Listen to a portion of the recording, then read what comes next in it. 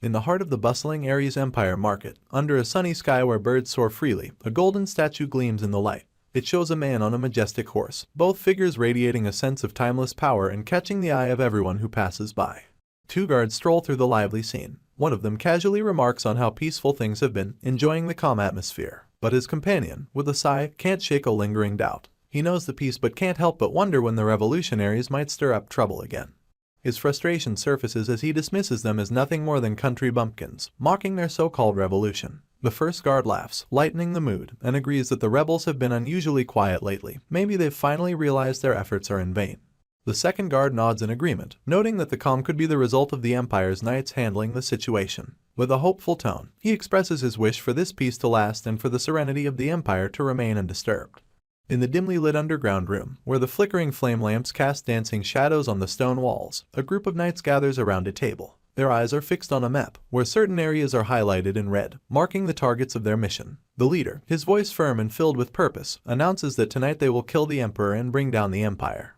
This, he declares, is the only way to reclaim their kingdom. The other knights exchange serious looks, their resolve reflected in their nods of agreement. The leader then turns to the red-haired man and calls him by name, Logan McLean. With a tone that carries the weight of their cause, he tells our boy that his role is the most crucial and instructs him to protect the secret text at all costs.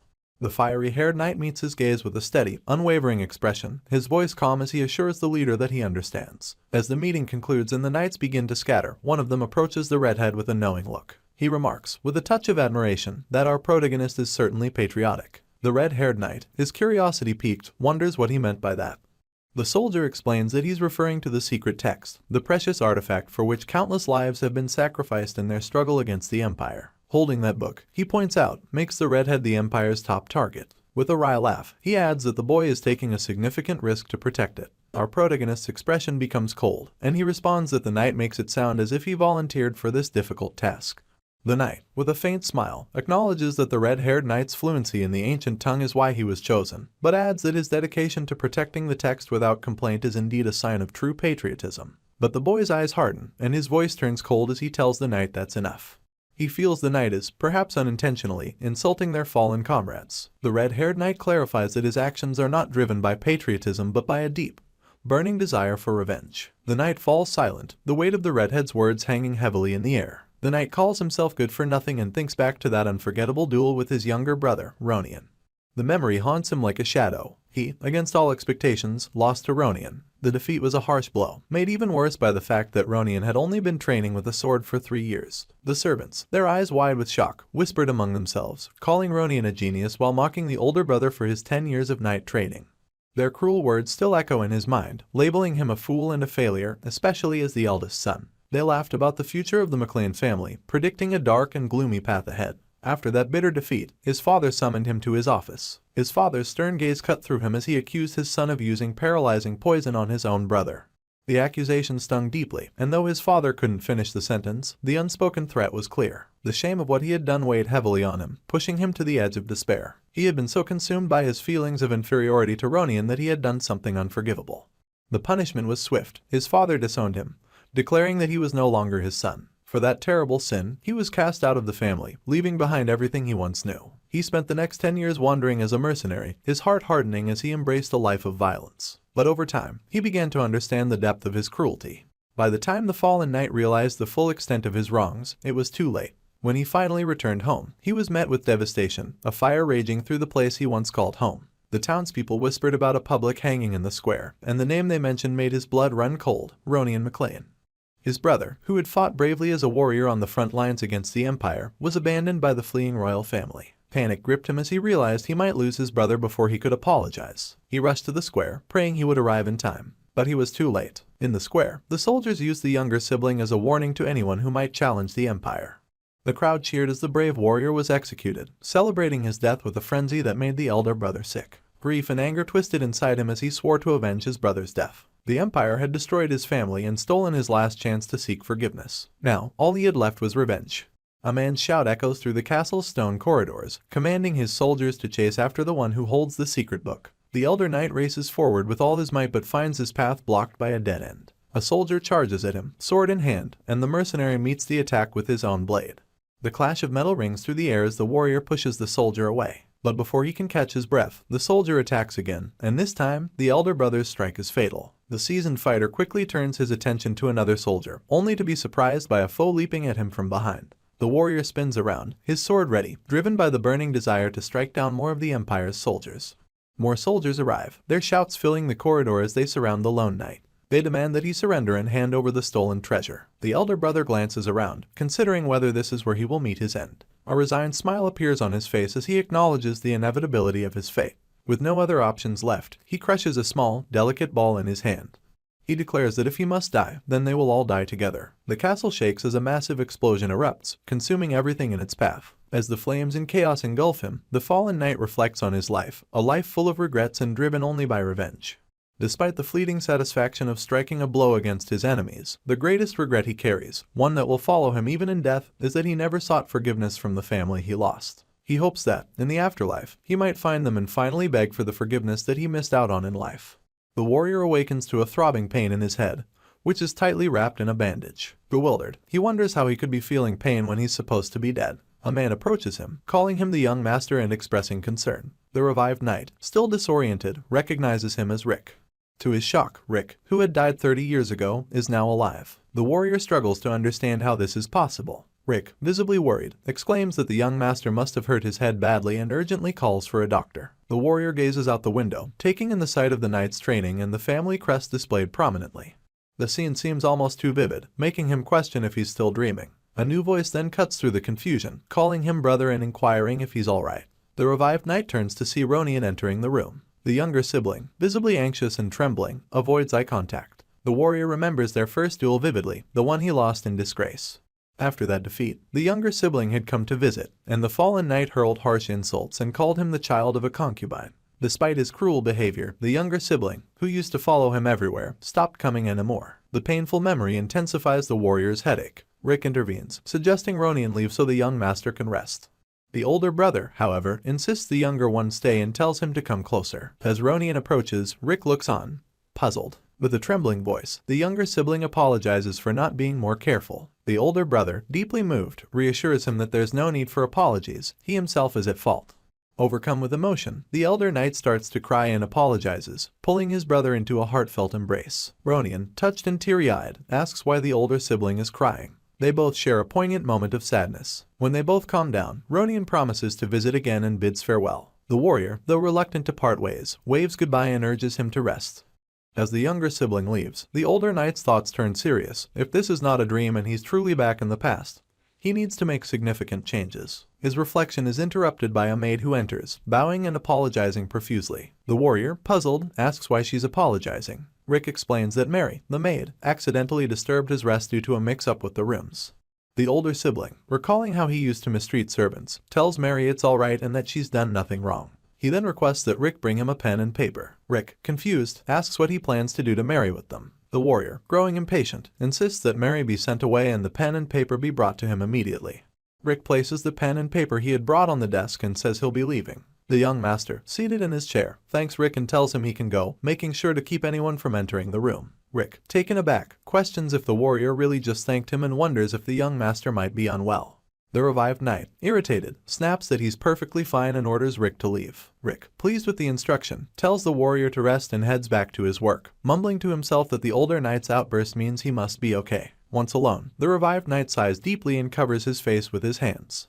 He reflects on Rick's comment and reminds himself to stay patient, understanding that these are the results of his own actions. His immediate focus is on documenting every detail leading up to the anticipated conflict with the Empire, set to occur in 10 years. This looming threat could destroy not only his family but the entire nation, and stopping it is his main goal.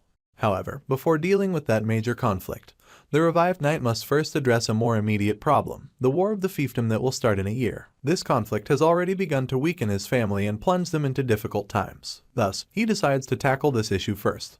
In another room, a man stands by the window as a servant approaches and addresses him as the patriarch. The servant informs him that the first young master has arrived to see him. The patriarch is surprised to hear that Logan is here. As the young master walks down the hallway, a noticeable anxiety spreads among the maids and servants. Their expressions grow tense, and their movements falter in his presence. One maid, struggling with a heavy pile of clothes, trips and falls at his feet, the garments scattering around her. Trembling with fear and embarrassment, she thinks to herself how unfortunate it is that she stumbled in front of him. She imagines the worst consequences for her clumsiness. The young man extends his hand to help her up, asking if she is all right. She gratefully takes his hand and mutters thanks. However, as she looks up at him, her relief turns to alarm. His smile, which should have been comforting, seems unnervingly strange. In her fear, she bows deeply, her voice trembling as she begs for forgiveness, claiming she has made a serious mistake. He, startled by her reaction, feels uneasy and tries to understand why she is so distressed. He realizes that his recent change, from who he used to be to who he is now, might seem confusing to others. He acknowledges that they need time to adjust to his new self, and he must be patient as they get used to him. Turning to the mirror, he examines his reflection. His smile, intended to be reassuring, looks oddly unsettling. He recognizes that there is a gap between his true feelings and the strange impression his smile seems to give. Outside the room, a servant announces to the patriarch that the first young master has arrived. Lost in thought, the young man remembers his past life, when his father cruelly declared him no longer a part of the family. In that previous life, the patriarch's harsh rejection left him seething with resentment. The father, cold and unfeeling, had never visited him when he was hurt in an official duel, casting him aside without a second thought. Now, reflecting on that, he curses himself for his past anger, realizing how deeply a parent must be hurt to cast out their own child. The door opens, and the young man steps into the room, his voice shaking as he greets his father. The head of the house, Patrick McLean, turns to face him, his gaze as distant as ever. The young man, with tears welling in his eyes, silently apologizes. The patriarch comments on his improved appearance and asks why he has come. The head of the family, known for his cold demeanor, remains unchanged, despite the 20 years that have passed. The young man takes a deep breath and requests permission to undergo isolated training on the family estate. The patriarch's interest is piqued by this request, but the young man's thoughts reveal the urgency behind it.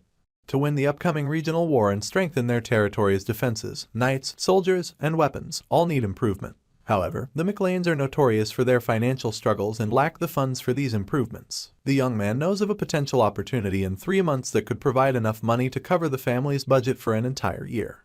To make this happen, he needs to build his martial skills and become more assertive. The patriarch questions if this request is a way to escape his recent defeat by his younger brother. The young man insists that it is not. Instead, he admits his past mistakes and the realization that he needs to improve, even if it is late.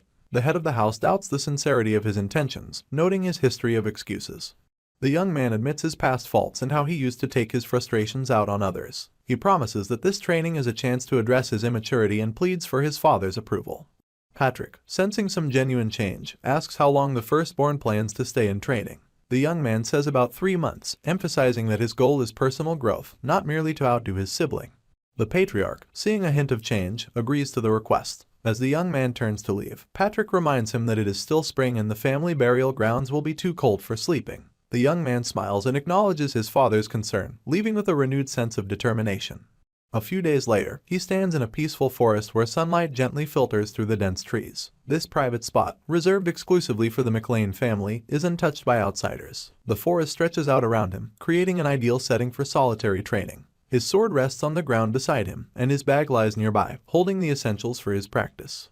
He enjoys the calm environment, reflecting on the significance of this moment. He opens his bag and pulls out an old book titled Divine Sword Secrets. He remembers how, in his previous life, he had memorized this book and then burned it to keep it away from the Empire. The book, marked with the symbol of a golden hawk, contains ancient wisdom from a legendary hero who defeated a terrible dragon that once ruled the world. He had once transcribed this secret knowledge using a special code to keep it safe, and now seeing the book again fills him with a mix of disbelief and determination. He believes that mastering these secrets will make even the Empire's greatest warriors seem insignificant. Although he had been too old and not particularly talented before his regression, he now sees a chance for a fresh start.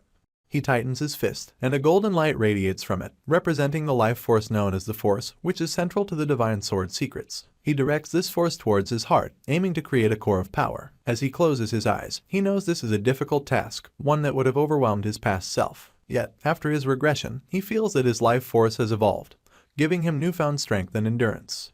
He thinks that with 3 days and nights of intense training, he might be able to do it, but to his surprise, he immediately senses a change. The core is forming within him, and as the golden light enters his heart, he feels a powerful surge of energy spreading through his body, like rain after a long drought. A smile appears on his face as he grips his sword, feeling its weight and balance. With renewed confidence, he swings the sword with great force, anchoring himself firmly on the ground. He realizes that his body and senses have changed in a way that makes him better suited for swordsmanship. Although unsure how the core formed so quickly, he is optimistic that with continued training over the next 3 months, he will become even stronger. Excited by his progress, he enthusiastically declares that it's time to keep training. As night falls and the forest grows dark, he continues his rigorous practice, driven by the promise of his future strength. As the sun begins to rise, casting its warm glow across the land, he stands before an old tree, a quiet witness to his final day of training. Today is the day he has been preparing for. He recalls the 10 sword techniques described in the Book of Secrets, focusing on the time-space slash, a technique that can cut through time and space itself. With a determined grip, he raises his sword, which shines with a golden light matching the energy flowing through him. He thinks about his 1-star core, a modest source of power, and realizes that mastering the first technique is within his reach. He is resolved to succeed, no matter the effort required. Taking a deep breath, he swings his sword with precision, creating a powerful slashing wave. He then turns to a tree, slicing through it effortlessly with the rippling divide. Exhausted but pleased, he sits down and smiles at the sun, feeling a sense of accomplishment. The realization that his strength has grown beyond what a beginner could achieve fills him with joy and pride.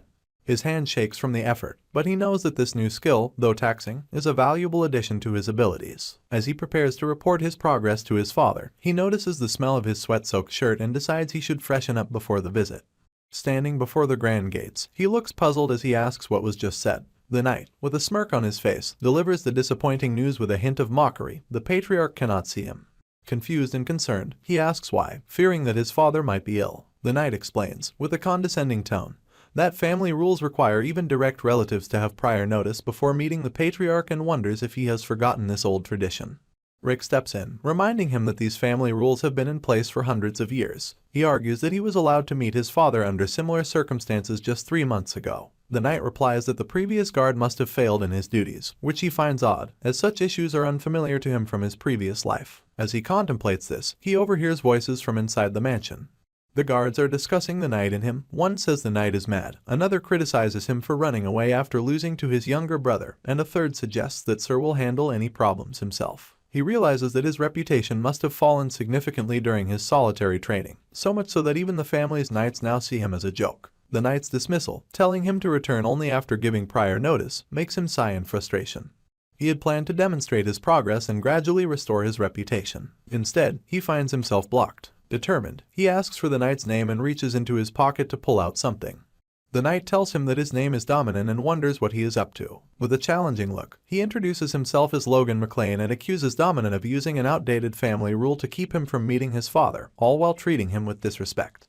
Rick, alarmed by his boldness, tries to intervene. Dominan is taken aback by the sudden authority, but he presses on, throwing down his gloves and challenging Dominan to a duel. The guards are shocked by this sudden challenge. He taunts Dominan, questioning his courage and suggesting that he has lost his edge. Dominan, removing the gloves from his face and gripping them firmly, accepts the challenge with determination. The two arrive at the training grounds, and the knights are shocked to see the young master facing his opponent so casually. They smile, certain that the young master is going to lose the fight without a doubt. The knights chatter about how the Logan was beaten up by his younger brother and then went into hiding for the next 3 months to avoid him. All of them question how long such a coward can last. Some of them bet he won't be able to last even 10 minutes, while one of them bets 100 gold that he isn't even going to last 5 minutes. Listening to all of this, our hero realizes that no one expects him to win. This is when his opponent notices how relaxed he looks and tells him not to get himself hurt during the fight. He looks extremely angry, but the young master notices that he doesn't have the guts to say anything insulting to a member of the family in front of other knights, even though he accepted the fight. Diane, the Our-boy's caretaker, realizes that they couldn't stop their master from fighting and now they're screwed. The referee announces the duel between the young master, Logan McLean, and the knight, Dominion, explaining that for the sake of safety, only wooden weapons are going to be used in the duel. The referee looks at the boy and realizes he is extremely determined. He questions whether he should really go ahead with this but understands that the young lord is very stubborn, and there's nothing he can do about it. The referee realizes that knights are mainly force users and can kill a person even with a wooden weapon, but whatever happens, it's not going to be his responsibility. He begs the knight to go easy on the young master and then announces the beginning of the duel. Both hold their wooden swords firmly as the knight starts using force, shocking the other knights. They realize he is going all out and using force against a normal person. Rick becomes extremely anxious, recognizing that his master is going to get badly injured if struck by it. He hopes that Knight Dominion will go gentle on his master. The young master notices everyone being intimidated by the force, but he understands that it's a sign Dominion is very clumsy with it, his force leaking out because he is unable to control it. Our hero taunts the knight, telling him that he looks very upset. He goes further, saying the knight is past his prime. As the years went by, juniors rose through the ranks, and being in the worst Knight's Order at the age of 40, Dominion gave up and decided to retire. He spent his days doing errands, living while waiting for his retirement. But hearing that the boy declare him past his prime infuriates the Knight, and he charges toward him with the intent to kill. Rick urgently tells the referee to stop the duel, fearing for Logan's life, but the referee replies that the master agreed to the fight himself, so there's nothing they can do about it.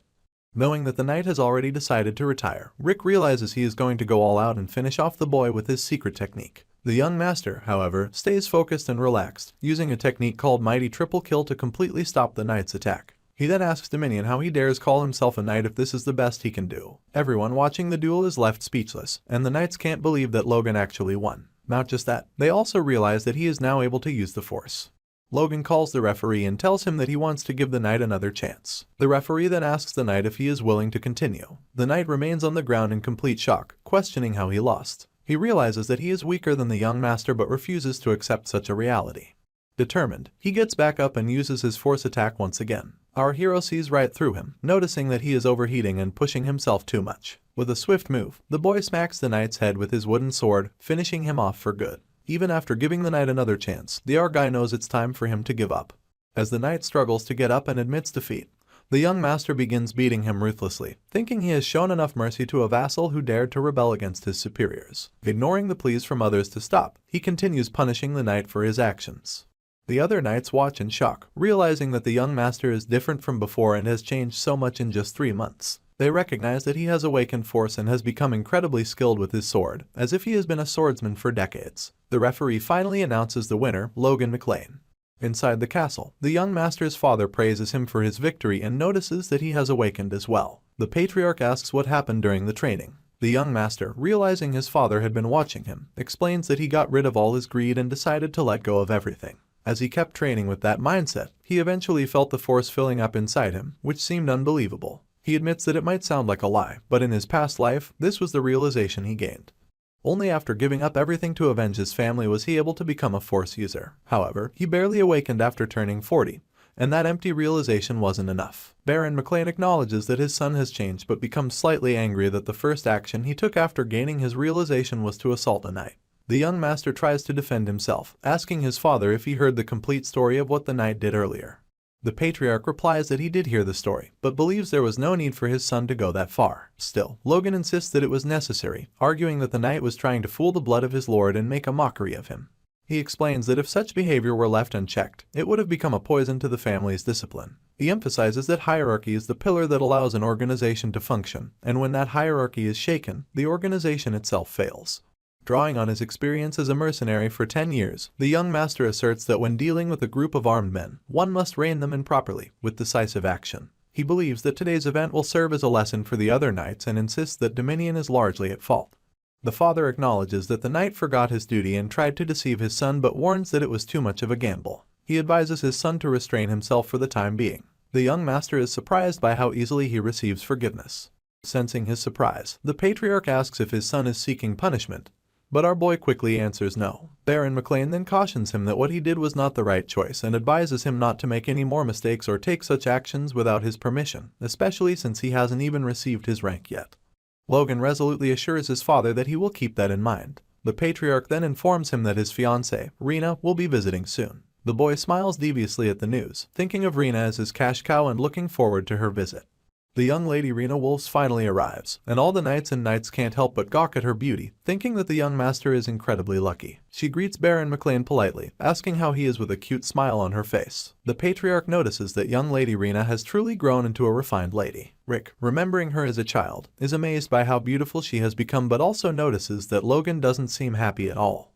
The young lady then begins to read a letter entrusted to her by the Count. She reads for 30 minutes straight, and the knights grow increasingly annoyed by the length of the letter. As she nears the end, she reveals that the letter is requesting to break off the arranged marriage. The letter is from Chiron Wolves. The young master quickly understands that while the letter is polite, the true message is that they see him as nothing more than a high-ranking knight who has failed to become an aura user. He realizes that Chiron Wolves likely views him as the worst, believing there's no reason to lower their standards to join hands with the McLeans, so they should part ways. Baron McLean, upon hearing that the House of Wolves intends to break off the arranged marriage without a proper reason, becomes extremely furious. He demands to know if the House of Wolves is trying to humiliate the McLeans. The young lady quickly clarifies that it wasn't her intention to offend him. She explains that she even volunteered to deliver the letter because she was concerned, knowing the patriarch would react this way. She personally came to clear up any misunderstanding. Lady Rena goes on to say that she still vividly remembers the memories of her childhood, especially the ones she made with the young master in this beautiful place. These cherished memories have stayed with her, and she doesn't wish to abandon them. However, bound by her family's wishes, she has no choice but to follow their directions. She thought it best to meet the patriarch and Logan in person to apologize. The maids are shocked to see that the young lady isn't just beautiful in appearance but also has a kind heart.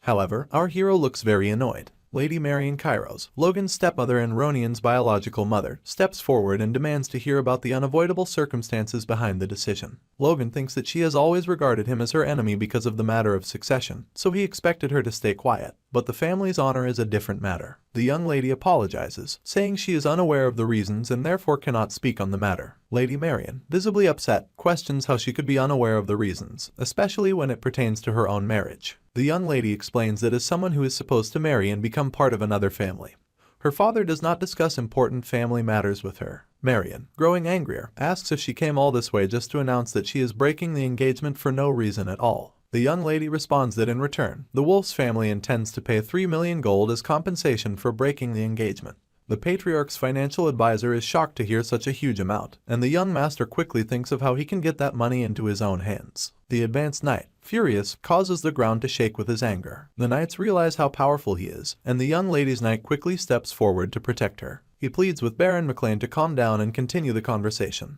The advanced knight notices that the knight protecting the young lady is also a high-ranking knight, which is impressive given his age. The patriarch then contemplates that injuring the rising star of their family might be a fair trade for the disgrace to the McLean family's honor. The knight becomes extremely anxious. The young lady interjects, saying that their patriarch described Baron McLean as a man of honor, and she is certain Baron McLean wouldn't persecute a young lady or a junior knight. Rena assures the advanced knight that their intent is not to buy honor with money. She requests that he accept the compensation as a sincere gesture to maintain the friendship between the two families, despite the unavoidable circumstances and the public criticism that might follow. The patriarch realizes that if he pushes any further, he risks appearing dishonorable, exactly what Chiron Wolves intended when he sent these young emissaries. Baron McLean then declares that a visitor is a visitor, and that the House of McLean does not persecute its guests. However, he firmly states that they will not accept the one-sided offer. Instead, in exchange for breaking the engagement, he requests one thing, that Rena apologize to his son. He refuses any other compensation. The knights admire the patriarch's stance, recognizing it as a true display of nobility. But the young master raises his hand, insisting that, as the person directly involved in the broken engagement, he has a request and should be heard first. He argues that they should accept the money, pointing out that allowing them to apologize with mere words is unreasonable. He emphasizes that 3 million gold is equivalent to a whole year's budget for the House of McLean. Given that half of their current funding comes from the support of his stepmother's maiden family, they would face bankruptcy if that support were cut off. The young master insists they are out of their minds if they don't take the 3 million, regardless of anything else. He states his desire to accept the Wolves' apology terms, shocking Baron McLean. Furious, the advanced knight demands to know if Logan wants him to go back on his word. As the young master begins to feel the intense pressure of his father's aura pushing him back, he realizes that if he can't handle this, he won't be able to move forward in the kingdom. Baron McLean sternly reminds his son that their family is not so poor that they need to abandon their honor for the sake of money. Logan takes a deep breath, imagining in his mind that they really are poor. He envisions explaining that their family owes the bank 3 million gold, with just 1 year's interest alone amounting to 150,000 gold. Without Kairos' support, they would go bankrupt, making them the kingdom's greatest beggars, broke and destitute. This is what he would like to say, but he decides to keep those thoughts to himself for the official meeting. Instead, the young master states that the reason behind accepting the 3 million gold is to uphold their honor. The patriarch asks if he is asking him to go back on his word for the sake of honor. Our hero explains that House Wolves holds a higher standing than their family and that the Count is also a Margrave of the East. Despite House Wolves being a leading power in the East, the McLean family serves as their lord. He fears that accepting only an apology might lead to rumors that they are bowing down to the Wolves. Rena tries to defend her family, claiming that House Wolves is not an irrational family and that they have the utmost respect for McLean's honor. The boy retorts that they came to unilaterally break the engagement and now they are talking about rationality, which he finds absurd. Reflecting on his previous life, our dude remembers believing that Rena was genuinely sad about their unavoidable breakup. However, something unexpected happened. She had called him into a room and said that while they might have to break up today, she still wanted to create one last memory with him. At that time, the young master felt his life was already in ruins, so risking it all for the woman he loved and running away didn't seem so bad. He asked Rina to come with him so they could leave together, but instead, she threw a knife at him and questioned if he really thought he belonged with someone like her. She told him to know his place and get lost, insulting him further by asking why he was even carrying a sword after losing to a child. She claimed that things had become easy because of him, leaving the young master confused. Suddenly, Rina began to scream, and her knight rushed into the room. She accused the young master of being aggressive. Realizing he was completely screwed, Logan understood that his father and family wouldn't believe him either. As a result, the McLean family was forced to pay a hefty amount as compensation to apologize to the Wolves family. Now, the same man smiles deviously, reflecting on how he can never trust a woman because of what Rina did to him. He suspects that she is planning to use this one-sided offer to break the engagement to Diane and Dash once again. However, he is determined that she will not get away with it this time. The young man once believed that he could change his reputation within the family. He imagined that if he gradually demonstrated his transformation, convincing them one by one, the family would eventually change their perception of him. This was the hope that fueled his actions, but the confrontation with Dominant shatters that illusion. The knights, who should have stood by him, turn a blind eye, even when someone openly disrespects him. Rumors spread like wildfire during his absence, and he begins to question whether gaining acknowledgement from people like them could ever truly change his family. With only 9 months left before the regional war, he realizes that his reputation no longer matters. His priority now is to save the family, even if it means making difficult choices. Determined, he tells the young lady Rina that he will accept the compensation, regardless of his family's wishes. His words hang in the air, leaving her speechless at the suddenness of his decision. The words reach his father's ears while standing beside him, who shouts at him furiously, demanding how he dares to defy his will. But he stands firm, stating that empty apologies won't suffice. If their honor could be compensated with mere words that would eventually fade into oblivion, then such honor would be as meaningless as those fleeting apologies. The young lady of the Wolves clan, striving to maintain her composure, declares that the Wolves wish to honor the will of Baron, the patriarch of House McLean. She turns to the head and asks what his decision will be. The young man watches her closely, sensing that her words are more about preserving her father's dignity than anything else. He knows she dreads the idea of paying 3 million gold as compensation. Patrick, speaking as the representative of the McLean family, says he is satisfied with a sincere apology but leaves it to his son to decide if the apology truly holds any sincerity. His wife, standing beside him, interjects and calls him honey, while the girl only grits her teeth in frustration. He then advises his eldest child to think carefully, warning him that accepting money for his dishonor could set a dangerous precedent, opening the door for his honor to be traded away in the future. The young man hears his father's words but silently apologizes to him, knowing that he cannot back down. He declares that, as the person directly affected by the broken engagement,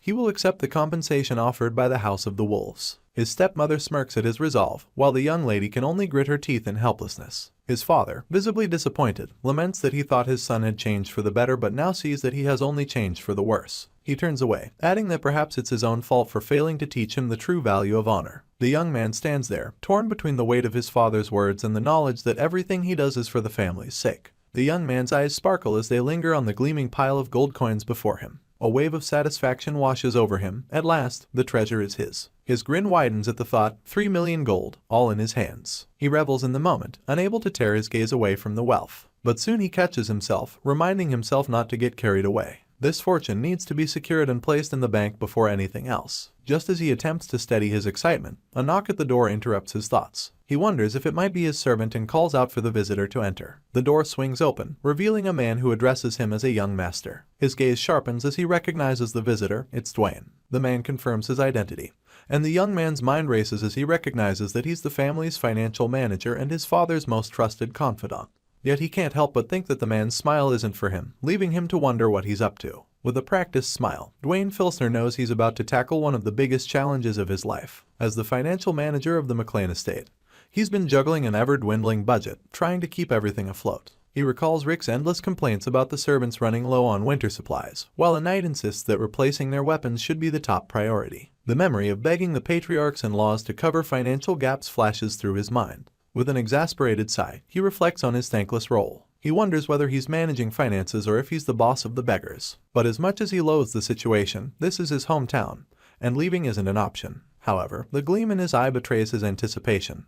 This 3 million gold might be his ticket to a few years of comfort. And as far as he is concerned, his opponent today is nothing more than a naive child. He grins inwardly at the thought that the young man in front of him is a foolish kid who will soon have to share that treasure. The financial manager laughs, remarking that he just stopped by to say hello, recalling the impression the young master left on him the day before. The young man's curiosity is piqued as he learns what the manager is talking about. The man elaborates, praising him for standing his ground and refusing to buckle under undue pressure. The flattery flows easily as he commends the young man's resilience, claiming it's a trait befitting the McLean heir. He even offers a thumbs up, inwardly relishing the thought that his sweet talking must be working on the young heir, who had never been on the receiving end of such praise before. Surely, his heart, and more importantly, his wallet, would be open by now. But the young man frowns, finding the flattery off-putting, and asks what kind of nonsense the manager is spouting.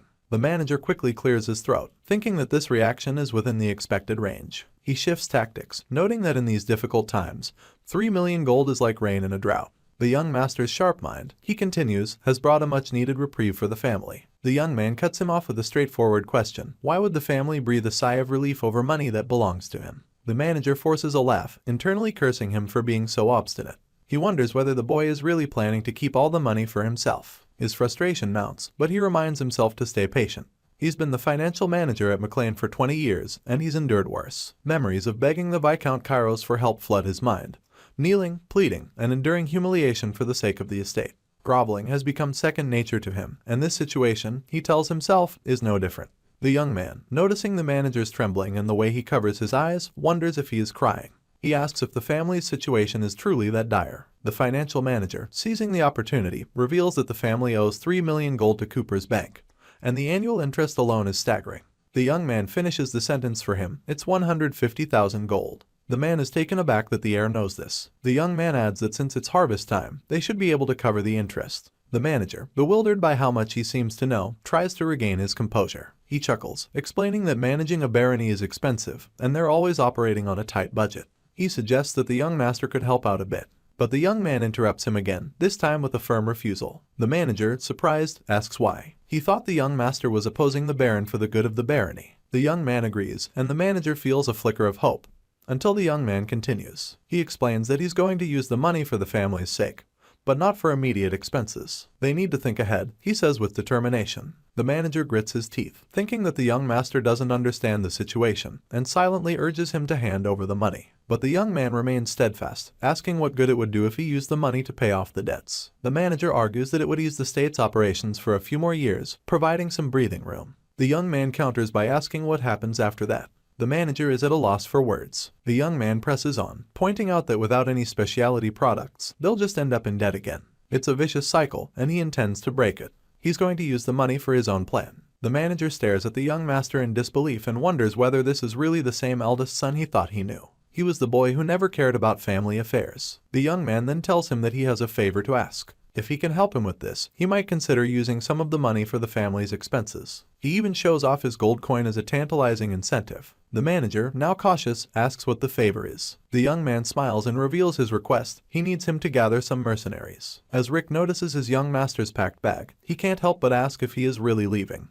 The young man, already dressed in his armor and ready to go, confirms with a simple yes. His main servant, bewildered, questions where on earth he is headed, especially since he just returned from solitary training. He casually explains that he's off to earn more money. The servant, raising his voice, reminds his young lord that he already has plenty of money. The young man responds that he needs much more. The servant, concerned about the tense atmosphere in the castle, doubts that the lord will approve of his departure. The young man, undeterred, reveals that's precisely why he plans to sneak out. The servant, shocked by this revelation, tries to stop him. The young man, annoyed, plugs his ears against the servant's shouting and tells him to be quiet. He then reflects on his need to change his reputation and realizes that if he can't do it from within, he must build power outside. His familiarity with the kingdom's outside world, gained during his previous life, would help him. The servant continues to protest, desperately trying to prevent his master from leaving. The young man, frustrated, adjusts his backpack and comments on the servant's persistence. In a last-ditch effort, his loyal servant throws himself in front of him, saying that if the young master insists on leaving,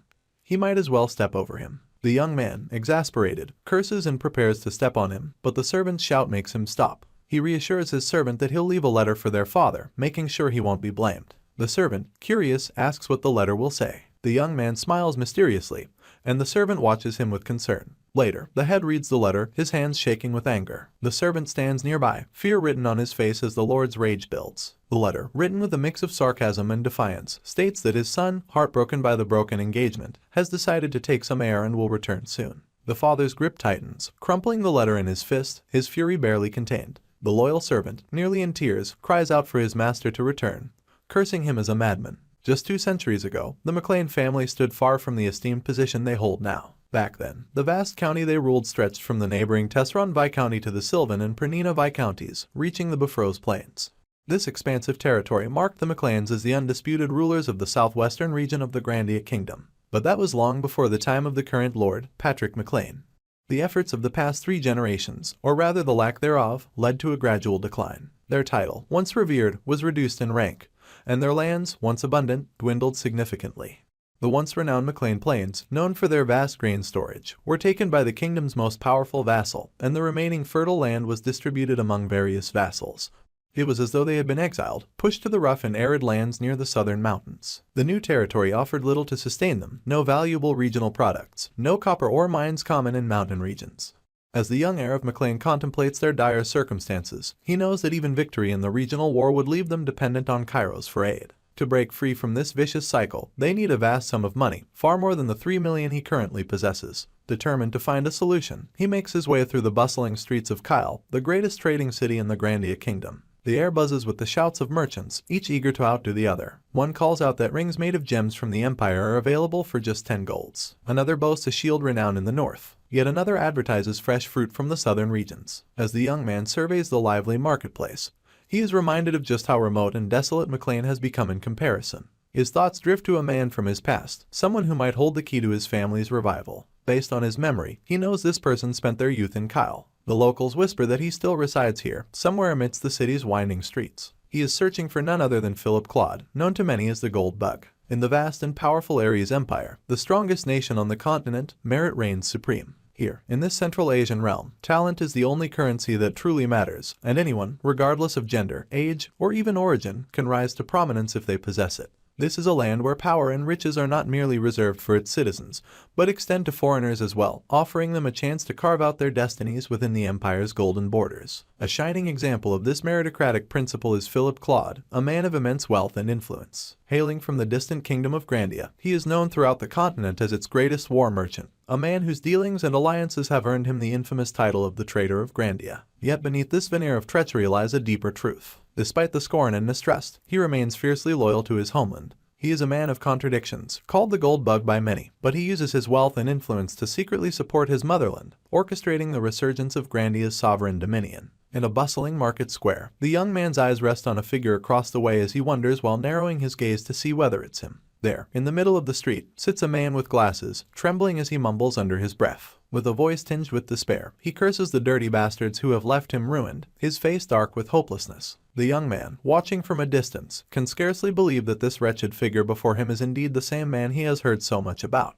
Rumors had reached him of the man's recent misfortune, how his business had collapsed under the weight of a cruel scam. But seeing him in person, ravaged by despair, is far worse than he could have imagined. The man, now clutching his head, murmurs to himself in anguish, questioning if life is even worth continuing. The boy feels a surge of pity but steels himself as he approaches the broken merchant. He asks tentatively if the man before him is indeed Philip Claude. The fallen merchant rises, his movements slow and weary as he looks the young visitor over. Despite his disheveled state, there is a glint of recognition in his eyes as he asks for the identity of his questioner. Our MC, with his striking red hair and piercing eyes, meets his gaze steadily. He approaches with a smile that reveals both relief and determination, as if finally locating the one he's been searching for. Without hesitation, he steps closer and requests a moment of the man's time, asking if he might spare a few minutes. The man finds himself puzzled, wondering who this questioner is and how he could possibly know him. In that instant, a powerful emotion flashes in Logan's eyes, an emotion the Gold Bug, a seasoned businessman, has encountered too many times to count. It's greed, unmistakably dripping from his gaze. The man studies the young visitor, noting his worn armor and impeccable timing, instantly noticing him as a mercenary, perhaps even a gangster. His fists involuntarily clench as suspicion creeps into his mind.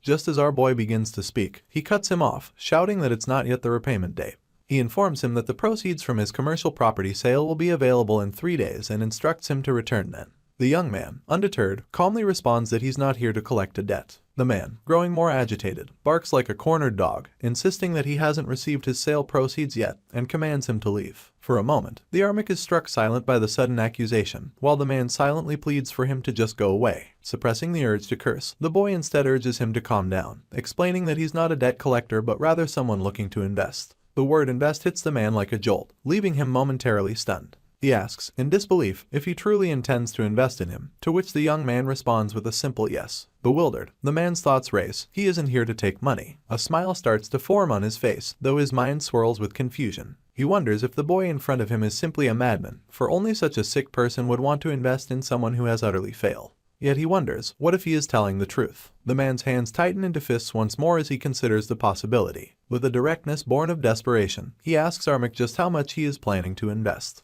The young man, in turn, asks how much he needs, assuring him that he will provide enough to help him clear his debts and stage a comeback. The man, his mouth hanging open in astonishment, can only wonder if he could possibly be serious. His eyes gleam with curiosity as he takes in the sight of the young boy, noting the layers of dirt caked on his armor. A hint of suspicion clouds his expression as he wonders if he has traveled a great distance. Our MC, with a casual laugh, jokes about how much the man needs and promises to try to meet his requirements. The man's response is filled with disdain. He calls him a dirty bastard and remarks on how disgusting his appearance is. The boy looks at the man, puzzled by his harshness but still laughing. The man's tone darkens as he accuses Armik of being unprepared, unlike others who have deceived him. He points to the crest on the visitor's armor, identifying it as belonging to the Southwest McLean barony, a family known for its poverty and dependence on the generosity of their in-laws. He steps closer, questioning how someone from such a poor family could claim to be an investor when they can't even manage their own debts. The young man looks away, clearly embarrassed by the accusation. The man warns him that pretending to be of noble status could lead to a death sentence. Shaking, he tells the boy that he has chosen the wrong person to deceive, grabbing him by the collar and emphasizing his own financial desperation. Despite his predicament, Armik admires the man's keen judgment and wonders how to appease him. The future gold bug reflects on his situation, noting his claim of being so broke he can't even afford money to eat or die. The young man decides to take action and tells the man to look closely at something. The merchant, still skeptical, calls the young visitor a brat and comments on his persistence. As he observes, he is shocked by the noticeable force in our boy's hand. He realizes that he is a remarkable talent, and it seems impossible that someone with such potential would be involved in deception. His attitude softens as he apologizes for his earlier harshness, explaining that his recent troubles made him overly sensitive. He then asks the Armik about his real business with him. The young man explains that he wants to offer him a permanent job, with clearing his debt being a bonus. The man is astonished by the offer and considers the significance of being hired for such a long-term commitment. The man tells the boy that he's sorry, but the McLean family simply doesn't have that kind of money. Our young Mc sets down his bag with a calm, calculating air and then, as if addressing a practical problem, asks him how much debt he's currently buried under. When the merchant confesses it's around $250,000, the boy begins to open his bag. He states with cool confidence that he'll take care of the debt, all $250,000 of it, and then, as if rethinking, he adds that he'll throw in an extra $50,000. As the man's eyes widen, the golden glow of the coins spilling from the visitor's bag seems to flood the air, illuminating his astonishment. The young man, not missing a beat, proposes to raise the stakes even further, suggesting a total of $300,000 as his price and an overall offer of $550,000 gold, all in cold, hard cash. In that instant, the man's perception of Armik does a complete turnabout. Where he once saw a scammer or a gangster, he now sees an angelic figure. The deal is sealed with a drop of blood, binding them in a contract that the mage overseeing the transaction eagerly confirms. She explains with a gleeful tone that should the subordinate, Philip, ever attempt to betray or harm his new master, the consequences would be dire, resulting in a pain so intense it would feel like his very soul was being ripped apart. At this, the future gold bug's face drains of color. The mage, observing his reaction, nonchalantly offers him a few grim alternatives. If he despises the thought of being bound by such a curse, he could either forcefully awaken his own force and rise to the rank of a high knight or somehow find a fourth circle mage. Or better, willing to remove the curse for a price that would make his current debt look like pocket change. With that, she bids them farewell, and as they walk away, the man is left in stunned silence, inwardly cursing himself for what he has just done. The realization dawns on him like a hammer blow. This boy is no angel. He must have been out of his mind to sign such a costly magic contract, effectively turning himself into his slave. His mind fixates on the absurdity of it all, considering that a single page of that contract could buy 30 slaves. Our MC's sudden laughter snaps him out of his thoughts. He candidly remarks that they can't possibly trust each other after just one meeting, easily switching from a formal tone to a more casual one, as if they were old friends. The man, despite the turmoil inside, swallows his emotions, trying desperately to maintain a composed facade. The boy, noticing his unease, explains that when one invests a fortune, a reasonable guarantee is necessary. He reassures him that once they build trust, the contract can be dissolved. With an outstretched hand, he proposes they work well together from now on. The merchant feels trapped in a chaotic mess, with the terms of their agreement lacking any real detail or timeline. Yet he knows he has no choice but to trust this boy from this point forward. Resigning himself to his fate, he takes his hand and shakes it firmly, then, with a new resolve, asks what he must do next. The young man's response is unexpectedly simple: purchase some monster meat. The future gold bug, unable to suppress his bewilderment, mutters that he must be out of his mind, thinking only of monster meat at a time like this. Armik seems to catch on to the future gold bug's disbelief but brushes it off, understanding that the request sounds absurd. He reflects that in the current context, it's common knowledge that monster blood and meat are poisonous, and therefore, burning them is the norm. But he knows that in a few years, things will change dramatically. It will be discovered that a neutralizer for monster blood can be concocted using common ingredients, and regions facing food shortages will begin to consume monsters. He recalls that one winter, reports started surfacing of people's disabilities being cured after eating a creature called Kalok. Even those who had become sterile from injuries found themselves healed. And just a year after the Royal Mage Tower confirms these findings, Kalok becomes so valuable that it's hunted to extinction across the continent. He smiles, already envisioning the fortune he could make, 3 million gold. Perhaps even more. As our MC's thoughts turn to riches, the merchant, trailing behind him, catches sight of his expressions. Unease grips him, and a part of him wonders if he should just run away while he still can. Philip is shocked to hear that the young master wants to invest 1 million and calls him crazy for spending such a sum on monster meat. All the boy does is tell him to keep his voice down, assuring him they will make money from it. The merchant thinks it's a bad idea, but as he realizes the young lord is serious about it, he starts inquiring about the per-unit price range for purchasing Kalok monster meat. The boy then shares that the meat isn't worth anything right now. Everyone likely thinks that burning it is better because there are no buyers. He adds that if they simply order someone to bring the corpses, 200 gold should be sufficient, considering the kingdom's transportation charges. Since the cost is calculated per unit, bringing a large quantity of Kalok in advance will make it cheaper to transport. The merchant calls this thinking excessive, pointing out that the boy is already considering transport costs, which annoys the boy, prompting him to ask if he is wrong. The merchant explains that while the boy is correct about the transportation costs, since they have a budget of 1 million, he wonders if the young lord plans to hire a mercenary guild for a kingdom-wide hunt, and then buy from them. The boy then asks if that approach is wrong. The boy responds by telling him that he's gone completely in the wrong direction. He points out that, since all the monster meat is currently being discarded, simply hiring a merchant guild to purchase it at the price of beef would resolve everything.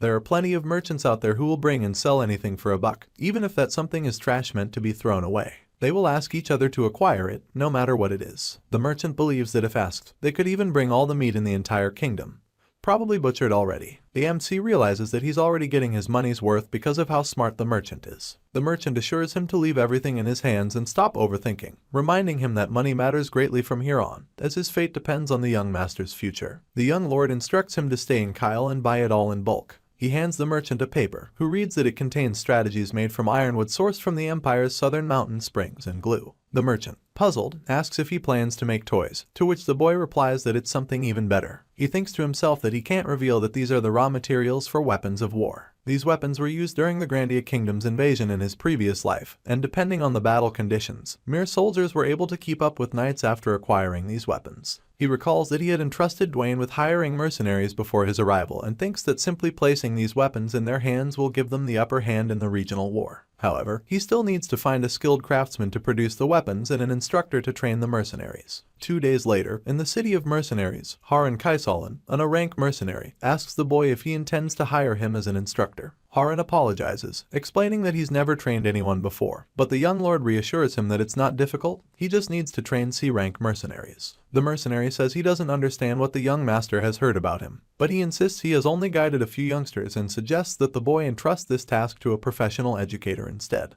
The MC remembers working with him in his last life and knows that this mercenary can wield any weapon and even has exceptional horse riding skills. He thinks to himself that the mercenary's true value shines when he becomes an instructor, as the mercenary squad he raised after being gravely wounded and semi-retired boasted skills superior to any other of their kind. Realizing that the mercenary isn't in the mood right now, the MC tries to persuade him with money. He offers to pay the mercenary 4,000 gold. Kaisalan, understanding that an A-rank mercenary typically earns a maximum of 2,000 gold per month, is surprised by the young master's offer of double the amount. However, the mercenary still rejects it, insisting that he has never worked as an instructor. The boy then asks if 6,000 gold would be enough. Kaisolin tries to resist, stating that he prefers combat missions. The Mick raises the offer to 7,000 gold coins, which only angers the mercenary. Kaisolin, now frustrated, asks if the young lord can't hear him. He tells the boy that money can't buy everything. But as soon as the young master offers 8,000 gold coins, Kaisolin's demeanor changes entirely, and he suddenly agrees, saying that he thinks the same.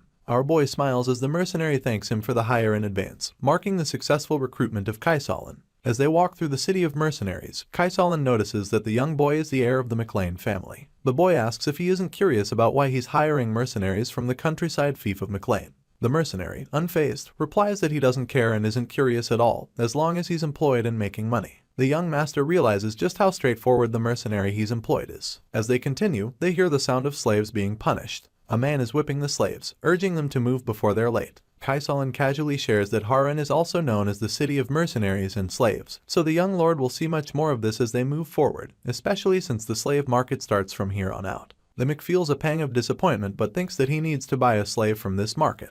One of the slave merchants notices the young lord and assumes he's a clueless country bumpkin. He approaches, asking how he can assist the boy and tries to provide information about the slaves he's selling.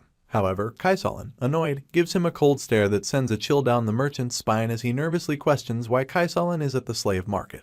The young master feels reassured, thinking that hiring the mercenary was definitely worth it. He spots a shop with more guards than the others and believes they've arrived at the right place. An old man greets the young lord, who says he's looking to buy a dwarf. The old man confirms they're in the right place and explains that since otherworldly races are rare, they take special care of them. The old man gestures for the boy to follow him and then presents a few elves. He asks if the young master is interested in them and begins describing their qualities in detail. However, the Mick interrupts, pointing to a dwarf and telling the old man that he wants to buy that one. The old man recalls that the boy was indeed looking for a dwarf and promptly brings the slave dwarf out from the cage. The old man explains that this particular dwarf is highly valuable, noting that even among the dwarf race, known for their craftsmanship, this one is an expert-ranked craftsman. Our boy is surprised to hear that the dwarf is of expert rank. He understands that the dwarf race is innately skilled with their hands, a race that finds meaning in creating and fixing objects from their youth until old age. Realizing that an expert-ranked dwarf far exceeds the skills he was initially seeking, he thinks that the price should not be an issue. When he inquires about the price, the old man states that due to the dwarf's expert rank,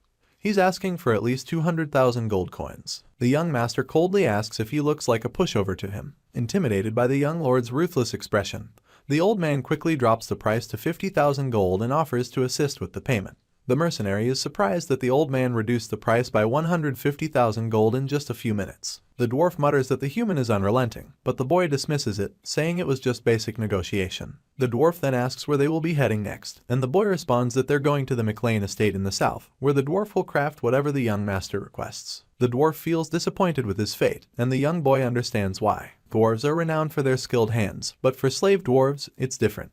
Despite being a race of craftsmen, without passion, they cannot create true works of art. The man knows that to ignite that passion in this dwarf, he needs to offer hope. He tells the dwarf that if he works hard and does his best for the next 20 years, the young master will allow him to return to the mountains. Logan understands that 20 years is a mere blink of an eye for dwarves. The dwarf, visibly shocked, questions the young lord's promise. But before they can continue, a commotion breaks out as a slave suddenly bolts from the market, catching their attention. This is when our hero notices a little boy fleeing with his sister on his back. The slave merchant screams, frantically trying to catch the runaway slaves. The blue-haired boy, desperately running while carrying his sister, gets caught by the slave merchants. A bald man, seething with anger, demands to know how such a seemingly docile slave dared to bite his arm. The brother, despite his fear, tries to shield his sister with his own body. Witnessing this, Kaisolin suggests they should just continue on their way and ignore the commotion.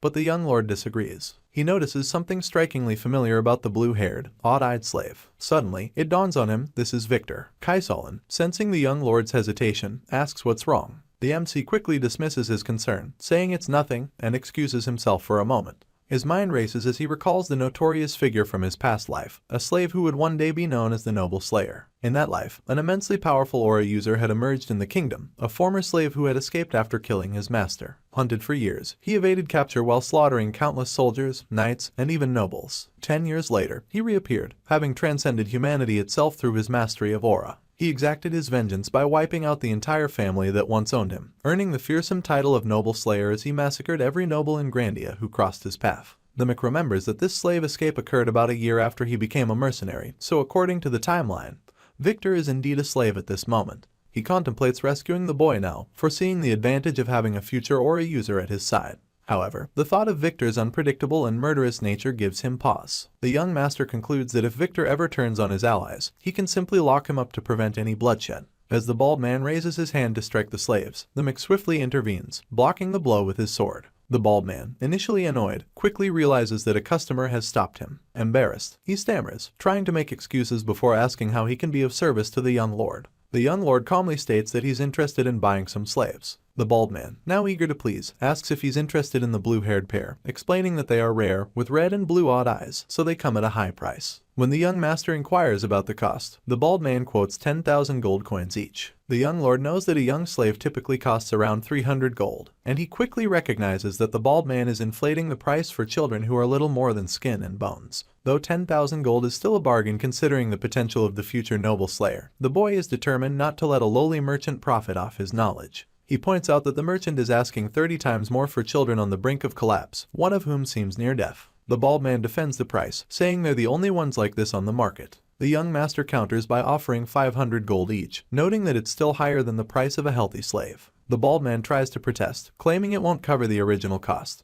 But the young lord fixes him with a cold, intimidating stare, asking if he thinks he's a fool. Fearful and frustrated by the trouble Victor has caused him, the bald man agrees to the deal. A short time later, Victor regains consciousness on Kaisalin's back. The mercenary instructor is surprised at how quickly the boy has recovered from his injuries. The young master agrees, but he secretly notes that Victor has been subconsciously releasing a powerful force during their journey. It's obvious that the boy would wake up sooner rather than later, and his recovery surpasses even the magic of most low-level priests. The young master realizes that Victor's little sister is able to detect the force, something even Kaisalin couldn't sense. He wonders if it's just a coincidence. Suddenly, Victor lunges at him, attempting to attack, but the young master swiftly stops him, grabbing him by the neck. He's unsure if the boy is full of spirit or simply foolish. As he chokes Victor slightly, he explains the situation, telling him he's not a slave merchant. His stern, devious look scares the boy into silence. The Mick acknowledges Victor's fighting spirit but warns him to choose his opponents wisely, hoping this will be the last warning Victor needs. He then adds that as long as they obey him, they'll be safe. However, if something like this happens again, he won't hesitate to get rid of both Victor and his sister. Confident this is enough, he then tells Victor that he plans to force him to become a knight.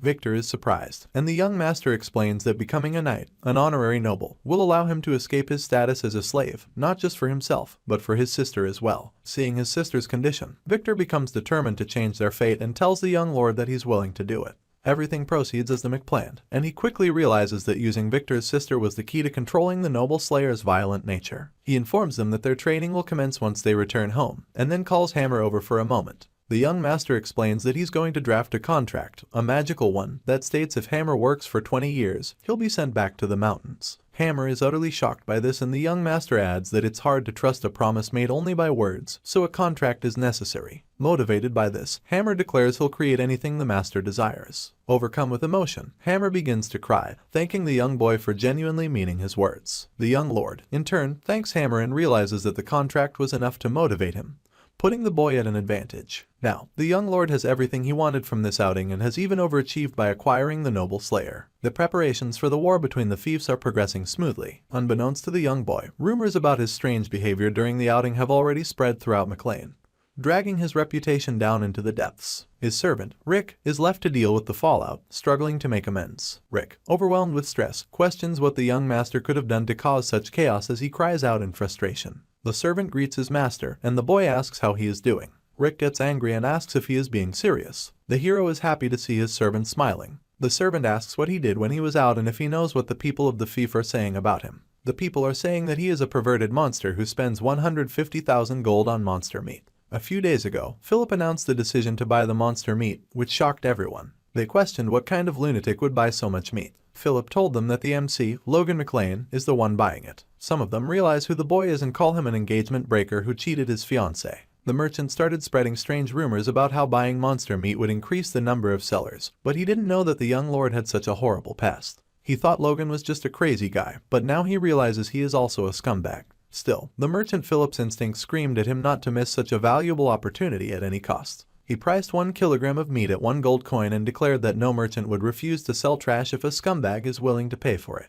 He yelled at the people, telling them that if they were chasing money, then they should bring all the Kalak meat they could find. The merchant hyped everyone up with his aggressive salesmanship, and the rumors about Logan spread throughout the fiefs near Kyle as well. The hero laughs at this news, realizing that his merchant did the job perfectly. Rick is amazed to see the master laughing in such a situation and tells him to look at the faces of those who came with him, to consider how much of the whispered rumors they must have heard to appear that way. The MC assures him that it will be over soon, so they shouldn't worry. Rick warns that the young lord shouldn't be so calm right now, as the patriarch is furious with him. The king asks if he enjoyed running away from the castle. The MC replies that his trip was very rewarding.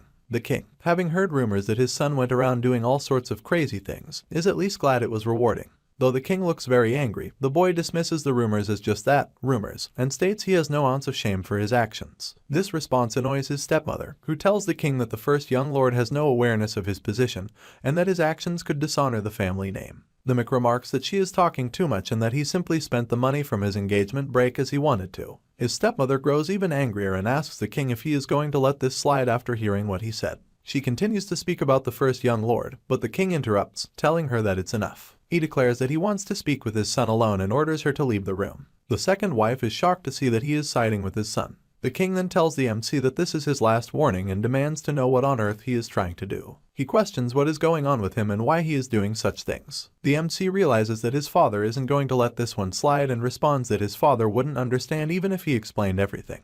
The king, frustrated, asks how he can be so sure and accuses him of not wanting to be understood. He tells his son to consider what people around him are saying. They call him violent, cruel, and power-obsessed, and lately, they've begun calling him insane as well. The king, weary of covering for his son's mistakes, asks if there will ever come a time when he stops so the king can at least claim that he tried his best for his deceased wife. The MC is shocked to hear his father bring up his dead mother, as she was never mentioned in his previous life, not even when he was kicked out. The young lord realizes that his father hasn't fully let go of his hopes for him yet. The boy demands 1 year and tells his father that he will prove the reasons behind his actions. He asks his father to grant him this favor, and his father agrees. After some time, the father reflects and realizes that the word favor implies a dynamic between parent and child. He understands that if Logan doesn't prove his worth in 1 year, he will have to make a decision as the patriarch of the McLean family, rather than as a father. Apologizing while looking at his late wife's picture, he acknowledges that he doesn't know what his son is thinking. He had promised to protect his son at all costs and raise him well, but he fears he may have been neglectful. The hero then meets his younger brother and notices that he has already awakened the Force. The MC says he knew his little brother would catch up to him in no time and expresses pride in him for awakening at only 14 years old. He recalls that in his previous life, his little brother didn't awaken until the war between the fiefs, but this time, he awakened much earlier. The little brother credits him for this, mentioning that the knights tried to stop him from meeting the hero upon his return. The MC realizes that his brother awakened while trying to come meet him and that he managed to get past 2 soldiers as soon as his powers emerged. The little brother smiles proudly, and the hero praises him for doing such a good job. He thinks that if he teaches his younger brother the secret of the divine sword as soon as his force stabilizes, his brother could become much stronger than he was in his past life. In a cottage in the south of McLean, the hero tells Dwayne that he is back. Dwayne then shows him the 350 degrees Celsius rank mercenaries he had asked him to recruit earlier. The mercenaries are disappointed when they see who called them there and are angry about being left in the crumbling cottage for 10 days. They question whether the young boy is mocking them and express distress towards such a poor family. They think the entire family is crazy, especially with the hero's reputation already being bad enough. They insult the young lord for carrying a sword and armor, questioning if he's trying to be a soldier. The hero realizes he has to assert control over these rascals who live by fighting. Otherwise, nothing will get through to them. He calls out one of the bald mercenaries, questioning if he's the one insulting him for carrying a sword. The bald man doesn't understand how the young lord heard all that from such a distance and questions him. The Mick responds that it's fine to think that way if one has the skills to back their words, but since the bald man is a lowly C-rank mercenary with non-existent skills, he has no right to look down on others. The bald man is left speechless, and the hero continues, asking if he offended him. Recognizing that even a lowly man has pride, he tells the mercenary to step forward. He challenges him to land a single blow, promising to pay him a year's worth of salary and let him leave if he succeeds. The hero makes this promise with the honor of a noble on the line, with all the other mercenaries as witnesses. The bald man smiles, realizing the Mick can't go back on his words now. Some of the mercenaries question if the bald man might be a B rank because of his size and think that if he wasn't one before, he might become one after finishing this job. The young lord realizes why the man seemed so confident. The bald mercenary tells the hero to go first, but the Mick warns him not to regret it later. Confident in his skills, having used the sword for a long time compared to the young boy, the bald man asks if the young master needs an upper hand by any chance. But as he speaks, he's suddenly hit with a punch to the face, leaving everyone speechless. He falls to the ground while everyone gawks at the young lord for finishing the fight so quickly. The hero then warns the other mercenaries not to run their mouths again, a confident smile on his face. All the mercenaries are shocked to see that the MC is a force user at such a young age, calling it ridiculous. Even Kaisulin is surprised, having thought our boy was just an ordinary guy. He hadn't realized that Logan was so strong. The hero recognizes that no one is going to challenge him anymore, and he proceeds to introduce himself formally. He tells the mercenaries that he is Logan McLean, the one who called them here, and he assumes that everyone is wondering why he is throwing money around and hiring mercenaries. He goes on to say that he is thinking of training the mercenaries to be crossbow cavalrymen, which shocks both the mercenaries and Dwayne. The mercenaries begin to question whether he's talking about the crossbows that are used on the backs of horses and realize they're going to spend most of their time reloading them. A rank mercenary tells the young lord that crossbows aren't efficient weapons for cavalrymen to use. The hero replies that he already knows that, which shocks the mercenary. He explains that crossbows are far more destructive than bows, but inexperienced shooters take more time to reload, and they have to do it by supporting their foot on the footrest. If they are on horseback, they're going to run out of firepower within just a minute, even if they are carrying 3 or more crossbows, so it's natural for them to be baffled. The MC assures them that even if others think he's just wasting money by cosplaying as a soldier, he is certain of his plan.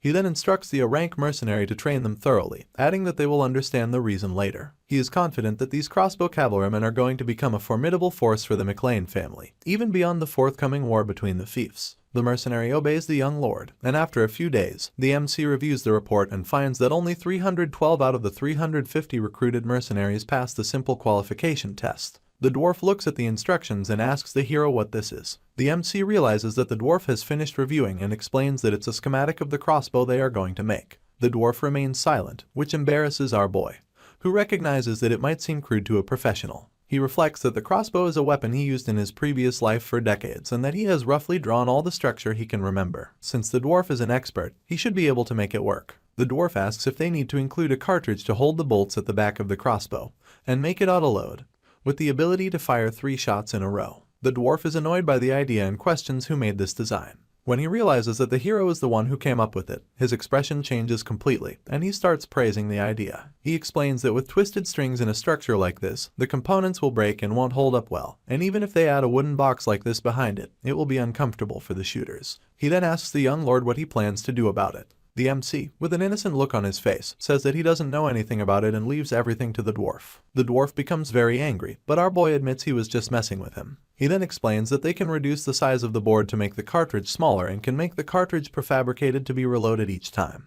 They name it magazines for convenience, which surprises the dwarf. He realizes that even a crossbow for a skilled shooter can't fire 2 shots in a minute, so this weapon will be beyond their time. The hero thinks that it's because the weapon was actually created in the future. The dwarf is amazed to learn that making something like this only requires a cartridge, spring, some wood glue, and a bowstring. Motivated by this challenge, he says he will give it a shot. The MC asks when he'll be able to finish the task. The dwarf gets annoyed at being asked to build something entirely new with a deadline.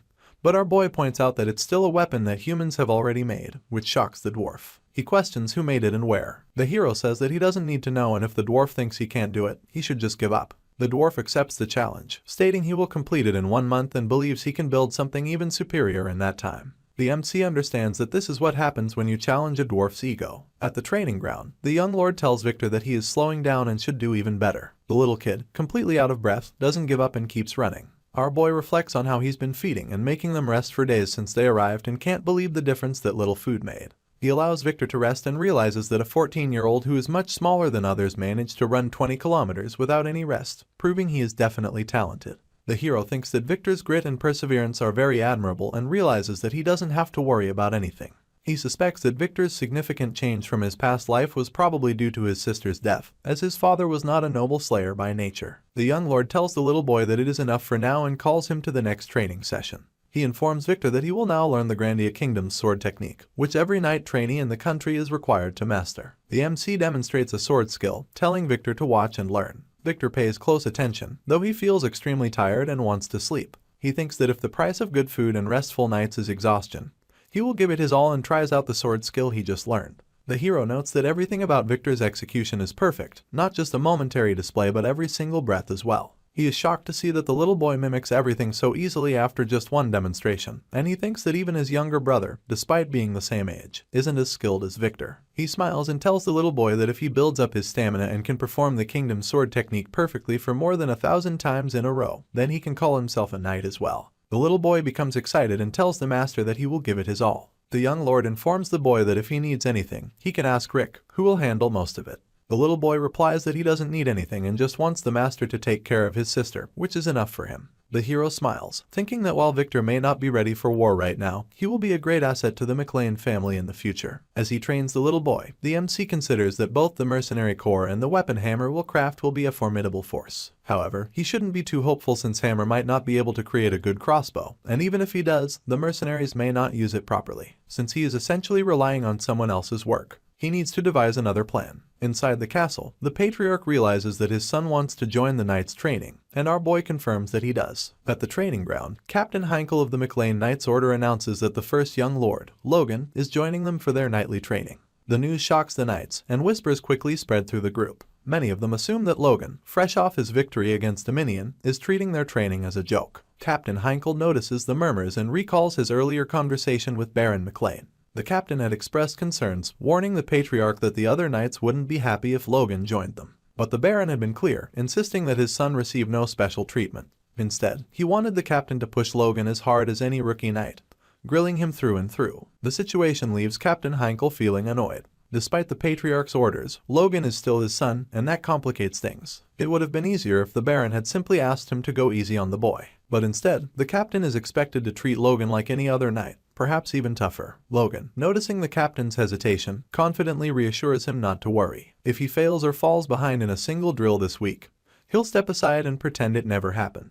The captain is momentarily taken aback by Logan's determination but quickly regains his composure. With a sly smile, he decides that if Logan is so confident, this week's training will be the toughest they've ever faced. He plans to triple the difficulty level, determined to see if the hero can keep up. As training begins, the knights struggle through grueling drills. One exercise has them carrying each other on their backs while trying to run. The difficulty of the drill, combined with the weight of their full armor, leaves them questioning what kind of training this is. Captain Heinkel, however, doesn't miss a beat, reminding them that as cavalry knights, they should understand what it feels like to be a horse, carrying a fully armored knight into battle. The knights grumble under their breath, now understanding why the captain insisted they train in full armor. But despite their complaints, they push on, realizing that this is just another part of the captain's tough love approach. The absurdity of the situation isn't lost on them, but they know they have no choice but to endure it. The knights quickly realize that they are enduring such grueling training because of the young lord. They believe he won't last long under the pressure. Some bet he'll last 3 days, while others doubt he'll even make it through a single day.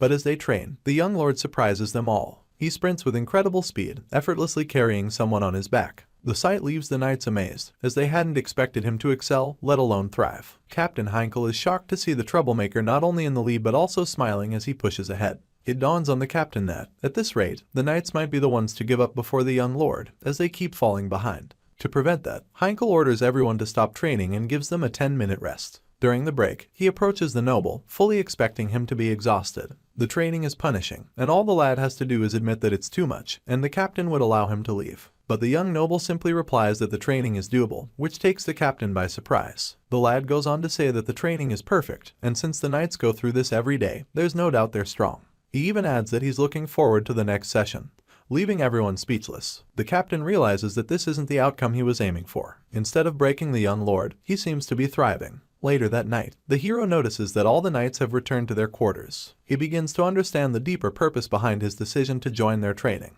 This isn't just about proving himself or surviving a tough regimen. Training with the knights is his insurance policy, a backup plan in case all his other plans fail. If everything else goes wrong, he knows he can always join the knights and fight on the front lines. Building bonds with them now could prove invaluable later. The young noble also recognizes that developing his strength through training and harnessing his force through meditation is crucial. That's why he joined the knights training in the first place, because it will be useful in the long run. As he begins to meditate and focus on gathering his force, he smiles, realizing it's working. His force core starts to grow, and he finds that he doesn't even feel fatigued anymore. The power he feels is remarkable, especially for a force core that's only at 1 star. The young noble can't help but think about the future. If he continues on this path, he believes he'll be able to rival a high-ranking knight like his father once he reaches 2 stars. The thought excites him, and he can't wait to see how far he can push himself. The next day, while examining the crossbow weapons, the young lord quickly realizes that all of them are failures. Frustrated, he questions if this is truly the best the dwarf can do. He inquires about the special thread he ordered, pointing out that the weapon only fires one round and that integrating the magazine wasn't even necessary. His blunt criticism angers Hammer. Realizing he might have gone too far, the young noble immediately apologizes, admitting that his words were rude.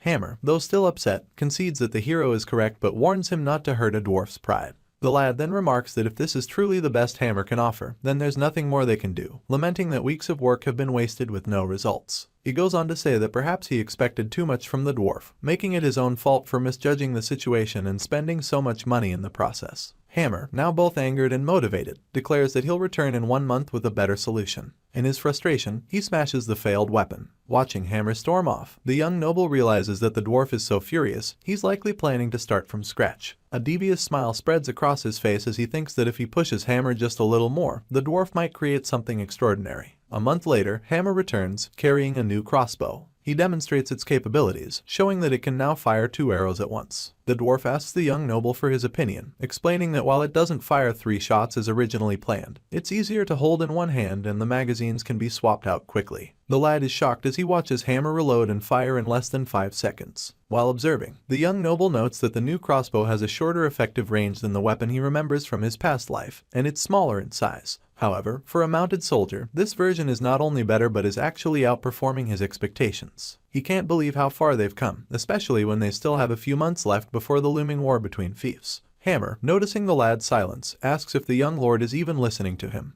Without warning, the young noble grabs the dwarf and praises him enthusiastically, telling him that he's done a great job. Hammer becomes embarrassed, reminding him that they could be seen and that he's not a child. The young noble then looks into Hammer's eyes, prompting the dwarf to ask what's on his mind. With a mischievous grin, the lad calmly declares that he wants Hammer to produce 400 of these crossbows in just 2 months. Kaisolin eagerly tries out the new weapon, firing 2 bows at the same time. The other mercenaries watch in awe as the arrows fly impressively far and the crossbow releases consecutive shots, making it an incredibly fascinating piece of equipment. One a rank mercenary, clearly amazed, asks how a bow can even achieve such feats. Just the thought of an army of 300 mounted troops armed with these crossbows sends a shiver down Kaisolin's spine. He turns to his master, admiring the creation and realizing that this is exactly what was envisioned when crossbow cavalrymen were mentioned.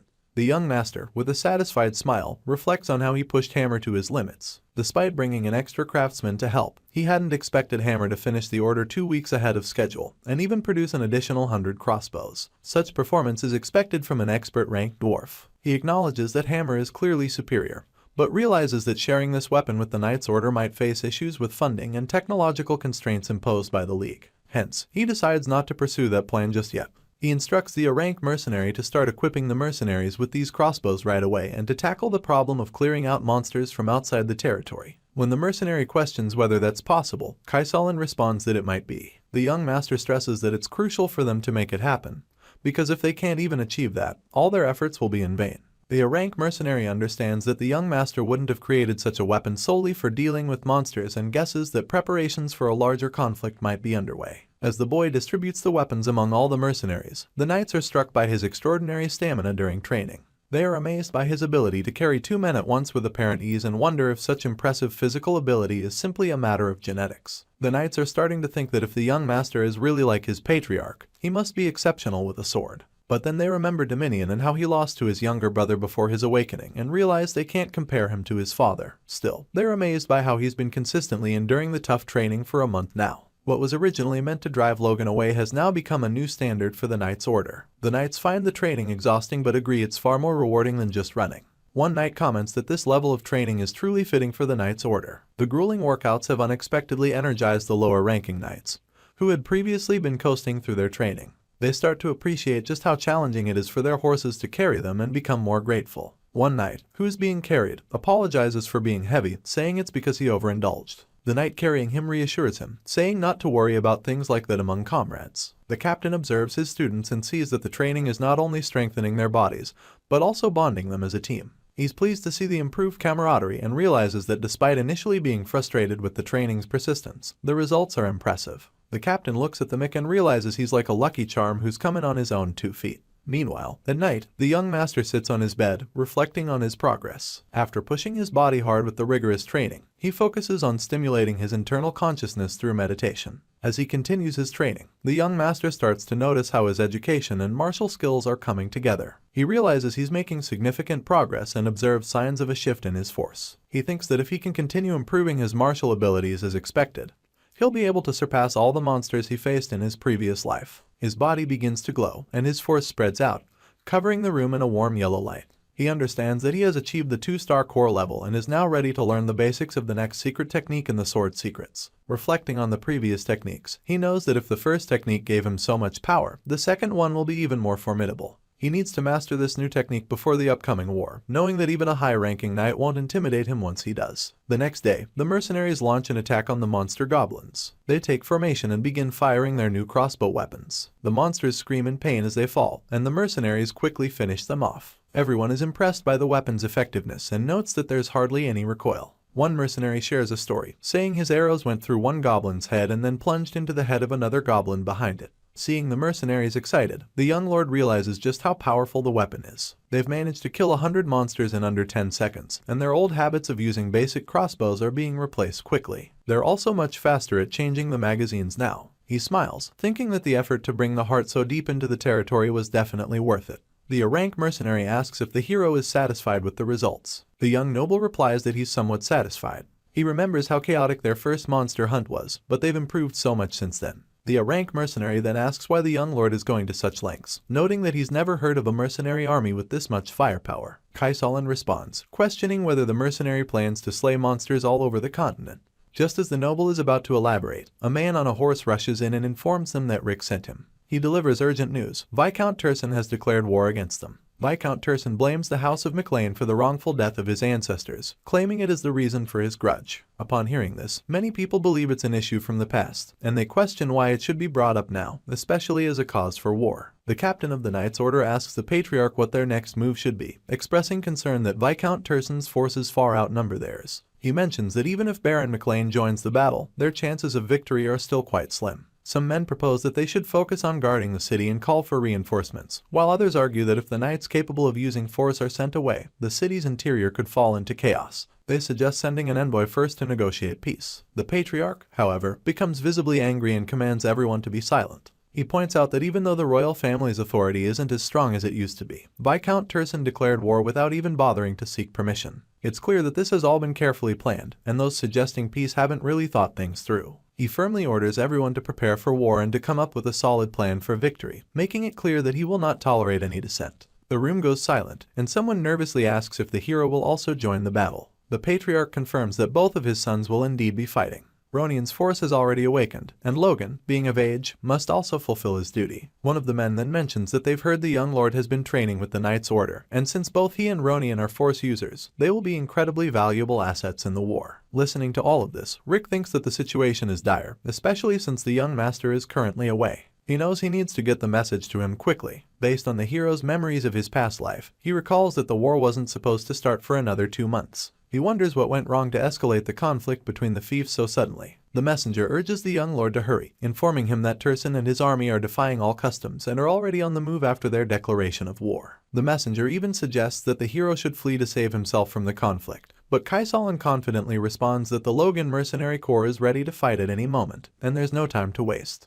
The young boy notices that none of them seem surprised at all by the outbreak of war. Kai explains that for them, if there isn't a war, they'd want to start one. The young boy finds this a grim thought, but Kai points out that with a new weapon in their hands, it's only natural that they're eager to use it. The mercenaries are overflowing with confidence. The young lord smiles, acknowledging that their confidence is justified, especially after witnessing how they massacred a large group of monsters in mere seconds. The monster group was larger than usual due to last year's harsh winter, so it doesn't really matter when the war starts. Their only concern is to win. They have more than enough combat power right now, and the hero understands that the House of McLean is likely reeling from the anxiety of an unexpected war. However, all 314 members of Logan's mercenary corps are confident in their victory and start preparing to depart. The war has begun sooner than the McLeans anticipated, and just 1 day after the declaration, Turson's troops appear at the McLean estate, with numbers far exceeding the vassals' expectations. The knight reports that there are over 100 knights alone, more than 1,000 regular troops, and almost 10,000 conscripts. It's clear that this is an all-out war. The Patriarch realizes that Hamon Turson has gone completely mad, not only deploying a force of knights, who are practically superhuman compared to the average person, but also using conscripts in a war that isn't even between nations, but just a domestic fiefdom conflict.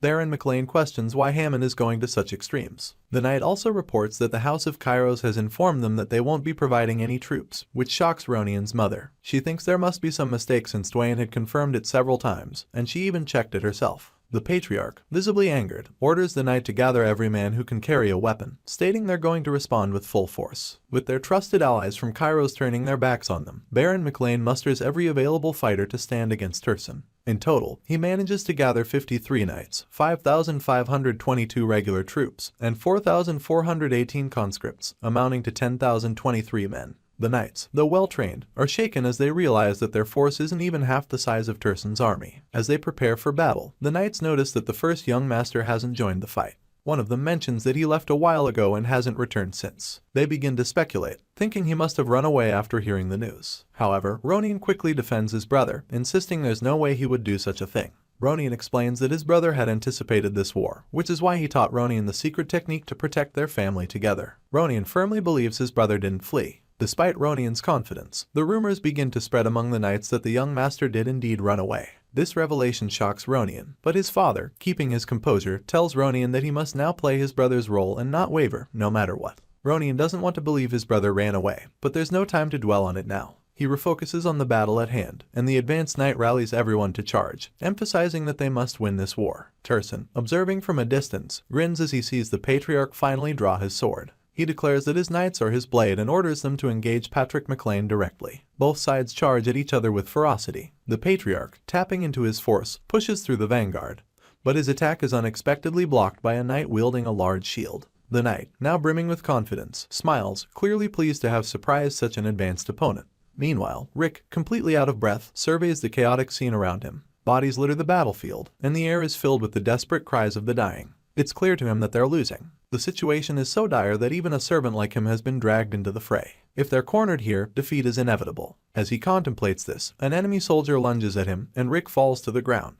Just as the soldier is about to finish him off, an ally intervenes, saving Rick and urging him to get up and ready his spear. Rick, filled with a fleeting sense of hope, thanks the soldier, but his savior is immediately struck down by an arrow right in front of him. Panic overtakes Rick, and he begins sprinting away, thinking only of getting to the rear, as far from the enemy as possible, to save his own life. However, as he flees, he notices that men around him are being picked off by crossbow fire. Realization dawns on him. The enemy has encircled them from behind as well. They're trapped, and it seems like they're all doomed to die here. On the battlefield, the Patriarch is locked in combat with one of the advanced knights. The knight, impressed, praises Viscount Turson, acknowledging that he lives up to his reputation. Despite all the preparations, the Patriarch is stunned by the knight's resilience, especially since his attacks, infused with force, were meant to be unstoppable. He hadn't anticipated that Turson would field such a high-ranking knight. The Patriarch also notices that the other 4 knights are of intermediate rank, which explains their overwhelming confidence. It dawns on him that these knights were specifically prepared to counter him. The advanced knight, smiling, taunts the Patriarch, asking if he appreciates the meticulous preparations they've made.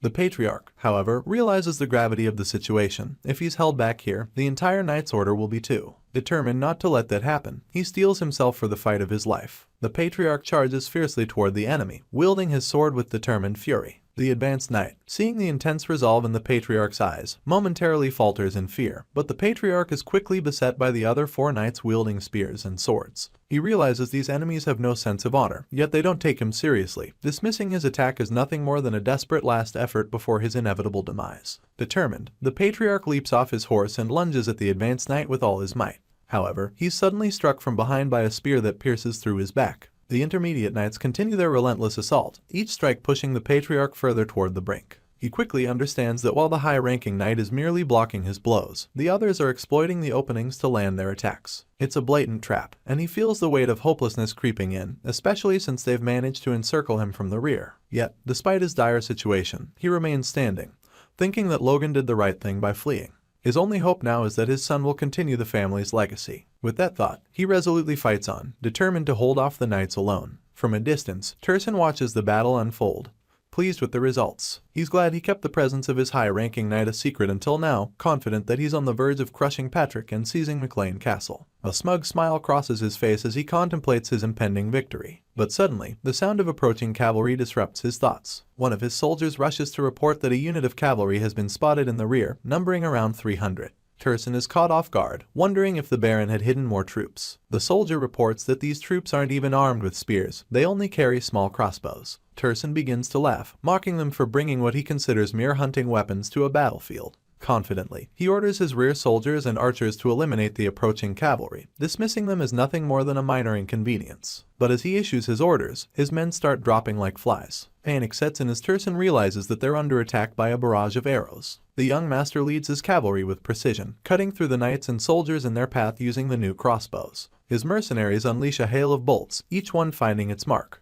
Turson is completely unable to comprehend what's happening, and is utterly gripped by fear as he watches his forces being decimated in mere moments by the seemingly insignificant weapons he had so quickly dismissed. The Viscount of Fief can only watch in horror as arrows fly at his men. Among his forces, an unnamed soldier stares in dismay, wondering where on earth the McLean's forces got such troops from. As Tesseron's men are riddled with arrows, a few with shields manage to prolong their lives. A member of the squadron trembles as he realizes that the reason he is still breathing is due to his reflex not giving up on him. After being humbled by a surprise attack, the Viscount's force fired their arrows at the McLeans. Unfortunately, their shots are far from reaching the targets. Noticing that their opponents use crossbows, a lot of question marks pop up on their heads, and they get answered with more arrows. Tesseron, who for no reason hasn't been struck down, has the face of a frightened puppy. Seeing that the rear, which had the advantage, got silenced quickly without the use of magic but merely crossbows, he curses at Patrick, wondering the kind of weapons he made. Immediately, he yells at the soldier guarding him as he climbs his horse, asking him to get the cavalrymen at the front lines to come to the rear and catch the mercenaries. In response, his underlings signal to each other. Like insects being drawn to a flame, the cavalrymen rushed under the orders of Tesseron to deal with Logan and his men. With excitement, our protagonist grins like a devil as he anticipates his foes who happen to be without a leader. Meanwhile, Ronin clashes and manages to hold his ground against a veteran soldier. Although he is being overpowered, he instinctively ducks for his life as soon as he sees a fast swing approaching him. The soldier then commends him for being able to evade. Immediately, another soldier comes into view and chides his companion for wasting time on a kid, saying the battle is changing strangely. The victim, named Grill, gets mad, informing the ignorant soldier that the child is difficult to handle. Rather than continuing the argument, Grill's friend turns around to leave, ignoring the warnings. It is common knowledge not to turn one's back on the enemy. The unnamed soldier finally notices Ronin striking a pose and wonders what the kid is about to do. As for the little redhead, he does a bit of self-reflection, realizing that an actual battle is different from sparring. Ronin gasps for air thanks to the short break given to him. He then summons all the courage he has left, remembering the role his father gave to him, saying he should do his brother's role. He clenches his sword tightly but then stops as soon as he notices the soldiers to have completely turned around, swinging their swords wildly in the air. He wonders what they are doing, but knowing it's no time to solve the mystery, he grabs onto the opportunity and leaps very quickly towards one of them. With his sword in one hand, he swings with his might, aiming for the gap between the soldier's helmet and back plate, striking the neck, hence chopping the head off. Noticing how easily the soldier got cut down, Ronin wondered why. Not until he saw arrows around him did he realize that they were what got his foe's attention. The corpse he finished finally falls to his side and he sees a bunch of arrows attached to it. As soon as he turns around to see who is responsible, he spots Logan, leading an army of mercenaries with their crossbows. But before he can reunite with his brother, a group of soldiers pass him by with their horses as they run to intercept the older McLean. Their supposed leader commands them to attack the crossbow users based on their lord's order. With the story returning to Logan's point of view, he sees a lot of soldiers with kite shields on horses dashing to engage them in close-range combat. Rather than the noble feeling a bit threatened, he commends them for their formation and orders his men to aim diagonally towards the ground. His men didn't get what he meant by that at first until he clarified that they should aim for their horses. With a sinister grin like that of a villain, his fellow mercenaries smile back at him and do as they are told. They fire mercilessly at the poor creatures, forcing the riders to fall off and be left exposed to the hordes of arrows coming their way. Logan looks down at his foes and insults them for thinking they can get past his strategy. Ahead of him is Ronin, his little brother. He feels relieved that the boy is safe but still worries about his father. Remembering his resolve he has to save his family, he tells Kai to take command of the mercenaries and dashes off. The one-eyed sensei wonders why the sudden change of plan and calls out to Logan to consider, but the lad doesn't respond to him. The whitehead wonders why the little noble is trying to get himself killed even though they'll soon be the victors of the battle. He then worries for Logan since the boy isn't strong enough to take on an intermediate knight, despite being stronger than him. With nothing left to lose, Kai curses and commands his troops to cover for their benefactor. On the other side of the battle, the McLean head is being jumped by 2 intermediate knights and a high ranker. He appears to be stabbed in the gut, but the old man also does the same to the stubborn high-ranking knight. He curses the foe for running at him despite knowing that he too will get stabbed. With little to no breathing space, another knight leaps to have a go at Patrick's head, but he misses and strikes the ground hard.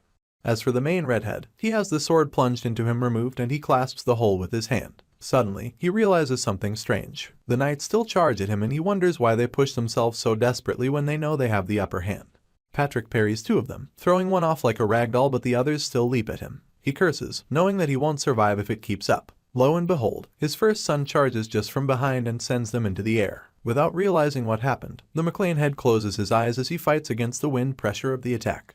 When the debris settles, he sees a familiar face standing in front of him and calls out to it. Logan stands ahead of him, smiling that he barely made it on time. On the floor not far from them are 2 intermediate knights, coughing after being blown away.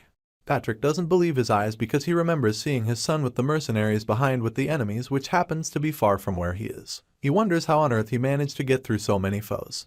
Turning back, the McLean head is shocked as he sees all the opponents nearby to have been defeated. He wonders if Logan took them all down. The red veteran walks to his son and first asks him when he got so strong, but he stops midway. He then speaks of not knowing what has been happening for a while, so he asks, trying to confirm if Logan being present with him meant that they have the upper hand. Without turning back to look at his father, he affirms. The geezer then placed his arm on his son's shoulder and praised him for doing great.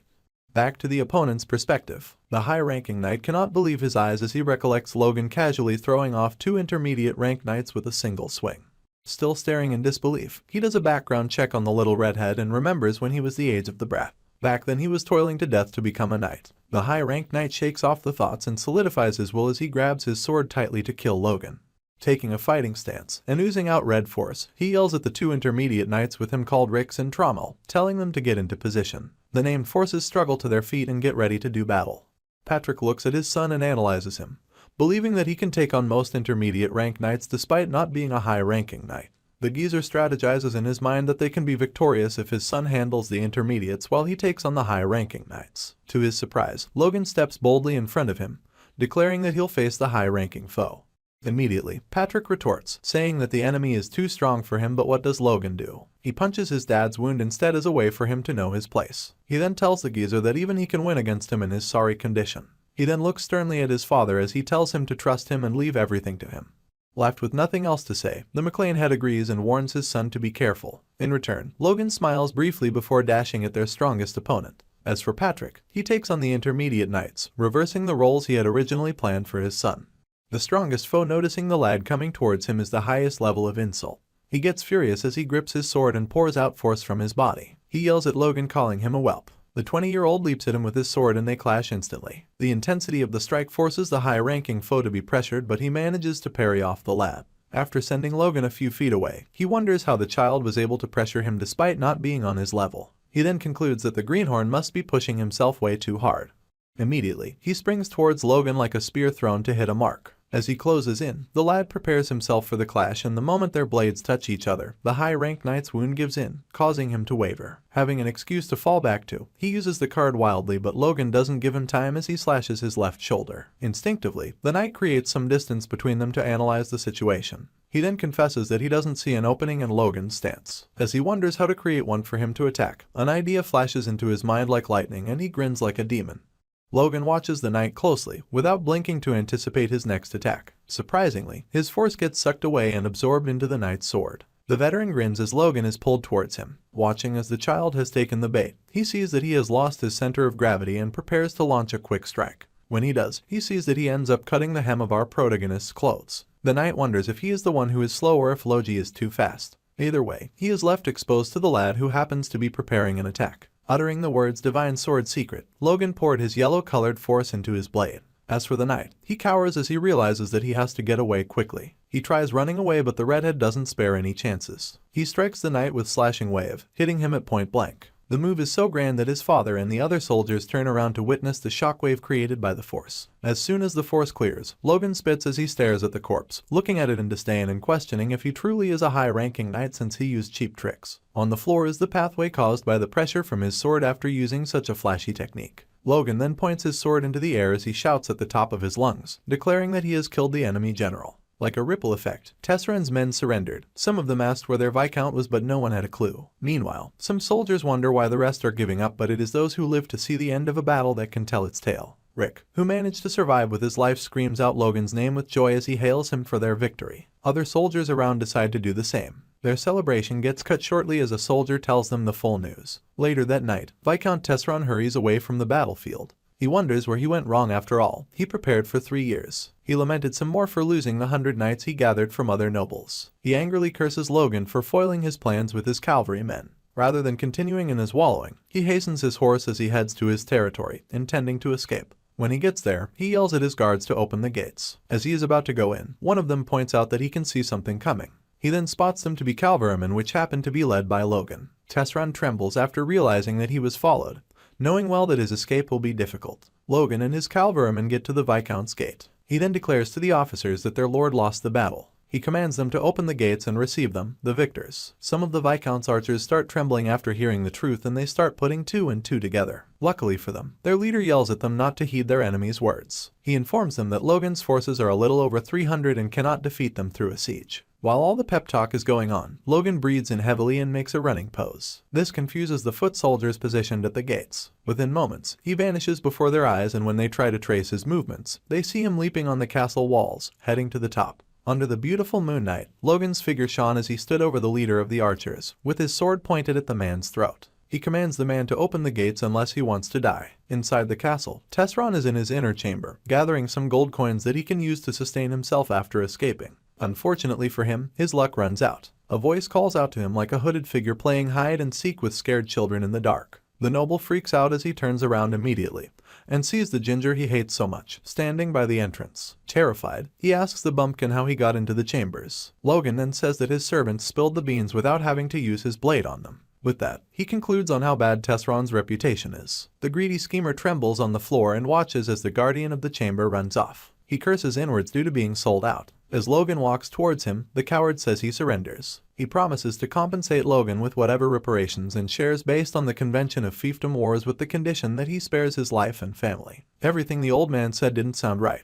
After all, he announced a war out of nowhere and barged in within a day. The redhead happens to be so annoyed each time the Viscount runs his mouth that he angrily asks him if he has no conscience. Knowing fully well how much trouble he is in, Hammond Tesseran begs the lad before him to maintain the honor of the nobles. He states one of the rules, which is that the prisoners that are captured in fiefdom wars are guaranteed their lives by the conventions, as if Logan will buy the rules not about his house. Logan then tells him that based on the rule of the McLeans, he'll guarantee his life and give him time and permission to take some money and flee. On hearing this, the noble relaxes and thanks the lad, but unfortunately for him, Logie hasn't finished speaking, and what he meant was that he'd follow the rules of the McLeans if he were Patrick. Watching with satisfaction as the Lord of the Fief's expression changes from grace to despair, Logan spots a blade made with ornaments. He picks it up while adoring it. Tesseran sees it as an opportunity to woo the kid's mind with his treasures, so he asks him to take it. Unfortunately for him, Logan turns down the weapon and hands it to him instead. Surprised, the man catches the blade carefully, wondering what the redhead meant. With a beautiful smile that assures hope, Logan briefly looks at the man before holding Tesseran's hands and using it to wedge the knife into him.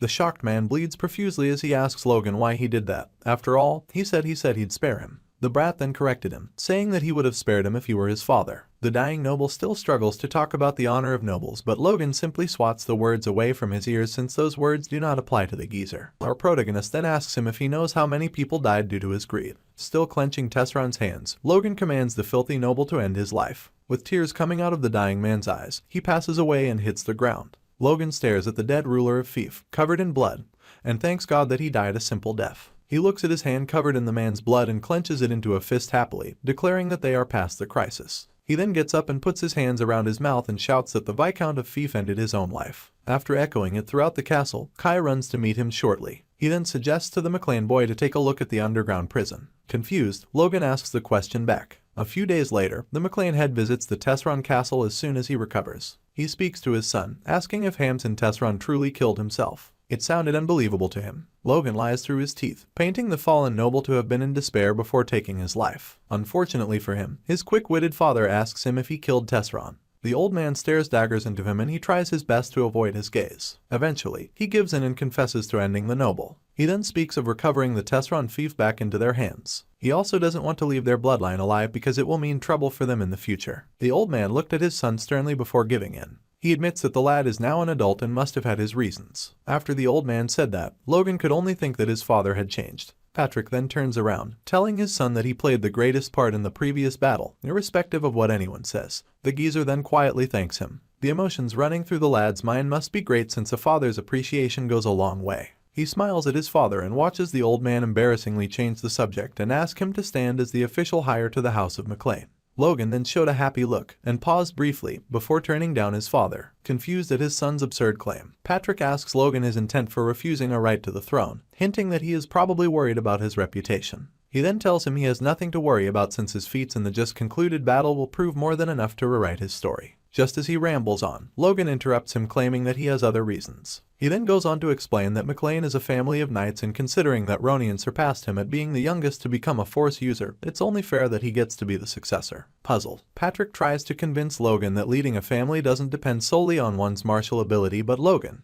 who seems to have a bigger picture in mind, imagines how dreadful Ronin would turn out to be if he was granted the opportunity just like in his past life. Besides, training to become the next Baron would just be a hassle. He stands on his words and his old man is forced to cave into his demands. Patrick, out of pride, insists that Logan be given another reward instead, as his deeds cannot go unrewarded. He tells him that when they get back to McLean and calculate the exploits from the war, it'll probably come out to a few 100,000 of gold, but Logan interrupts him, saying he already has something he'd like as a reward in mind. Returning to the kingdom, the Knights of McLean are given a grand welcome by its inhabitants. The people wonder how a war that was predicted to go on for months ended in less than a week with victory on their side. The rumors about Logan and his cavalry of fortune had stepped in and immediately changed the tides of the war in their favor. Putting together the immaculate timing, the people can't help but conclude that the young Master Logan must have predicted the whole war, and hence the monster meat incident must have been part of a bigger picture as well. They praise him, calling him a genius prodigy. Due to his heightened senses, Logan hears the rumors circulating and can't help but feel embarrassed, given that he never gets compliments from people on a normal day. Now, he's openly being celebrated like he's one of the Avengers. He turns to them and tries to smile and wave like a regular hero, but ends up creeping them out with his mischievous smile. Ronin teases him about it, intentionally putting him in a more awkward situation.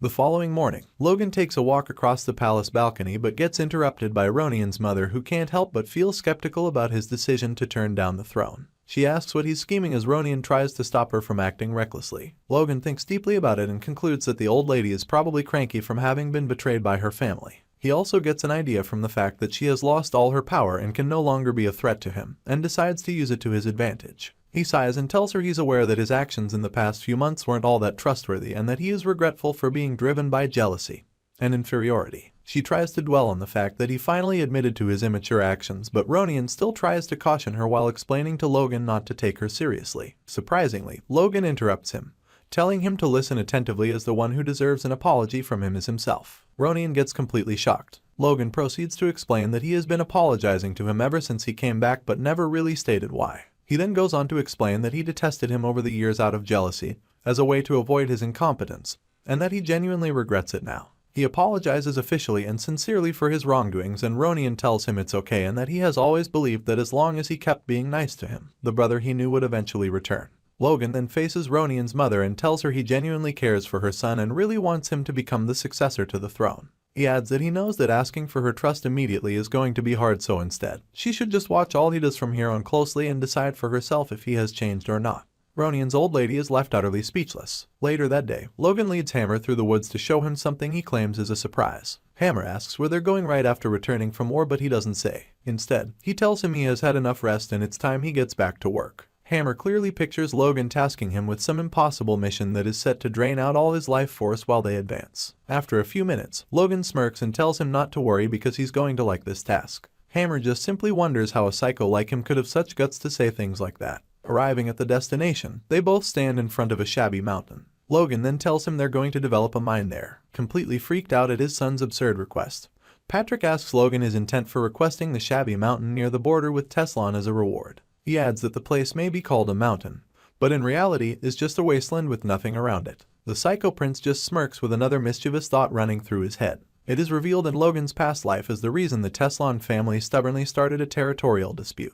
A year after the dispute ended, Teslan started exporting gold from a mountain in the McLean territory. With the gold from that mine, they had become a force surpassing that of an ordinary count's family, thus making the McLean family burn with revenge, which led to their massacre. Advancing beneath the Teslan castle, Logan gets led by Kaisal into a secret dungeon below while claiming there are some unusual people he might want to see. As they approach the dungeon, an unusual-looking old man dressed like a mad scientist yells from within that they are innocent.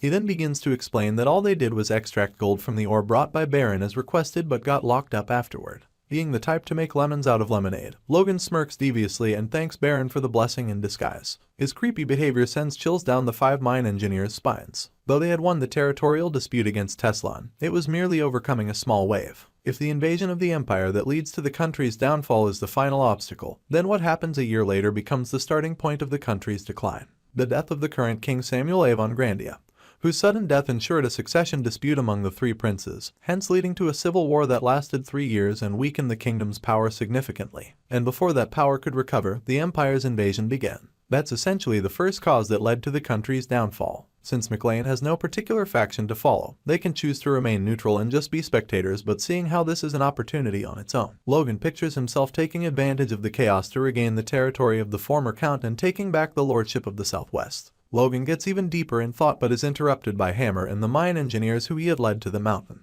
He then decides that thinking about what will happen in the future, they need to enhance their power as soon as possible, but for his sanity can't tell people about it yet.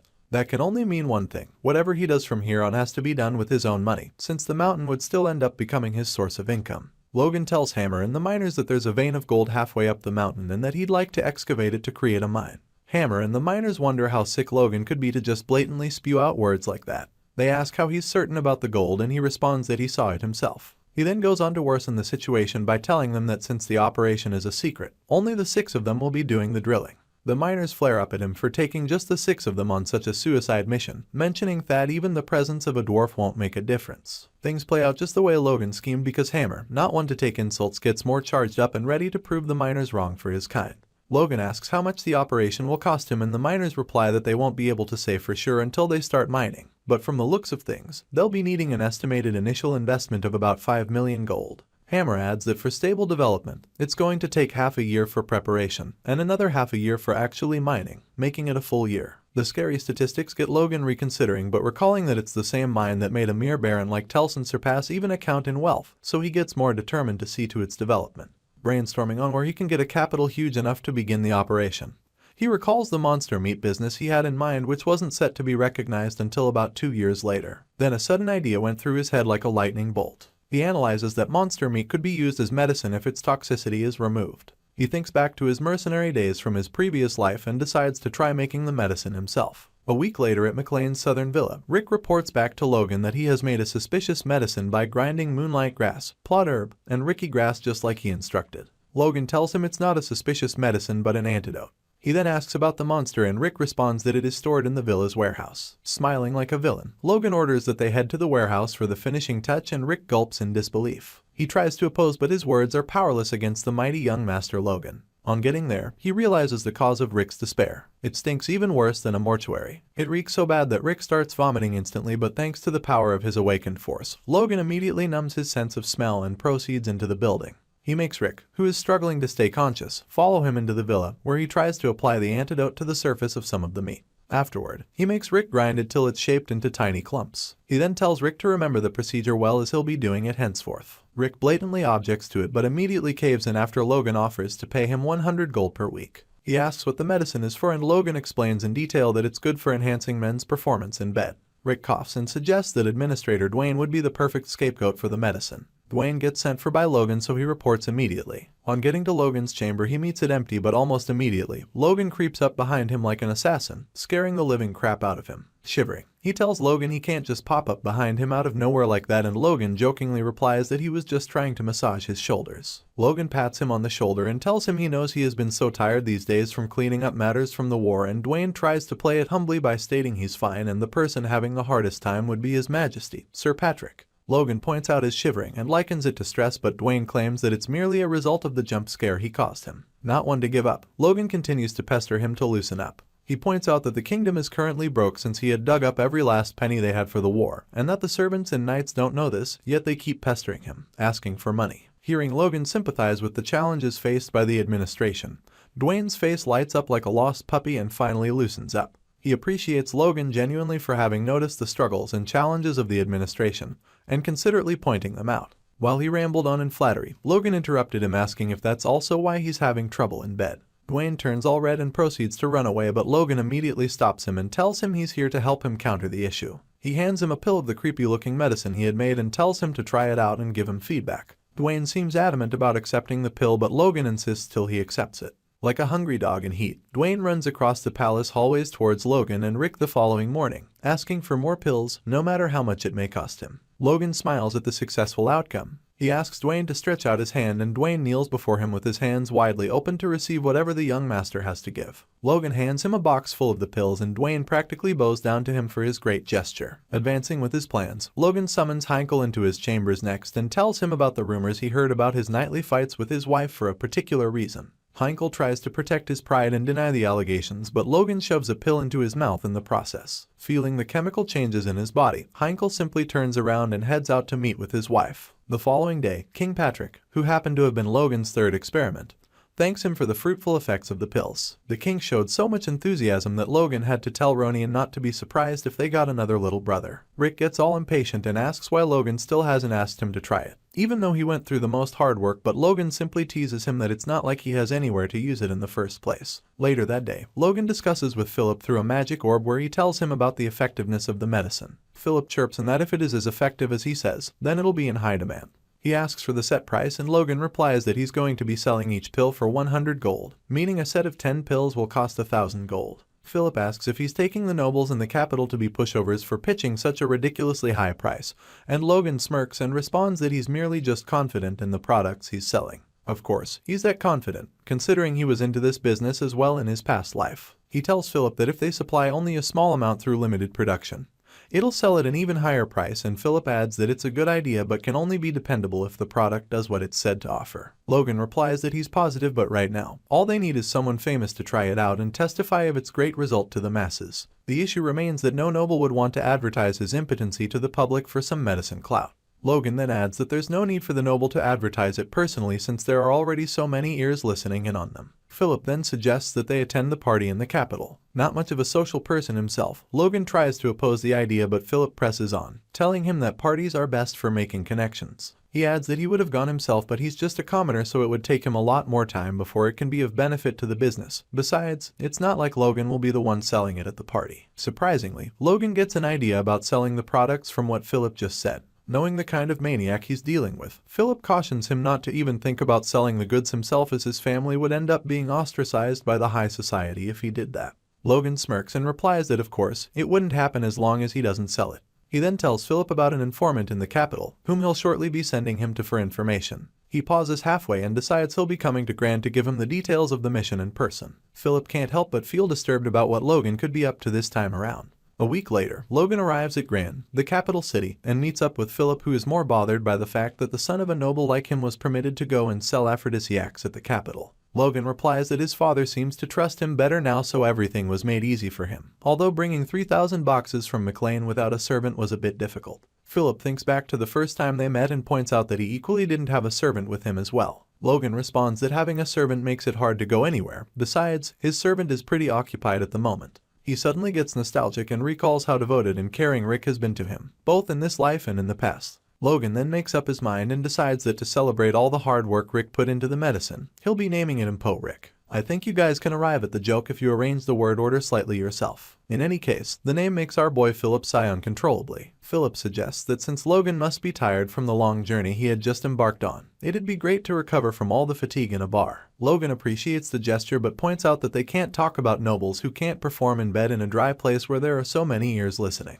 They both decide it's best they stay indoors to discuss their business strategies. Philip tells Logan he went to the informant to send him to as instructed, to find out what he asked. He asks if Logan is sure about giving him 900 gold for each document. Logan replies that the informant seems pricey, but is just as skilled as well. He asks Philip if he has placed the order exactly as he instructed, and Philip confirms it. Firstly, it was to request for the names of grand nobles who have been married in the last 10 years yet have no child. Secondly, to request the names of nobles who haven't taken in any second wives or lovers. Lastly, it was to request the names of nobles who often look for food that is good for stamina. Logan commends Philip for nailing the mission, and apparently for all the other tasks he completed for him in the capital. Philip tells him it's not that hard but immediately diverts the topic to the war they had at McLean. He tells him he was pretty worried until he heard the news that it was all over by that evening. Philip was only worried because he thought he'd be made to take care of any monster meat lying around as a result of the war. Logan tosses him some papers and asks him who he thinks should be their first customer on the list. Philip points out a noble, which makes him satisfied with the choice. The following day at a party, Logan approaches their first target noble, Count Davis, in a funny-looking attire, which makes him jest. Regardless, he introduces himself and cuts straight to business. He had dressed like a clown because he didn't have any time to waste by forming useless connections in such a pointless party. Count Fallen Davis is a pitiful man who, having married at the age of 20, still has no child, despite being an important figure in the treasury of the Grandia Kingdom. In his past life, Davis had been quite famous as the count who killed himself because of his wife, who publicly called him out on his inability to make children during a party. For him to have gone to that length, Logan figures out that his reputation and perception in the eyes of others were just that important to him, making him fit into all three conditions and perfect enough to be their first customer. Logan seizes the opportunity and explains that he came to the capital on a business trip, but hearing about Davis' prestige has made him come and offer his greetings. Davis asks about the goods he's referring to that are not already available in the capital, and he responds that it's a medicine specialized for men to enhance their performance in bed. On hearing that, Davis announces loudly to the people that Logan, the son of a noble, is selling sexual enhancers, expecting him to bask in humiliation. But little did he know, he was just playing directly into Logan's hands. Ignoring the weird stares being given by the people at the party, Logan tells Davis that as a sign of courtesy, he brought a present for the influential people of the capital. He hands him a box as a gift and tells him it'll be sold at 100 gold each soon.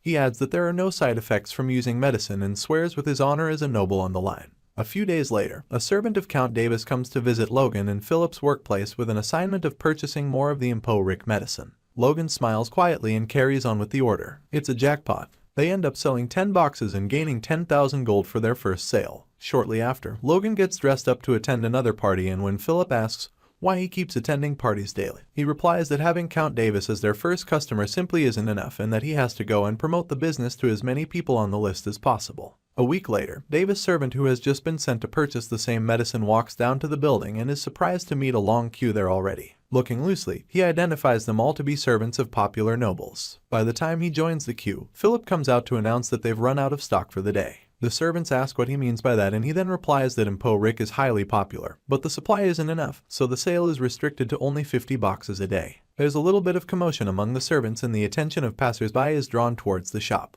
By limiting the supply, the customers are more stimulated to buy at all costs, even if it means paying a little over the set price to purchase the goods. The sale continues, and a month goes by with them consecutively completing their daily sales. They tripled the price of the medicine, yet there are still people who'd pay even extra just to buy it. The statistics make Logan laugh mischievously and praise Philip for his assistance. To show his appreciation, he tells Philip he'll be getting 1% of the total sales profit from the following month, and Philip gets even more motivated. Logan screams upon hearing that they'll be mining at least 10 tons of gold every year. He quickly shuts his mouth and regains his composure. He continues to speak with Hammer through the communication orb. Hammer explains to him that it's the news he got from the miners, making our main character so happy that he starts doing the evaluation in his head. He notes that 10 tons of gold is roughly 100 million gold coins. He is so glad that he has hit the jackpot. Hammer brings him back to reality by asking if he has a way to pay for the mining fee. Logan, who is a step ahead, smiles as he tells the dwarf to wait while he prepares the money and the workers required for the job in no time.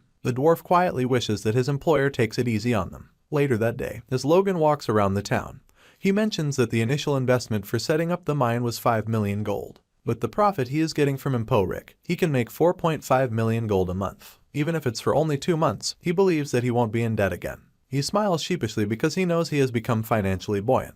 As he works more math to help him sort the mining fee, he notices the presence of a strange figure in his apartment. Immediately, he concludes the person to be a thief, so he charges in with the intent to strike the person down. Upon opening the door, he doesn't see anybody. Knowing that there's only one way out, he readies his sword, but to his surprise, the figure dashes quickly that he barely notices. Swiftly, Logan strikes to attack the person, but he misses. He then rushes outside and sees no one there. Using force detection, he senses an ominous presence in the rooftop, so he jumps there as soon as he sees the figure. With his sword in a stabbing stance, he lounges at the figure but only manages to cut a bit of his cloak. On the roof, Logan asks the man who he is and immediately, the man vanishes. The lad wonders what the hell happened and even holds onto the cloth he chirped off the man.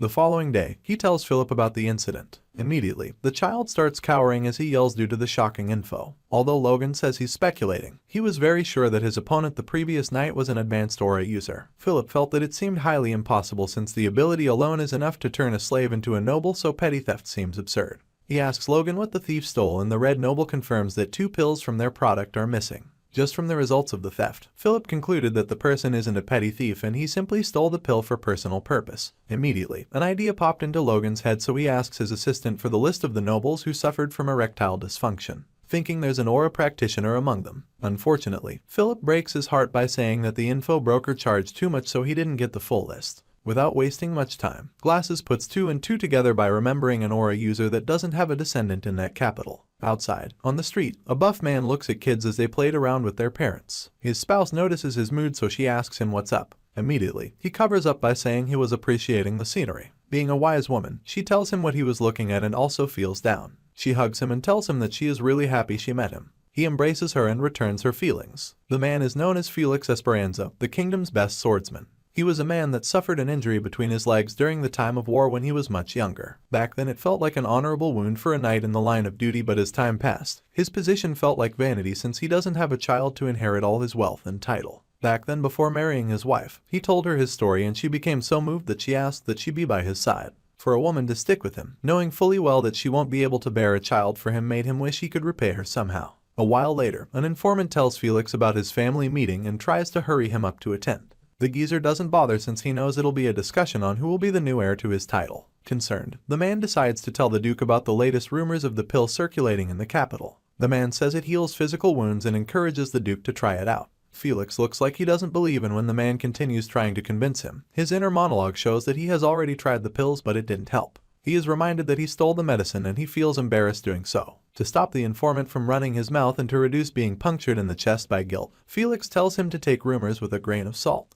The younger man then apologizes. The Duke believes it's fake since a medicine shouldn't be able to fix what an aura can't. The geezer finally gives up on finding remedy for his condition. Meanwhile, outside the Duke's home, Logan is by the gate. He wants to meet with Felix despite not making an appointment. The guard doesn't let him in. With confidence, Logan asks the guard to inform the Duke of his name, and that way, he'll let him in right away. Glasses worriedly asks Logan if he plans to confront the sword master directly, and the gentleman in red doesn't deny it. This makes the short analyst worried, so he asks if he doesn't plan to approach one of the kingdom's most powerful figures and asks if he stole his stuff the previous day. Any little mess up and they'll be done for. Despite Logan's tenacity, he thinks carefully about his decision, noting that Philip is right. Still, he sees this as an opportunity not to let slide. Shortly, Logan is welcomed into the mansion by the Duke's old butler. Upon entrance into the powerful man's room, Logan notes that it's the best time for him to gain connection. He bows as he humbly greets the being standing before him. The lad does a lot of inner monologues, stating that the Duke's age is rumored to be over 100 years. He wonders if he suppressed aging with the use of a powerful aura. After introducing himself, the Duke states how far Logan must have come, so he asks him what business the eldest child of the House of McLean has in their city. Reminding himself that he shouldn't bring up the issue that happened last night, Logan informs the powerful man of the business he just started up.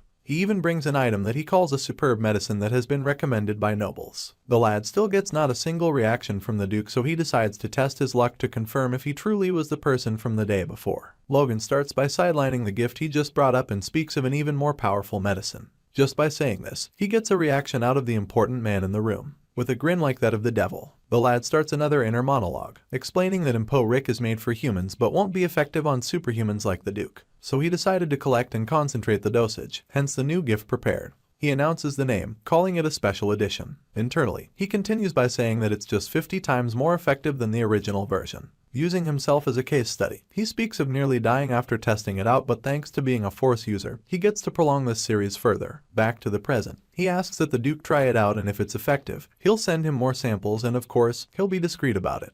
The following day, the huge man came back smiling and looking like a polished marble. He asks Logan what he desires, and if it's within his ability, he'll grant him his wish. Internally, the lad jubilates like he won the lottery, but on the outside, he maintains his composure as he suppresses his desire. As for the shiny Duke named Felix, he was certain due to understanding how the body works as per being an aura practitioner. The effects of the dosage were real. With a couple of doses, the drug can permanently fix him. From his point of view, the redhead standing in front of him is a savior. Remembering the sword skills the child used 2 days ago, he believes he is very talented, so he finally clears the air by thanking Logan for helping him. Now he wants to repay him. After being clarified, the red noble asks that the Duke give him a worthless swordsmanship book. Moments later, Felix goes through his library and brings out a book. He hands it to the lad and informs him that he can harm his body if he only trains that way, but it also has its unique points. Logan then asks that he get a certificate, indicating that the book came from the Duke personally. Of course, the aura practitioner readily agreed to it. As for Logan, he notes that his real goal is elsewhere. Before long, Felix admits that the reward doesn't sit right with him, so he proposes that he teach Logan a swordsmanship technique.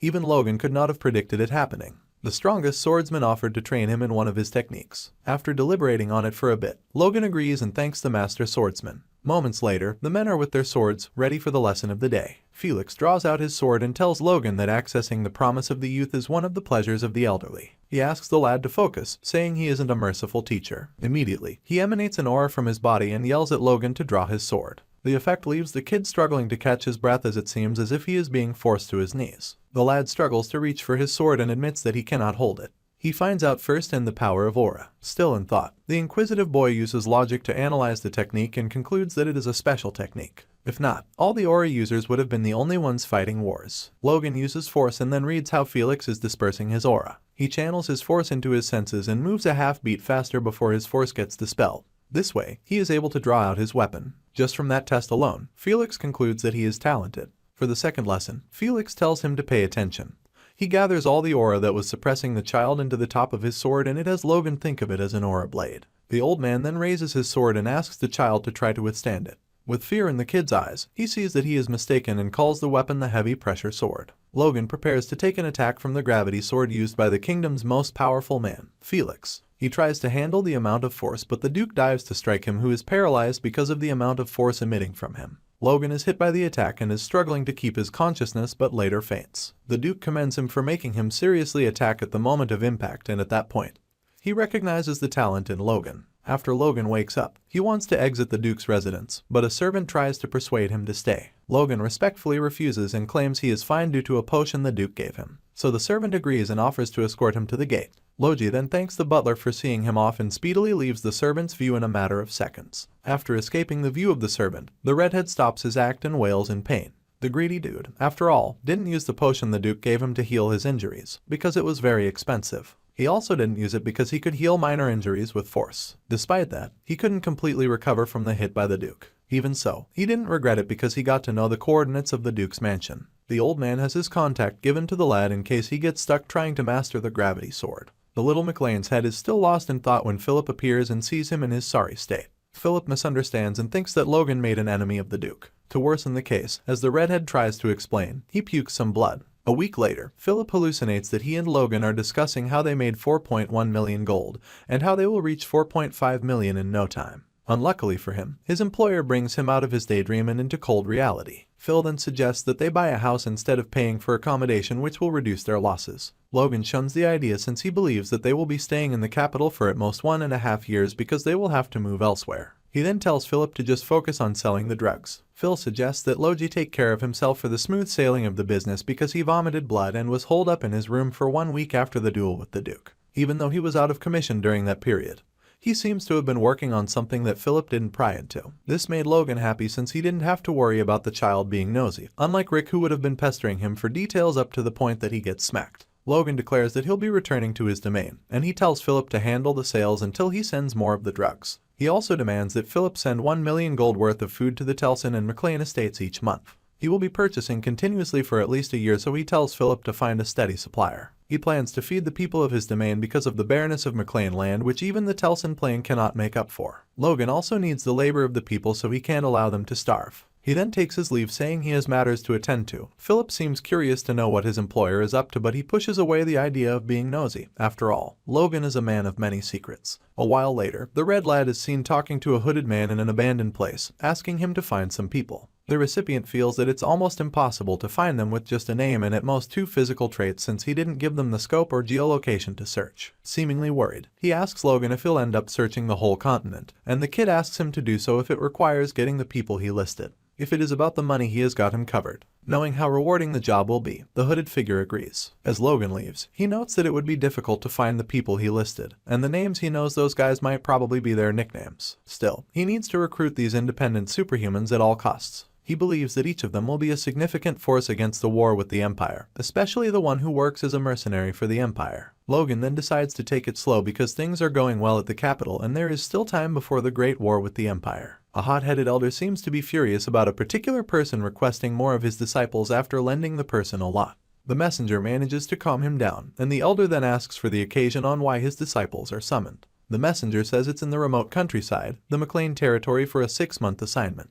Then the pissed elder heads out saying he wants to settle the matter once and for all. Logan enters Grandia's Kingdom Earth Tower and sees a sleeping receptionist. He makes his presence known and the curled-up man gets up and welcomes him officially to the building. While staring at Logan, he examines him and crosses his thoughts on the red hair being a noble due to his outfit.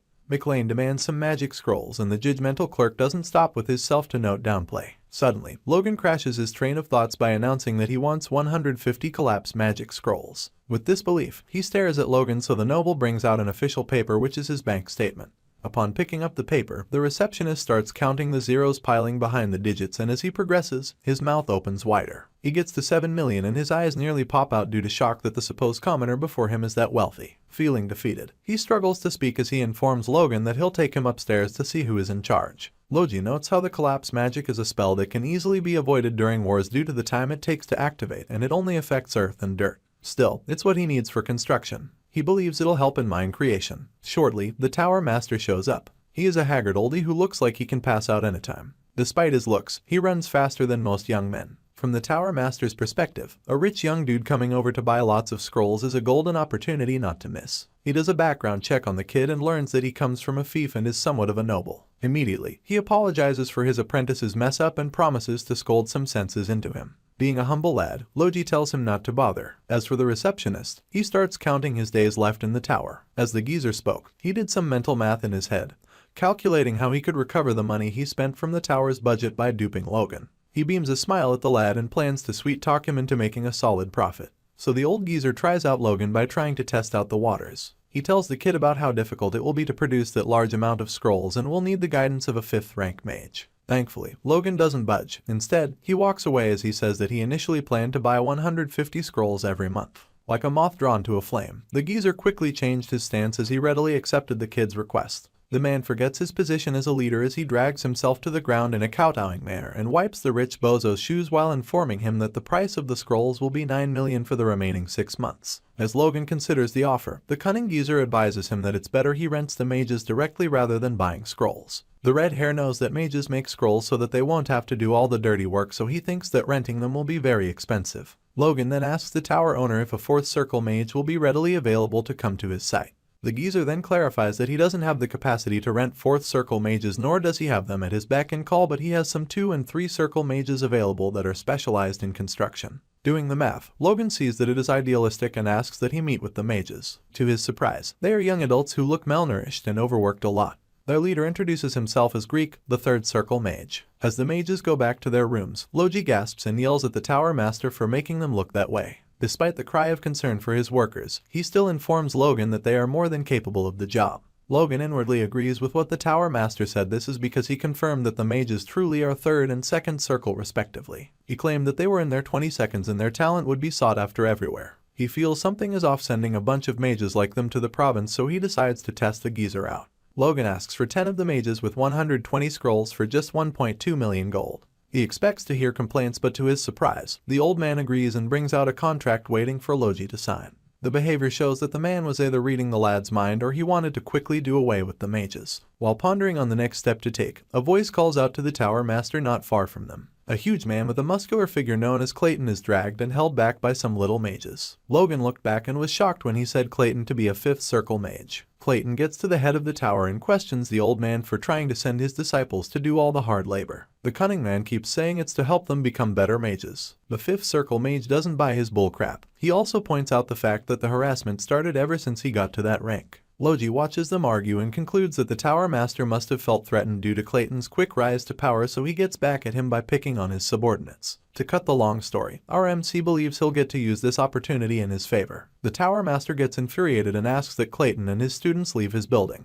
Wondering how things have escalated so fast to that point, Clayton gets defensive and decides to showcase his strength by preparing to go against the Tower Master. Naturally, the geezer does the same, and it leaves the lads around cowering as they try to stop their sensei. Just as a showdown is about to occur, Logan stamps the contract loudly and it distracts them. As soon as they turn to his side, they see a devil grinning like he finally got his wish granted as he holds the paper, saying the contract is established.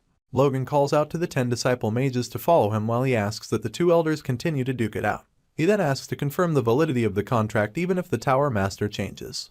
Immediately, the elders comport and the Tower Master admits that they embarrassed themselves in front of Logan. He then informs the lad that he'll send the scrolls as soon as they are completed. Clayton, who is as adamant as ever, interjects. Due to not being heard, however, the Tower Master silences him and informs him to consider his status. Having no other choice but to back down, the 5th Circle Elder does a complete 180 by choosing to follow his disciples. Surprised, Logan and the Tower Master question his decision, with the former saying he is not financially buoyant enough to afford an elder like him. As for the latter, he checks whether Clayton is not senile. As soon as Logan confirms that the master will not be charging him for any fee but just overseeing his students, he quickly welcomes him aboard and promises to treat him with the utmost respect. Now the tables have flipped on the Tower Master's head. Clayton pleads to Logan to delay their journey by a day since he needs to gather all his disciples. The noble agrees and asks that they meet the following day in front of the Grand Western Gate. All these drown the complaints of the Tower Master. The next day, at the city gate, Logan thanks his stars for getting to secure a 5th circle without having to spend a dime extra.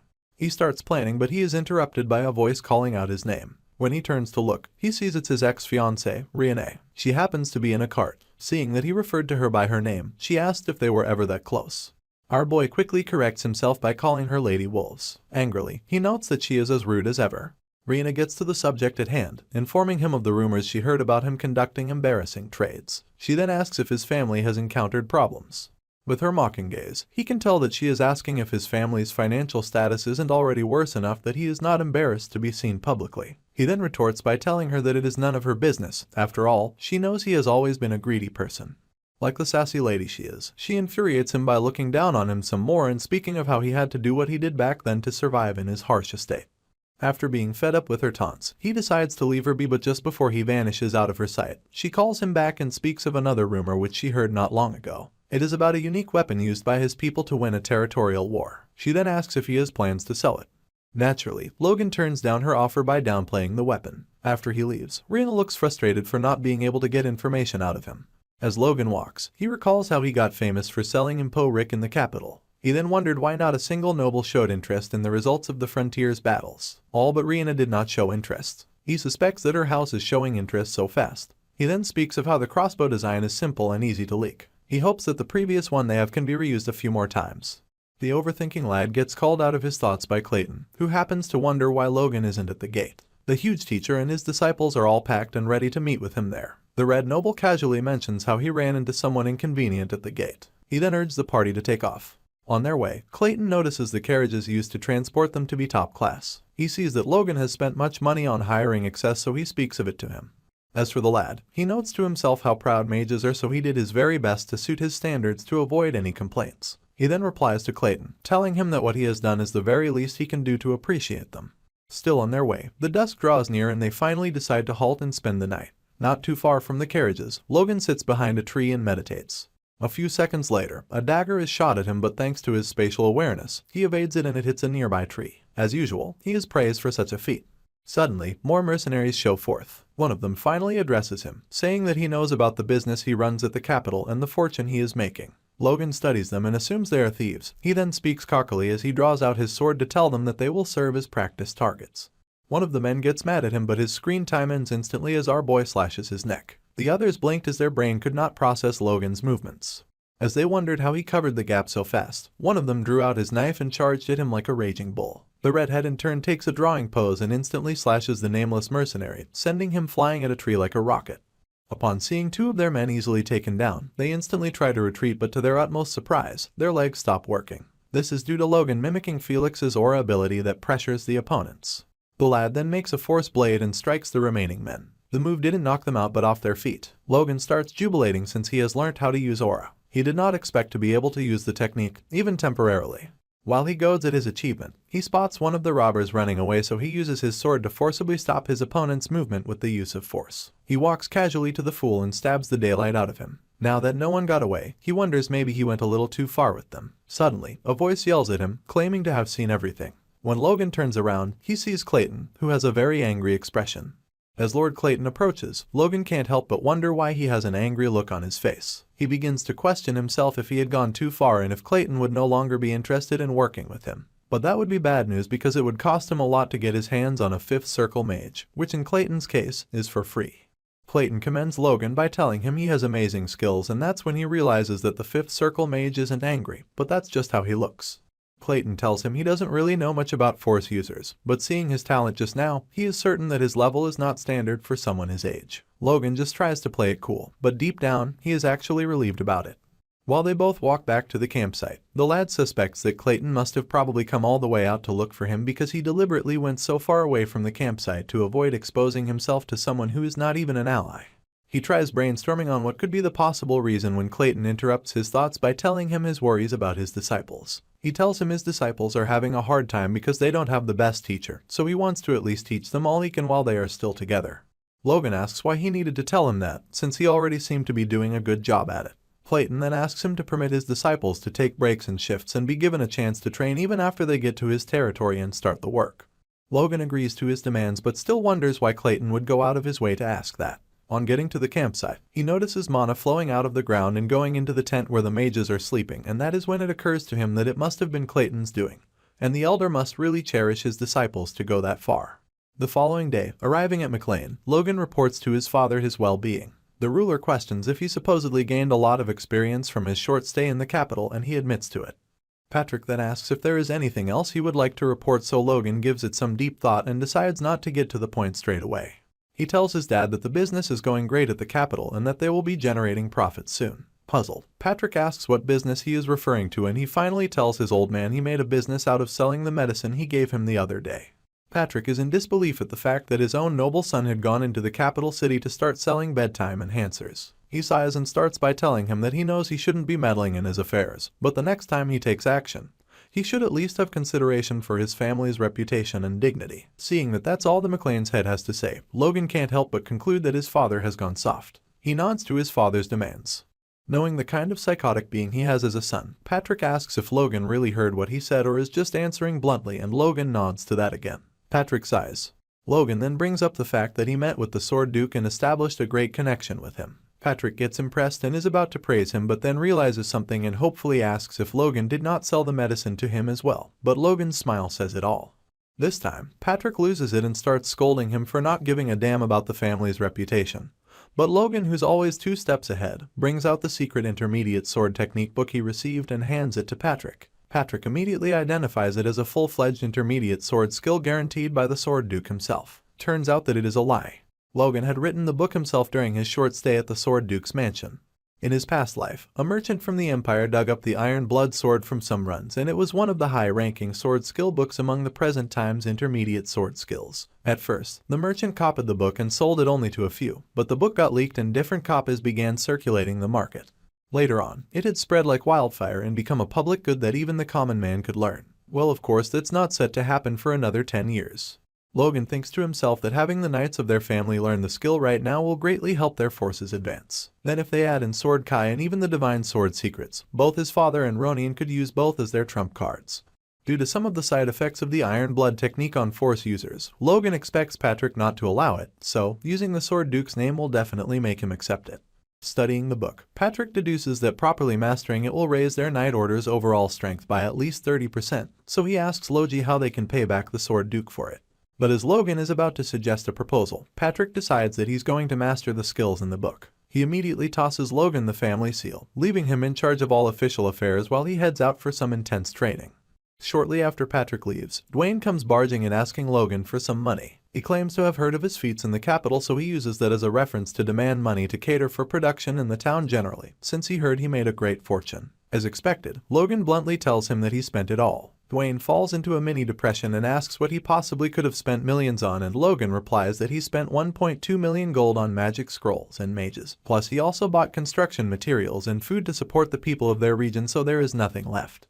Dwayne tells him that buying a little food and giving it to the people won't solve their issues, but Logan interrupts, telling him he spent 1 million gold on food. He goes on to explain that he will distribute food worth 1 million gold every month for a year among the people. Dwayne completely loses it and starts yelling, and strangely enough, Logan is satisfied with all the racket. Dwayne then asks about the need for the construction materials and magic scrolls, and Logan replies that they are constructing a dam. About 2 weeks later, a notice gets sent both to the people in the McLean Fortress and Tesseron Fortress, demanding for help from everyone eligible for statutory labor. The people do not seem to be having it, so they prepare to rebel against the nobles for trying to exploit them and stop them from feeding their families in the middle of farmers' busy season. The commoners gather in front of the palace for their pre-planned riot. Majority of them have second thoughts on what they are about to do and begin to reconsider, but a shabby-looking old man takes charge and fuels their anger. He tells them that the nobles work them like dogs when they eat grass to survive so they can live well off, and that this may be their only chance to pick a fight with them. So everyone gets charged up and prepared to drag down the nobles, even if it costs them their lives. The castle doors slowly begin to open and the commoners get ready to attack, but to their surprise, some knights come outside carrying some bags to be distributed. The people pause for a while, but the old man reminds them the main reason they gathered together, so they get riled up again. Ignoring their rebellion, the knights distribute the bags to each of them, and they are shocked to see that it is filled with food. The soldiers then announce that as per young Master Logan's orders, those who participate in the compulsory labor duty will receive a whole month's worth of food fit for a family. As if they have been hypnotized, all the hatred immediately disappears. The people immediately drop their weapons and start jubilating. Even the geezer falls on his knees and begins to hail the young Master Logan. In a couple of minutes, the rest of the commoners join in on his chants. Watching from the rooftop, Dwayne asks Logan if he really needed to go as far as forcing a compulsory order just to have the people gather at the castle, when he could have just told them to gather normally. Logan replies that if he had done that, not even 1/4 of the people present would have come. After all, they do not trust the nobles. Nobles consider their people as property, and any nobles with sense consider it their duty to protect their people. Logan thinks to himself that living as a mercenary and an ordinary person in his past life taught him that for commoners, the only difference between good and bad nobles is who takes away more from them. He tells Dwayne that even his father thinks more about the knights than the people. After all, he considers the knights to be the strength of a nation. That is why, despite the lack of budget, he still maintains a knight order of 50 people. He tells Dwayne to try to think about how the people think of them, and it will help him understand them better. That's why he forced them to gather and see it for themselves, so they can believe it. Dwayne just stares in disbelief at Logan, and when the lad asks why, he replies that he is surprised by how much he has changed these past few days. Logan brushes it off and states that since Dwayne trusts and listens to him like this, he can then go ahead with the dam construction. Dwayne tells him to think it over, instead of spending 2 million on something that does not even seem possible. He sighs and tells Dwayne that he reminds him of Hammer and Clayton. Later that day, Hammer and Clayton exclaim when Logan tells them he wants to drill a hole in the mountain, draw river water from there, and then build a floodgate. They ask if it is even possible, and he affirms, and that he wants them to make it happen just the way he described. He goes on to explain that McLean's territory is surrounded by dense mountains and wastelands on all sides, so it's a barren land.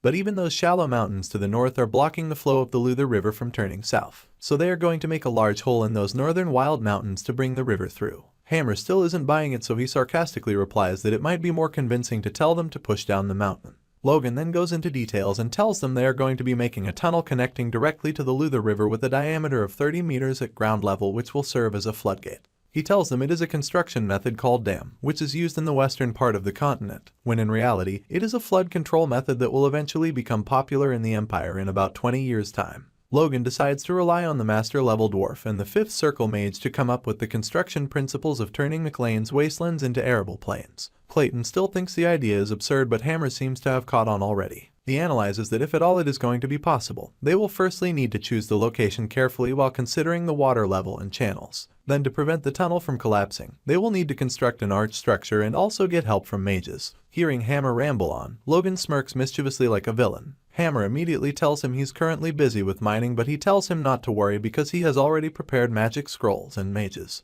But he tells him he's still going to leave, finding the right mountain up to him. Clayton just keeps wondering to himself if it's actually possible. The following day, Logan, Hammer, Clayton, and a few servants head to the wastelands to check them out. Clayton uses his mana to destroy an entire mountain while Logan appraises his abilities. Unlike in his previous life, he can clearly see the Earth's power originating from the mana circle in Clayton's heart. The mana repeatedly draws intricate yet constant patterns, stimulating the target object. After completely destroying the mountain, Clayton asks Logan to watch carefully as he uses a different magic technique to gather all the debris to a single point, forming a huge golem. Seeing the golem, Logan is convinced that the construction will finish much faster, but if a few more of those can be made, perhaps they could even extend to warfare. He then turns to Clayton with a creepy look and asks him how many more golems he can make. The redhead asks if the fifth circle mage's disciples can also create the golem, and he gets a positive response. The dude cannot hide his joy, but Clayton calms him down by telling him the limitation of the golems. The process of making their core with mana is only possible at the fifth circle, so for the disciples, they will need mana stones. Even with the stones, the golems will still be smaller and weaker compared to that created by a fifth circle. Logan then thinks of the stones. He notes that they range from orichalcon to mithril, which are so rare and known as the metal of the gods. They are ores that are mana imbued in minerals and cannot be artificially created. Since they are used for most magic aids or artifact production, they are quite expensive. The lad considers the cost-effectiveness of the mana stones. After realizing that ores are not also cost-effective, he concludes that investing some money in them can help guarantee victory, so they should be worth it. After brooding for a while, Logan asks the elder if his golem will get stronger if he makes them with mana stones. Again, he gets a positive reply. Clayton says that they can be 10 times stronger and more durable than the initial one he created. Just as Logan jubilates internally, the elder breaks his heart by mentioning that for fifth circles, top-grade mana stones are needed. After seeing the lad's reaction, he consoles him by explaining the efficiency of a second circle's golem, a magical creature made of stones that can last for a day and can exert strength several times more that of an adult man. Logan gets logical again as he notes that the price of inferior magic stones are almost as high as gold. Spending that amount of money is not cost-effective, but for short wars like the previous territory battles, they can achieve results better than when they used only crossbows. Logan then wished they were not under the affiliation of the Magic Tower. The statement surprises Clayton, but the lad does not speak further on the subject. Later that day, Darwin and the other construction workers freak out when they see the giant golem punching the base of the mountain. Immediately, the men bolted for their lives, but the financial officer trembled on the spot. From his point of view, the golems are destroying their territory. Thankfully, McLean is with him, so he corrects the clueless man by saying that they are digging tunnels. Despite the knowledge being passed across, Darwin flees out of terror, screaming that he'll need to inform the McLean head. Logan can only chuckle as he watches the old man's back. Kai came rushing to Logan to inform him that Hammer was trapped under one of the mines. With concern, Logan asks if they know where the dwarf got pinned. As for Dwayne, he wondered when they had a mine. Kai explains that they can't pinpoint where exactly Hammer is. As for Dwayne, he rushes out of the office angrily in search of the mine since no one happens to be answering his questions. Moments later, Logan arrives at the mine site with a horse. Upon getting there, he asked one of the workers where the collapsed mine shaft was. The worker describes it to be one of the 3 shafts. He suspects it to be the middle. Before the worker can complete what he is saying, Logan dashes into the mine without knowing how dark it is. The kid uses force on his vision as he walks deeper into the mine. After a while, he spots some workers trying to push past the rocks, preventing them from rescuing the others. He meets up with them, asking them to step aside, and uses force on the rocks to locate the victims of the collapse. He spots 11 of them, Hammer included. Luckily, they are not dead, so he asks the officer in charge how long it'll take to rescue them. The man tells him that it'll take at least 3 days to get them out of the place. Considering the time frame being too long for any of them to cope with, Logan goes to call for the mages and explains everything to Clayton, their leader. Nothing much needs to be said from that point. 1 week later, Hammer's body has recovered and he is about to go back to the construction site to resume his duties. He informs Logan and the redhead wishes him good luck. Moments after the dwarf leaves, Dwayne enters the room looking like he's about to die due to lack of information. He pesters the young master to tell him about the mine, and his prayers are finally answered. Logan starts by saying that he forgot to mention to him when he started building the mine. The old man presses further, wanting to know what kind of mine it is. He guesses if it's an iron ore or a copper one, but Logi surprises him when he says it's gold. The man could not believe his ears that he flatly erased the topic as a joke, telling the young master to stop drinking and joking around. Logan is left with no choice but to expatiate on the matter. After telling the financial officer how the mine will yield about 100 million gold a year, he realizes that the young master isn't joking. The math then finally gets to him and he almost makes a trip to the afterlife. Thankfully, Logan prevents him from escaping his earthly duties. Time passes and the dam construction is finally complete. The administrators of the House of McLean are called to the venue for final inspection. They learn that the construction, which was originally planned to last for 6 months, was finished in 3. Dwayne informs the young master that the top dogs have all been gathered and it's time. Logan first starts by addressing them to carry out patience, but as one will have it, they start murmuring among themselves how much of a waste of effort to waste such expenses on something that doesn't look feasible. Another one wondered if it wouldn't be better to use the money dedicated to the dam to repair the southern walls. As they concluded among themselves, they asked Dwayne if he knew about it. The financial minister can only look at the dam and wonder. He finally gets the purpose of it. The dam wasn't constructed to sprinkle water on their wasteland once, it's directly connected to the underground of the Luther River, meaning that if they can continue supplying water via that canal, their wastelands might become fertile plains. After noticing that the mages and everyone who participated in the construction are around, Logan meets with Clayton and asks that they begin the operation. Hammer wonders if their methods were really necessary since they went through the trouble of making it so that the workers could open and close the floodgates. Logan then explains that it's to make a lasting impression on their memories, that's why it's needed to be spectacular enough. He says he'll show everyone at the fief what they have created with their own hands. The administrators saw the golems by the dam and started freaking out. They are then educated about what those golems are. Clayton commands the creatures to open the gates. The golems get down on their feet and try lifting the doors of the dam. They remained like that for a long time and it started raising questions, since they cannot open the gates without hundreds of workers operating the levers. Clayton sees that his monsters will be considered weak in front of the people. After deliberating for some minutes, Logan tells Clayton to order the golems to destroy the floodgates. He says the gates can always be rebuilt.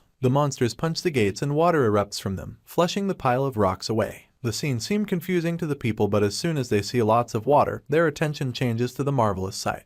The young master grins as he sees the water filling the paths created for it across the wastelands. Everybody begins to jubilate, except the young master. He notes that with the water present, their food problem during the Civil War period can be solved. While still thinking of the next step, Dwayne, who is in tears, pounces on the young master, apologizing for doubting him. The redhead understands but wonders why the oaf cries a lot for his age. In the corner of his eye, he spots Hammer, who looks broken because he'll have to rebuild the floodgates again. Clayton tries consoling him by saying he'll help out. Logan walks to meet them and asks that they take a week off and focus on the mines. After that, they'll get a long vacation. This statement made Hammer so happy that he had to confirm if the young master wasn't toying with him. Inside the head of the mastermind, he plans to look for a means for farmers to cultivate the land. Considering the distance of their homes to the wastelands, he concludes that it's better he builds a settlement in the latter for them, knowing fully well that he is going to require the dwarf's help again. Logan decides to rile up Hammer's spirit by asking mockingly and condescendingly if his race is good at construction. The plan works as it has the little man fuming while lashing back at him. Hammer finally calms down and asks why the young master brought up the topic, but the genius tells him not to worry. Meanwhile, he plans to work the dwarf to the bone in building settlements immediately after his vacation. A while later, Logan addresses the people. He reminds them about when they gathered to open the floodgates. He made two promises to the workers. One was that anyone could cultivate the plains, and the other was that they'd receive tenant rights per their labor and taxes would only be 30%.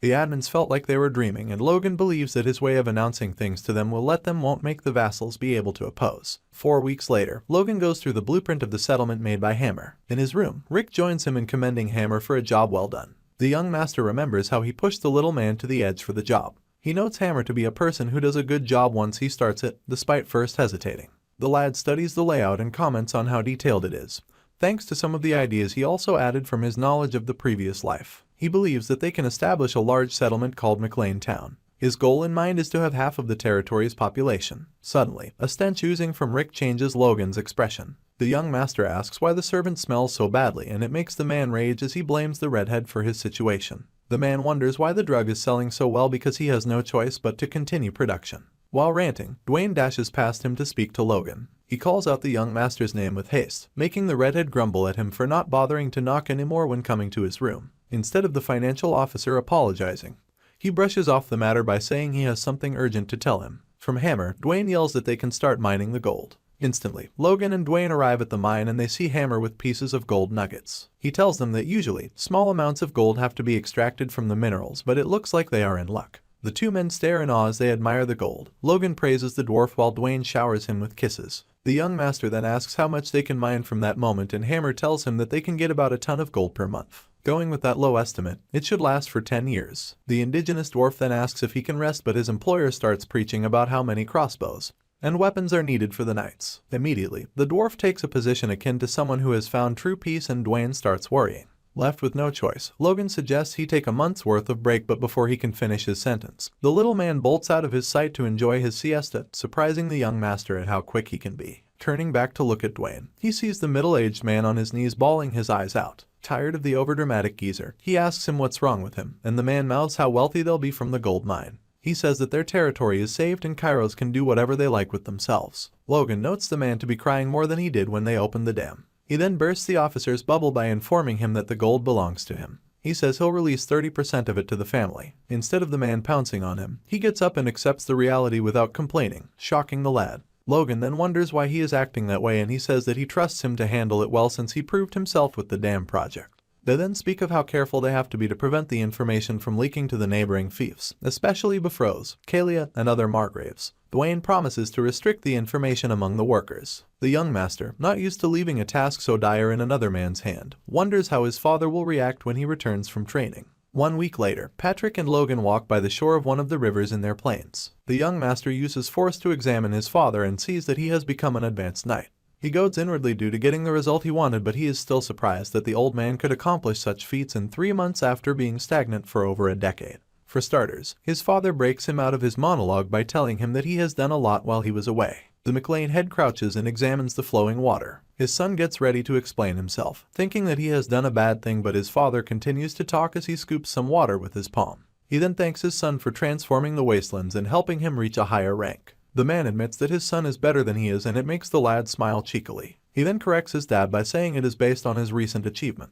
The old man doesn't bend. Instead, he says that his son has achieved in 3 months what he failed at for the past 30 years. He thanks Logan for being his son and says he can hand over the lordship duties to him. The geezer tries pushing the heavy load on his first child while he trains the knights. Logan starts to reject the position, but his father explains to him that the training he underwent made him realize how old he is. Patrick continues saying that he had managed to grasp the basics of the iron blood technique, but he couldn't master the secret arts. He believes that if he were younger and had access to such techniques, especially when his force just newly awakened, it would be a different story, but now that his force has formed and taken its flow after a lot of years, it's impossible for him to create a core. With that, Patrick gave up and decided that it was time for the next generation to step up. He holds Logan as he says that it's best he becomes a guide who opens a path for him. Left with no choice, the lad accepts his role. Patrick then calls out to Ronian's mom and he tells her that she should help Logan to make sure he fulfills his role properly. The woman nods in response and Patrick pushes his son to meet his stepmother. The boy walks close to her and she starts by saying his achievements so far has proven that he is capable of succeeding his father. She then admits that she only wishes for her child's success being the reason she clashed with him earlier. Logan apologizes immediately as if he has taken the position she reserved for her son.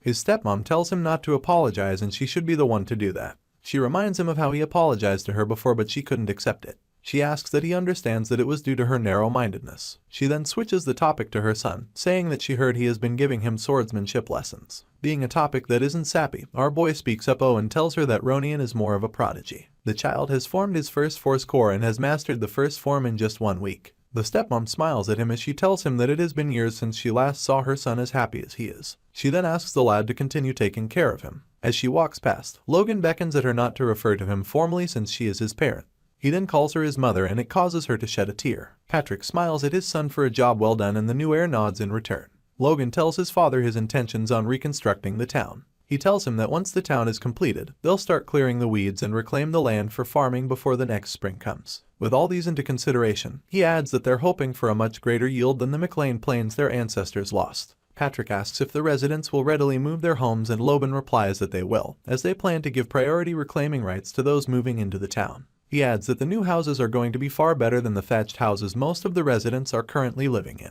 He also adds that he had Dwayne put up a recruitment notice for soldiers while demanding that Patrick take charge of their training if they eventually end up becoming regular soldiers. Patrick agrees to the demands. After all, they are potential knight candidates. He commends Logan for doing a great job. On the other hand, he yells at the knights standing before him, calling them an awful lot of hopeless entities. He asks since when they started having 2 knight orders as they all trembled before him. The McLean Knights and those who defected from Tesseron after losing the war between fiefs have been part of the same knight order for a while, yet they still act like they're on opposite sides. Logan tells them he understands that it's hard to get close to people you once fought to the death with, but he thought they would have found their way, realizing that the duty of a knight is. He tells them it's because they have no hunger at all. To top it up, he tells them he's training to death to become stronger and his son is running around tirelessly for their territory, while the so-called knights are busy fighting over their pride like children. He then tells them he's been far too neglectful of them and is entirely to blame for it. The knights get moved and tell him it's their fault and not his. Henkel then catches on to the fact that Patrick seems to be in better spirits, so he asks if he could have become an advanced knight.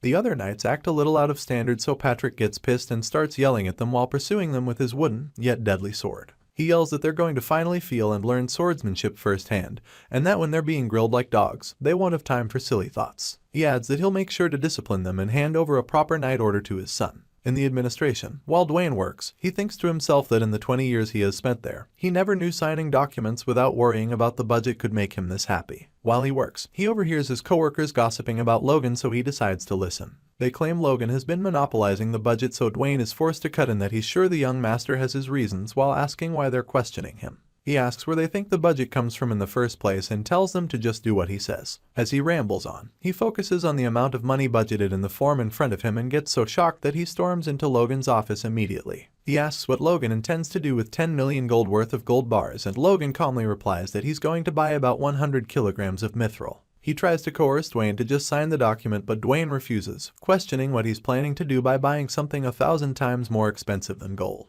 Later that day, Logan decides to check in with Philip to discuss his plan to buy mithril for the Knight's war equipment.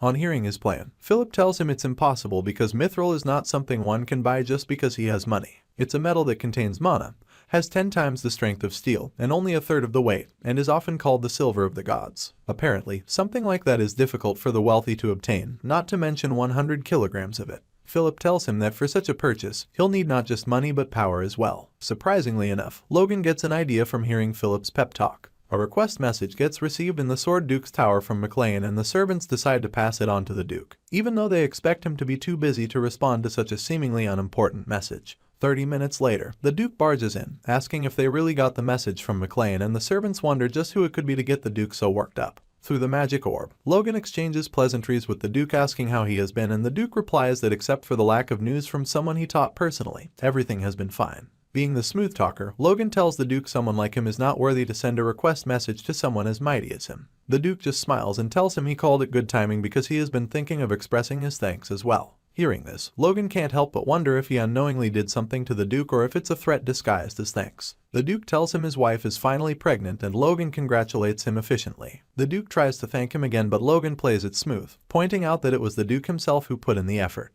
The Duke then asks him personally to come to the capital again once the child is born, and his wife also wants to thank him in person. Like that's not enough, the Duke adds that while Logan is at the capital, he'll teach him the next sword technique too, and Logan almost chokes on his saliva after hearing that. The Duke asks if he's not interested, and Logan tells him it'd be an honor to learn from him again. The Duke then relaxes and asks his purpose for contacting him. Logan takes a deep breath and asks if he can help him get about 100 kilograms of mithril for making equipment for his knights. The Duke is surprised because not only is he asking for something extreme, but he's requesting 100 kilograms of it as well. He then understands that the reason he contacted him is that he needs someone with power to aid his purchase, but notwithstanding, he's still surprised Logan has made that much amount of money, not to talk of investing it into his knights too. He praises Logan for being so generous and extraordinary, and Logan wonders if he deserves such praise. Felix agrees to take care of it personally on the condition that Logan does not miss the party that'll be thrown when his child is finally born, and Logan thanks him generously. Also, the Duke adds that around that time, he'd like Logan to refer to him as his teacher, instead of the distant-feeling titles he normally uses as he ends the call. Logan jubilates at the thought of being a disciple of the Sword Duke. After terrifying all the servants with his loud jubilation noises, he thinks about going to meet Hammer to talk about the mithril equipment, but remembers he's on vacation. He then decides to let him enjoy his short time off because he's going to be worked to death when his break is over. Legend has it that Hammer began to have nightmares from that moment. At the McLean Castle outskirts, a large number of boys under the age of 20, who have passed a simple test of the soldier recruitment quest, are gathered. Standing before them, Dwayne asks Logan if he needs to recruit that many men, since traditionally, he only needs to recruit about 10 times the number of knights. Logan responds that he never said he'd handle it himself. He thinks to himself that no matter what anyone says, expanding the kingdom's forces is essential, so he'll personally select them, even if they suffer from some drawbacks. A territory's power is symbolized by its knight's order. Supporting them from behind is an elite force, which is generally referred to as regular soldiers or knight trainees. Most fiefs test the physical abilities of boys just before they come of age, and they accept and train as soldiers only those whose physical abilities are above a certain standard. Those with talent among the selected soldiers undergo rigorous training that tests the limits of human capability, resulting in the awakening of their force and them becoming knights. But the Empire had a new theory and tried something entirely different. Physical capabilities and force awakening are two separate matters, and what's important are the senses. They gather all existing soldiers and select from them, again to form a trainee knight unit. Logan thinks that by doing this, the Grandia Civil War, which is about a year away, might be tough to handle, but they'll have a strong force against the Empire's invasion in 9 years. He also thinks about the fact that if not for the ongoing building constructions, he'd have loved to gather people above the age of 20 as well. Logan asks how soldiers were normally selected before, and one of the vassals replies that they'd all be asked to run over a long distance and would be selected in the order they finished in. Logan deduces that the crude selection method based solely on physical strength is the reason the number of knights has barely increased. He instructs the vassals to select those with good eyesight, good hearing, and quick reaction times. As for the first test, Logan and Dwayne stand at a distance with a portrait drawing and ask all the contestants to walk until they can see the pictures, then stop the moment they see it. A particular kid stood out exceedingly in that test, similarly to the first test. In the second, Dwayne and Logan stand at a distance while Dwayne continues to repeat a single word. The requirements are to advance until the word is being heard clearly. There are a few outstanding performances among the multitude as well. At the end of the first two tests, only 250 people pass with flying colors, but Logan is still not satisfied and wants to increase the numbers to 500. He notices some thin, malnourished kids and remembers Victor, so he decides to go and check up on him. Victor, who is still holding on to Logan's promise about becoming a knight, trains diligently every day and shows a tendency for great talent. Logan visits him mid-training and acknowledges his outstanding talent and improvement, but he deduces that he can't perfect that style of swordsmanship by practicing alone and hence will be needing a partner soon. Logan asks him to follow him to Tesseron to join the soldiers' training the following day, and he agrees, but on the condition that his sister tags along. Logan asks why his sister is so precious to him, and he responds that their parents died because of him and now he must protect her since she's his only family left. A few days later, in the Tesseron castle, Kaisalin is seen giving thorough training to the boys there as well when Logan meets up with him. They discuss the progress being made and how he demanded to renew his contract, alongside those of the mercenaries, since they're all being treated well. During the training sessions, Victor seems to stand out the best, making the others feel the need not to lose to him. They try their best, but of course, can't keep up with someone of his caliber. Logan discusses with Kaisalin that Victor is definitely absorbing the force already and now, it won't be long before his awakening. But what bothers him the most is that in the not-so-far future, Victor will commit murder. In Tesseron castles, all the trainees are seated and then, some trainees talk about how the food in the camp is really good, and how they can keep up the training just because of the good food. Victor's sister, who works as a waitress in the camp, passes and tells them to enjoy their meal. The trainees are captivated by the angel. They start talking about how she is cute, and one of them brings it up that he wants to try talking to her later, as the child daydreams and doesn't listen to the call of his friend. They notice Victor oozing out bloodlust because they are taking side glances at his sister. He tells them to look away before he gouges out their eyes. The trainees, filled with fear, had no choice but to comply unless they had a death wish. Shortly, Victor watches his little sister as she staggers and worries if she ate something before work. From a couple of seats away, an ugly fella among the trainees sees Victoria and looks at her with bad intentions. A while later, Victor carries some bread and looks for his sister. He recalled asking a maid who told him that she went to take out the trash. Worried, Victor wonders where she is since it's getting late. As he approaches an alley, he hears some muffled noises and later picks it to be Victoria's. About to ask her what she's doing there, he sees Ria's face bruised and then spots the dude who sat away from him earlier holding her with his hand raised to strike her. Ria trembles as she calls out his name, and the older brother does not need to think twice to conclude the matter. Immediately, he lets go of the loaves of bread and leaps to bury his knee in his enemy's head without giving him time to explain himself. The bully crashes to the ground with a broken nose and teeth. Out of anger, he cries out and then proceeds to insult Victor, calling him a bastard and a slave who will regret hitting him. This spurred the silver hair to pounce on him and continue the beatdown. The molester is assaulted so badly that it leaves Ria shaking in her boots. As he calls out for help, Victor finishes him off with a blow. One of the supposed cadets watches the entire scene in horror and runs off to report it. As for the angered boy, he keeps hitting the corpse, remembering his dying family's last words, which were to protect his sister. Suddenly, Logan calls him out of that state and tells him to look around. He then sees his sister cowering in fear. Logan tells the servant present to take care of Ria while the rest should handle the corpse. Moments later, Victor apologizes to Logan, but the redhead confirms that the child did not regret it. He then asks him back why he is apologizing. The child says it's because he murdered one of his soldiers without permission. Logan says he is not wrong, but he is, since he regrets something, and that is bringing Victoria to the camp. He says Victor's stubbornness almost caused his sister to be injured. He goes further, saying that dragging her around to protect her isn't the best option, and if so, does he plan to take Victoria to the battlefield too? Logan says he needs to realize that that isn't the best way to protect her. Logan says he knew something like this would happen, but still, he allowed him to bring his sister to camp for him to realize just that. The young master doesn't expect things to go this far and feels sorry for Victoria. He then asks Victor if he understands his point, and Victor nods. Logan thought to himself maybe this incident would stop him from being overprotective. Victor then asks how he will be punished. Logan asks if he is scared, but he replies that he isn't and he will accept any punishment. He tells his master that his little sister is just a victim. Logan tells him that it's a crime to kill. However, he did a good job, but the next time, he should get his permission first, confusing the child. Logan then clarifies that he doesn't want his future knight to be held back because of a worthless pervert.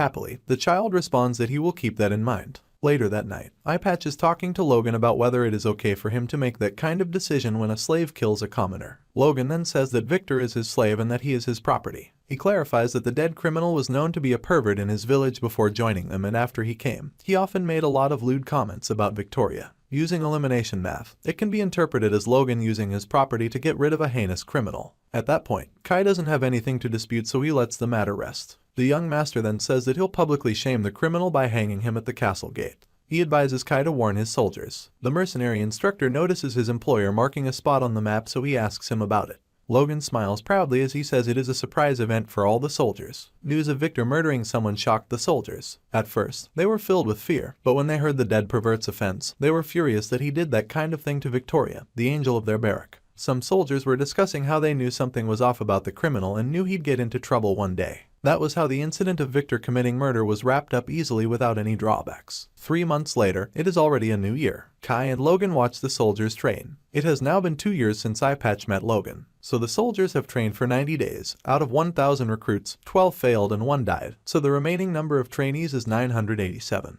Eyepatch is glad that no more trainees are failing now and only those with a certain level of stamina and perseverance remain. The basic training for the soldiers is almost complete. Logan had asked the dwarf to make an extra 400 crossbows. Although it won't be enough for all the soldiers, it should be okay for the combat training. Logan's father is by his side and says the forest at the base of the mountain is good enough. After all, the knights need to start their practical training.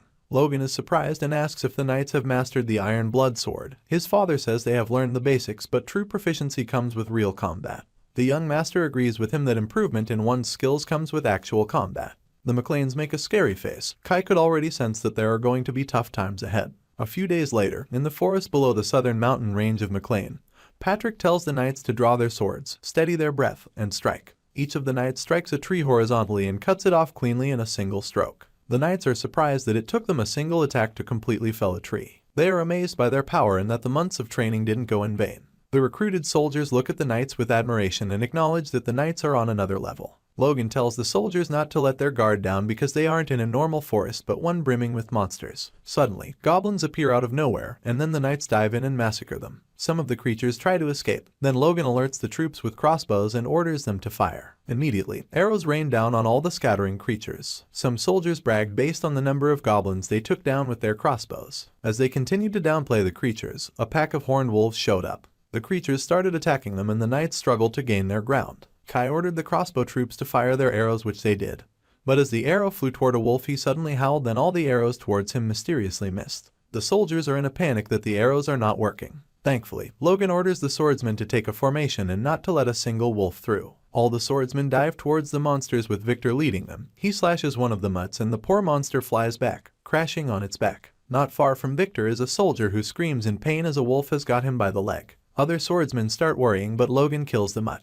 He tells them to get a grip and orders one of them to take the injured and fall back. The swordsman responds and does the orders immediately. Logan notices how most of the soldiers are useless in unexpected scenarios, but notices the ones who ranked among the top 100 in the sense test to be doing fairly well. The one who catches the young master's eye is none other than Victor. One of the soldiers fending a wolf sees another behind him. Thankfully, Victor happens to be free at that time to lend him a hand. The slave beheads the creature in one go. The child smiles as he notes his strength, unknown to him that he is the star of the show. Logan smiles as he sees that the child has broken out of his shell and knows that it will not be long for him to start using aura. Patrick defeats the last of the magic beast. The leader of the knights confirms that they are done with the creatures in the area. It's been 1.5 months since they started the combat training, and they found up to 3 towns where there were thousands of monsters. The captain of the knights says it's good they found the monsters in advance because he can't imagine all the monsters swarming and attacking the castle. He asks Patrick if the young master predicted everything. Patrick wonders, but more importantly, he doesn't seem to understand his son again. Logan tells the knights to hang in there and that they just need to cut down the trees in that area. He also tells them to move the felled trees to the town construction site so they won't get damaged. Some knights carrying the logs complain that all they have done in the past month and a half is cutting down monsters and trees. They believe it to not be the reason they learned the iron blood sword. As for the young master, he smiles as he cannot believe that good trees were left unused just because of the monsters around him. He is happy that he gets to train the soldiers and also acquire timber for the town, which is 2 birds in 1 stone. Patrick believes the trees to be his main goal for bringing them. The redhead notes that they encountered many more monsters than expected, hence taking them a bit too long. On the bright side, they got a lot of information. In the census tests, some of the cadets that ranked 200 to 500 were absorbing force weakly, those who swung their swords desperately to survive in any situation, and those with particularly strong survival instincts. Logan then thinks that maybe Force Awakening requires a sixth sense, survival instinct, or fighting spirit. Logan calculated that if they achieved the results in the Grandia Civil War this winter, they could rapidly increase their forces for the war with the Empire as well. He then laughs like a villain. Hammer interrupts the lad's ego time by asking him why he is laughing, making the redhead quickly compose himself. Logan, speaking to the dwarf, says that they have enough timber now to complete the McLean town, and also just one more month to spring. He then asks the dwarf if he can finish building the town before the new season arrives.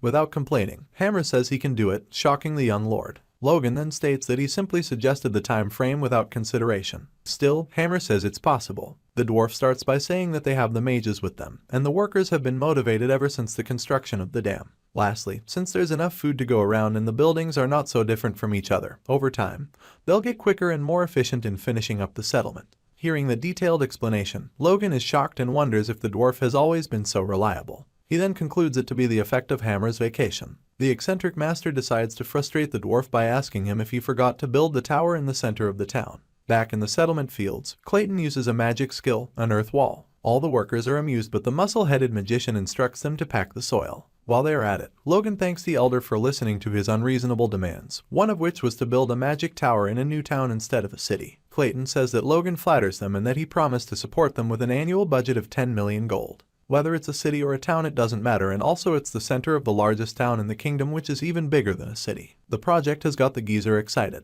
Clayton says that if everything goes as planned, the town will become the center of the territory even more than McLean or Tesron City. He suggests that building a castle will be the normal thing to do. Logan doesn't buy the idea since he believes that all they need is to make it convenient for people to live and farm. He then wonders if such a large town won't easily lead to the people rebelling. He then corrects himself by saying that so far he doesn't exploit them, shocking the elder mage. In Clayton's eyes, the noble is seen as a savior. He is very moved and tells Logan that no matter what he is going to vote for him, confusing the lad. The mage asks Logan if the earth wall will be good enough and what if this place gets invaded. Logan says they are going to be good enough because the new town will never become a battlefield and he will never allow it. He notes inwardly that he plans to invade someone else before that can ever happen. Clayton acknowledges Logan for caring for his people. The smart ruler too says likewise concerning the mage when it comes to his disciples. Days later, Logan trains in the icy woods. He concentrates and uses a sword thrusting technique to pierce a boulder successfully. After the move, he sees that not only does the boulder have a gaping hole but the trees behind it.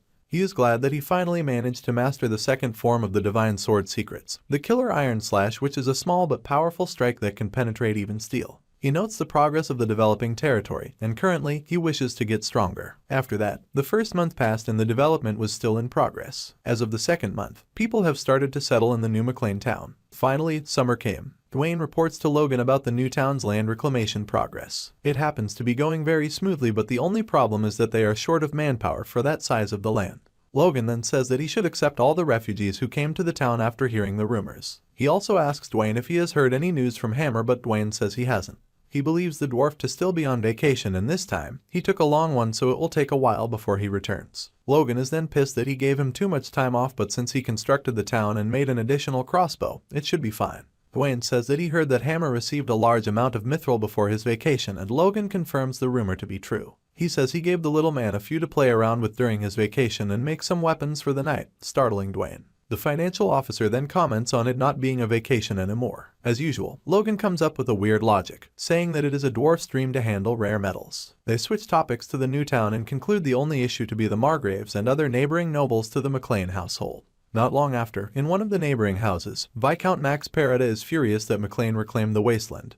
He always believed the place not to be arable. From his servant, he learns that McLean found a way around their water problem by drilling through the mountains to bring water from the Luther River. Viscount Max wonders where they got enough money to do something crazy like that. His servant says that there are rumors that Logan made money from business, or he discovered a gold mine, or that money rained from the sky. The Viscount tells the servant to ignore all the impossible rumors and focus on facts. He asks the servant how much the yield from the reclaimed land will be, which will be double theirs. The jealous Viscount then finds a way to bring them down, so the servant brings up the idea that the refugees who have fled from his territory to their territory can use that to get the Tesron land as compensation. But the only issue is that it will be too risky to take it for themselves because Soto Sylvan will retaliate.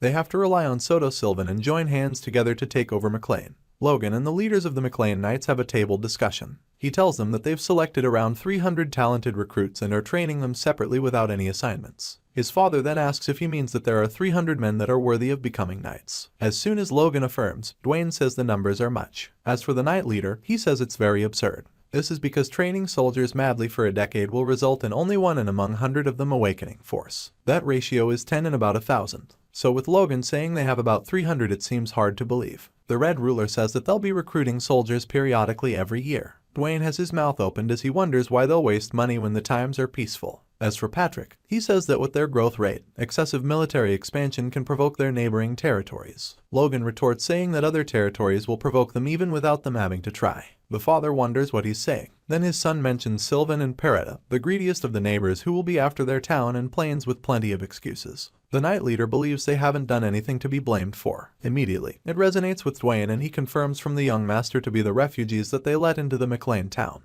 The financial officer yells at him for not preventing such an outcome if he foresaw it. Patrick calmly asks him if he was aiming to start a war from the very beginning, and the son says that they need to deal with the enemies eventually. Immediately, the 3 adults in the room react negatively to his comment. This makes the former head wonder if he gave his son the lordship position a little too soon. Seconds later, a servant enters the room to inform him that Sylvan and Peretta have sent envoys. Logan then speaks up since things have started falling into places, just like he planned. He proceeds to narrate how they'll handle things from that moment. Not too far from the castle, the envoys move through McLean town. They are in awe as they've never seen such a well-uniformed and detailed structure before. Logan, Patrick, Heinkel, and Dwayne discuss in the meeting room. Logan tells them he has been able to select around 300 particularly talented recruits, who they're training separately without any assignments. Patrick asks if he's trying to tell him that there are currently 300 recruits worthy of becoming knights, and he confirms. Heinkel immediately interrupts, telling him that's an absurd number because going by statistics, if 100 soldiers are thoroughly trained for 10 years, only 1 of them would be able to awaken their force, making roughly 10 knights out of 1,000. He then asks Logan how that's possible, ignores the question and states that he'd like to maintain the current training system and continue bringing in more soldiers yearly while reinforcing the horses and weapons. Dwayne asks why he intends to waste money like this in such peaceful times, and Patrick cuts in as well. He states that their family is currently in a period of significant development, so excessive military expansion could end up provoking the neighboring territories. Logan blatantly replies that those people will still eventually provoke them even if they don't want to provoke them first. Patrick asks what he means by that, and he replies that since the McLean town is now fully operational and the wilderness has turned into plains, it's only natural for Sylvan and Peretta to get greedy. He also adds that they have a lot of excuses to make a move too. Heinkel asks if it's because of the refugees, and he confirms that the majority of the refugees they received recently came either from Sylvan or Peretta, so it's only normal for them to use that as an excuse. Realizing that he could have immediately prevented it as soon as he foresaw it, Patrick asks if Logan was aiming to start a war from the very beginning, and Logan responds that those are enemies they need to deal with eventually anyway. Heinkel and Dwayne question how he can just casually spew out stuff like that, while Patrick wonders if he hadn't made the wrong choice by handing over his authority too quickly. Just then, a servant comes in to report that Sylvan and Peretta have sent envoys to their land. Logan smiles like a villain and gets up slowly while charging them to watch how things play out. The envoys get led by the cards through the city towards the palace. They are fascinated with how well organized and arranged the houses and crossroads are, even though it doesn't have the sophisticated charms of a big city. They are more impressed with how clean and bright the commoners are, making them have desperate thoughts about taking over the land. One of the escorts tries to strike up a conversation with one of the guards leading them about whose idea it was to reorganize the city. The guard tells him it's the first young master, Logan, before completely losing himself and singing praises to the young master. Getting to the palace, the 2 envoys are given quite the welcome and asked to speak. Without wasting any further time, they immediately list out their demands, which are the return of the escaped refugees, recurrence prevention, and control over the Tesron plains, as long as the southwestern part of the reclaimed wasteland adjacent to Peretta. In other words, they're demanding the entire Tesron castle and half of the developed land. Logan looks at his old man, giving him the "I told you so" look. Patrick then signals to Heinkel. Following cue, Heinkel asks the envoys if Sylvan and Persta want to go to war with McLean. The envoys are completely shocked by the sudden turn of events, so they decide to voice out, saying envoys aren't meant to be intimidated like this, while demanding Lord Patrick has his knights retreat if they don't want war. Patrick interrupts them immediately, telling them they're the ones declaring war in the first place, and that McLean does not fear war. They remind them that coming up against their nations would lead to their destruction, but the McLean knights don't seem to be backing down. Logan then interrupts, asking how refugees fleeing tyranny can be their bargaining chip as he slowly approaches them. This time, the envoys are surrounded by McLean knights who have apparently drawn their swords. They ask if Patrick is still in his right senses, and hearing that makes Logan snap hard. He asks who they are to point fingers and use foul language against the ruler of the land. He draws his sword and slowly approaches them. They immediately order their guards to stop him, but Logan easily takes out all the guards. He tells them that if they intend to draw their sword on someone else's land, then they must be prepared to die as well. One of them tries to threaten him not to get any closer as he would regret it, but his head is sent flying in a matter of seconds. Seeing the horrible fate that awaits him, the other envoy immediately bows and agrees to convey all of McLean's demands to his lord, and Logan lets him live. Heinkel then announces that the knights are preparing for war. The same day Logan killed the Sylvan envoy, McLean sent a magical communication to the two baronies. On hearing the news, Baron Soto Sylvan loses his mind. Yelling at the top of his voice, he asks if the McLean folks have lost their minds collectively, and one of his servants tells him that the McLeans have demanded reparation for the envoy's insult. Soto replies that those beggars have bitten a bit too comfortably, daring to act so boldly, when they do not even have the forces to face them directly. He thinks hard and then decides that they'll be showing the McLeans mercy one more time. 2 days later in the Teslon Castle barracks, Logan and his old man receive feedback from the Sylvans and are shocked at their response. They had demanded that McLean pay them 10 million gold in compensation and surrender the Teslon plains, and also that the runaway serfs be returned.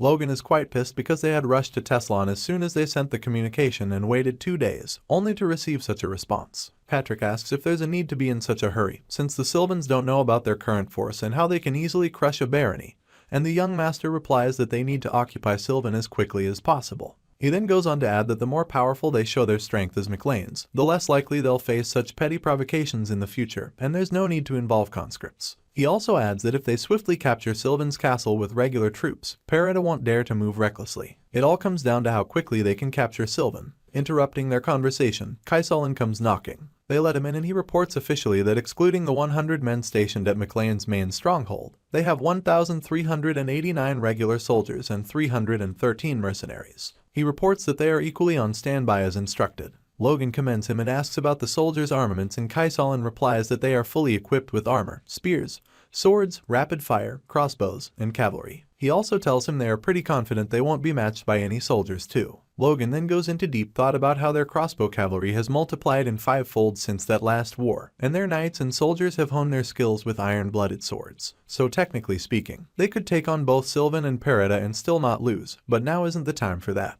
Merging both baronies would give their family 5 castles, making their territory nearly as large as those of the border dukes. At that point, the first and second princes who are vying for the throne would become desperate to draw McLean to their side, and now is not the time to attract their attention. The one Logan intends to make king is the third prince. In his previous life, the first prince had become the king, but he only used McLean and discarded them. The second prince doesn't seem to be different from the first in temperament too, so that eliminates him from the list, leaving the third prince. The third prince is the only son of the legitimate queen, and despite his young age, he is a brilliant candidate whom the king himself had in mind as his successor. Before he could establish his base, the king suddenly died, and he was pushed aside, a prince of misfortune. Logan concludes that the third prince is the only way to avoid the tragedies of his past life, so he intends to win the civil war and make him king. To do that, they must not draw any attention and maintain only 3 castles. Kaisolin tells him Victor has awakened his force and has been waiting to report it to him directly since earlier. Logan gets excited and summons him in to see it for himself. Seeing Victor's rare type of force, both Logan and his old man are greatly impressed. Logan then confirms that Victor still possesses the talent to become a powerful aura user, just like in his previous life. He commends him and brings out the contract he made with him about becoming a knight and tells him he won't be needing it anymore. However, his knighthood will be postponed until after the coming expedition. Victor asks why, and Logan replies that they can't have someone who has just become a soldier clashing with the other knights. He tells Victor to be patient and trust him, but thinks about how eager Victor is to clash swords with the strong.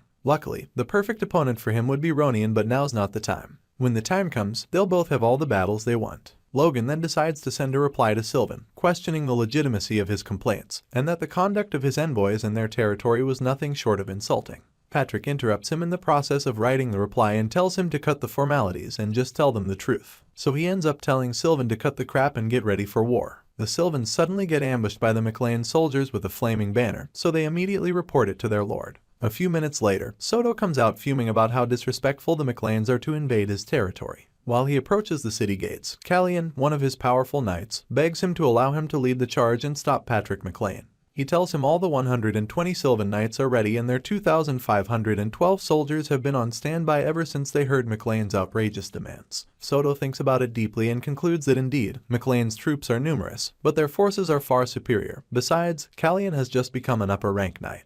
Soto asks if Perida has replied to their request about sending reinforcements, but his knights reply that they haven't. Callian tells him that even if they send reinforcements, it'll take them half a day to arrive, so there's no need to wait. Soto tells him he has bigger concerns, and that what if Perida waits for them to defeat McLean before attacking them from behind. They get lost in thoughts about it and are on the verge of reconsidering the whole war until Patrick challenges him, calling him all sorts of names. Soto gets pissed and instructs Callian to contact Bifrost, and that after they destroy McLean, they'll offer tribute worth half their value to them. He instructs his knights to do whatever they can to keep Perida from moving and ensure they destroy the McLeans before the reinforcements from Perida arrive. He gets determined to devour Max Perida for even considering stabbing him in the back. The knight leader asks Patrick, based on their knight skills, if it will be better for them to provide covering before charging into the castle. The older McLean says it's not the time for that because he cannot have Sylvan escaping. To buttress his father's point, he explains that the enemy's forces think they are superior, so they'll come out soon. He says he knows Soto Sylvan to be a man who can't stand being insulted. He then advises them to wait a little longer. The knight leader wonders when Logan knows the Viscount, since he has lived in McLean his own life. Moments later, the castle gate opens and Sylvan's knights and troops fall out. The McLeans note them to have 3,000 regular forces, which is 1.5 times more than theirs. The leader of Sylvan's knights, a purple-haired high-ranked knight, insults Patrick, triggering the old man to command his soldiers and charge. Immediately, the McLean forces rush towards their opponents, and it surprises the high-ranked knight because they seem suicidal to him. He calls his opponents a bunch of ragtags with decent armor. He scoffs as he mentions that McLean has a lot of money. He notes his knights to be in good formation as they lead the cavalrymen. He believes that with his formation, he'll show Patrick the difference in their strength. Suddenly, Kai signals to the charging men to lift their crossbows. Their leading opponent wonders what such a meager weapon is doing on the battlefield. As he signals to his men to raise their shields, he notes to be disappointed in Patrick. The arrows rain down on Sylvan's men and the leader's shield gets chipped away by an arrow. After seeing its effect, the purple head shouts at his soldiers to gather and maximize their force, since the arrow attacks aren't ordinary. A lot of his forces fall to the attacks while the rest of them manage to pull through by listening to his instructions. The purple knight wonders how crossbows can be so powerful, even noting that knights will die to them if they react a little slower. He then beckons on the cavalrymen to move with him as he wonders if McLean always had such weaponry in their arsenal. Angrily, he vows to eliminate all of his foes. With force brimming from all of his soldiers, they charge towards the McLeans. Upon seeing them, Kai orders his men to spread out, confusing the purple knight. The mercenary instructor then orders the crossbow users to ignore the knights and target the soldiers. The high-ranked knight realizes that they've been tricked, so he wonders if he should order his men to turn back and protect the soldiers. Patrick then calls out to him and the Sylvan knights, telling them to face his force blade if they are courageous enough. Surprised that the redhead can use such an ability, he ducks for his life to avoid the swing from the weapon. As for the knights in McLean's way, they are one-shotted with such a brilliant linear move. The realization dawns on the purple head that Patrick has reached the advanced rank. He wonders when he had the time to become such. The old redhead commands his knights to charge and annihilate the enemy. The knights clash with the Sylvans and the battle doesn't drag on. It surprises even the leader of the McLean troops how they can easily overcome the Sylvan men, since they were always on par with them. With just 6 months training in the Iron Blood technique, some of the knights are advancing to the next level. The McLean knight commander observes the battlefield and notes that their lord's training is not in vain. He laughs watching his people's progress, but it upsets his opponent. The enemy knight then talks down on him, saying he sees how long he can keep laughing. This pisses the commander off and he blitzes 2 knights at once with a single move, knocking down their swords. One of the enemy knights notes that their opponent is now a high-ranking knight and extremely fast. The captain notes the Iron Blood sword style to be what made him overcome the wall he was stuck behind as an intermediate rank. Now he is a high-ranking big knight that can easily deal with intermediate ranks unlike before. He notes McLean's threat to be the purple-head enemy high-ranking knight. He spots the young master charging at him and believes there's no need to worry. The captain of the enemy knight spots the lad heading towards him, giving him no room to breathe. He curses under his breath. Logan has a monologue which is about him completing the second form of the divine sword art. Doing that made him knock on the wall of the upper knight. He complains that the wall, which looked easy to overcome, had him trying for months. With him barely able to see the other side, he believes that if it were not his father or Heinkel who has mastered the Iron Blood sword but an upper knight from another territory, they may be able to break his wall. The 2 knights clashed and the purple one was pressured by just the redhead's raw power alone. Realizing that he is being pushed back by an intermediate knight, he calls himself careless and announces that he won't be holding back anymore. Logan first of all wonders what the man was talking about until his thought was caught off by the sight of 2 extra force swords floating above his enemy. The lad then concludes it to be some sort of illusion, believing the real one to be the one being held by the knight. Luckily for him, he thinks twice and decides to duck one of the supposed illusionary weapons. His ear gets nicked by it and he realizes that they are real. The enemy knight then calls Logi lucky after aiming for his neck. The lad says the knight's technique is a strange trick. Immediately, the enemy knight dashes at him and another sword appears. Logan concentrates while watching the man, gathering force to his sword. This makes the older knight comment on the boy's aura, noting that the closer he gets to Logan, the more his sword loses its direction. In a few seconds, the knight gets pissed and unleashes his aura, yelling at the kid not to make him. He creates more swords despite being under the pressure of Logan's aura. He clashes with the kid with the multiple swords, noting that the redhead's aura is weakening. The young master is being cut in multiple places. The feeling is as if he is going against 5 people. As he is being overpowered, he calms himself down and strategizes. His new plan was to create an opening by binding 1 or 2 swords with the pressure sword. The injuries persist, but Logan decides to speak up in a demeaning way. He asks the purple knight if his technique is all he's got, calling it weak and boring. Angering the knight, the man screams at the top of his lungs as he makes a wide swing towards Logan, ushering him to die. In the moment of death, the kid concentrates so sharply that his force enters the second stage. Due to the unexplainable power-up, he cuts the knight by the side very quickly. The injured opponent wonders how Logan was able to pull such a move since they were evenly matched in speed moments ago. As he concludes, he worries that the child has advanced to a higher rank. Logan then thanked him for helping him grow. He says he'll give him a final gift. The dude powers up his aura like a Super Saiyan and leaps meters into the air, thanking the knight once again for indulging him. The lad notes that he'll be finishing the night as grandly as possible to boost his allies' morale and bring despair to their enemies. Clutching the sword in midair, Logan yells out the technique name, Divine Secret Art, First Form, Blue Slash. The technique sends a shockwave crashing at the opponent's captain. The purple knight tries to withstand it, but he is knocked out. The other knights and soldiers are in shock as they watch their captain being stabbed to the ground by Logan. They echo the defeat of their captain. Patrick yells at the top of his lungs just as soon as Logan yells the defeat of his opponent. From Patrick, it is the successful capture of Baron Soto Sylvan. He tells the remaining to surrender, saying only those who kneel and throw their weapons shall be spared. The young master wonders how his father ended up there during the battle. The number of knights led by Callan, the purple-haired captain, that were killed are 42. As for the normal soldiers, about 1,223. As for McLean's knights, only 5 of them died, but they lost 0 soldiers. The battle that started by noon ended a few hours later. The overwhelming victory for McLean sparked a larger conflict. The Lord of the Southwest is told about the aftermath of the battle. The captain of his knights politely opines that it is time for his lord to step forward. Back in Sylvan's castle, Patrick tells the Baron that he'll give him a chance to survive. He must apologize for the crimes he has committed, then he should gather his minimal belongings and leave the estate with his family. Despite being bound, Soto doesn't plead for mercy. Instead, he yells at Patrick, reminding him that his outrageous declaration of war and unlawful occupation will not be tolerated by the royal family. He then mentions Count Bifrost, the Lord of the Southwest, not to be someone who will allow Patrick's action. At the mention of the Count's name, Patrick's face darkens. Logan notes that Sylvan must be pretty ballsy to mention that name to his father. The lad then educates us on the downfall of the House of McLean, which was the failure of its then lord. He notes the person to benefit from it the most to start a rebellion was Bifrost, who was at then a vassal of McLean. Bifrost seized the once fertile lands of McLean, claiming it to be his own, leading him to be the Lord of the Southwest. Thanks to the mediation of the royal family at that time, Bifrost didn't force McLean to submit. There was no point since McLean was forced to a barren land. Logan admits that hearing Bifrost's name makes him feel strange. Patrick glares at the Baron, threatening him if he chooses to die. Before Sylvan can state that he wants to live, Logan slashes his head off. He then turns to his father to tell him that he did the Baron's wish. After all, the noble chose an honorable death over submission, saying he ended it as painlessly as possible. His father congratulates him rather than complain. Clenching his sword, Logan notes that the nobles, especially Bifrost, won't have any issues since they offered Sylvan a choice. The lad calls the Count an enemy that they can't handle yet. A few weeks later at Sylvan's castle, Logan informs his father that there is likely no issue. Patrick says likewise concerning Teslon. Since Clayton is over there, if any problem arises, they should be able to hold out. The young master recollects their recent victories' reason not to have been because of their strength alone, but Sylvan's complacency. He notes that they still have a hidden card, which are the golems at Telsin. Logan notes how managing 3 castles happens to be difficult, and he'd like to find a way to make it more efficient.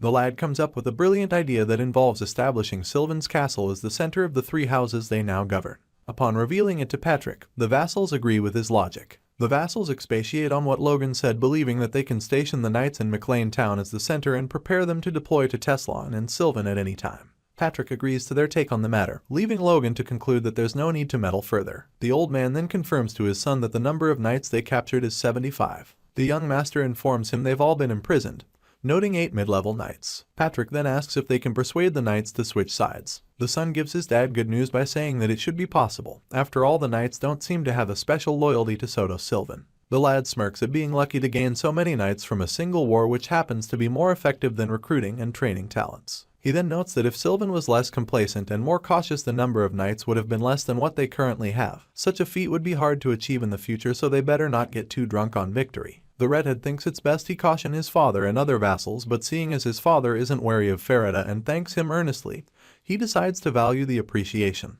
Blushing like a kid, the embarrassed young master scratches his head as he looks away. The whole good atmosphere gets ruined by a servant, interrupting them as he dashes to Patrick with a scroll in his hand.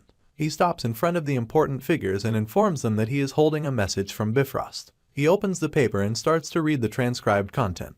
The message starts with Bifrost calling himself the Lord of the Southwest and regretting the annual wars in McLean, immediately triggering Patrick. The messenger continues, stating that at the request of Barn Sylvan, the Count wishes to mediate the matter, asking that McLean and Farida cease hostility immediately. Patrick fuses as he speaks about how the opponents pick a fight at first and then want mediation. He believes Sylvan to have been a man of thick skin. Logan calms his furious father, ushering that they hear the rest of the message. The servant carries on, mentioning that the cause of the frequent conflicts and wars lies in Bifrost's neglect of his duties as a lord. The environment around the redheads darkens as the speech worsens. The Count, noting his failures, has decided that on the following month, when he'll be having his 50th birthday, he'll invite the heirs of the noble families of the Southwest region to gather and discuss the future of the Southwest. Patrick, who can no longer hold himself, curses at the top of his lungs with the effect of stripping the messenger of his clothing. He yells at Bifrost's message, asking if they think his household is under the Count's rule. The servant's dignity is saved thanks to the paper he holds over his lower body. Logan notes that his father's blood boils just thinking of being asked to the gathering.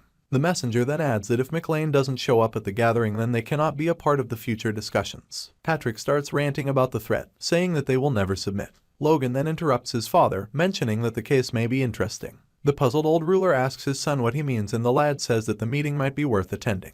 Despite the old man's rage, he decides to calm down and tell his son that he'll respect his decision. He then adds a huge but as he smacks his fist on the table, yelling that they must never bow their heads to Bifrost no matter what. Even if he'll die, he won't allow it. The effect of his rage tears the messenger's paper. Thankfully, Kai jumps in the way to keep the view censored. The young master decides to act in the moment by taking a bucket of soil to shame the messenger, but he is stopped by one of the vassals. The scene becomes serious again and Patrick holds his head, wondering what his son plans to do. He asks Logan what he has to say and his thoughts. The child states the obvious, which is that they cannot go against Bifrost with their current power. Patrick agrees. He says the Count has 2 top-tier knights, 15 high-ranked knights, and over 300 knights combined in 2 knight orders. All those mentioned earlier are to be a part of the declared forces. The vassals commend their lord for being well informed. Logan agrees to everything his dad says and notes that with things going very well for them, it has caught the attention of Bifrost and he'll be monitoring them. He states that with the 3 estates bordering each other, if they let their pride get in the way, they could get crushed. The lad notes that they need time to merge Sylvan's knights and eventually overwhelm and subdue Farida. They'll also need time to organize their forces and for him to master the 3 secret techniques of the Divine Sword, matching his current level. Time is majorly of essence as the knights also need to grow. As the old lord gets up from his seat, he says the Southwest is different from other regions. He believes that the Southwest being different from the rest means that they cannot force the nobles into submission.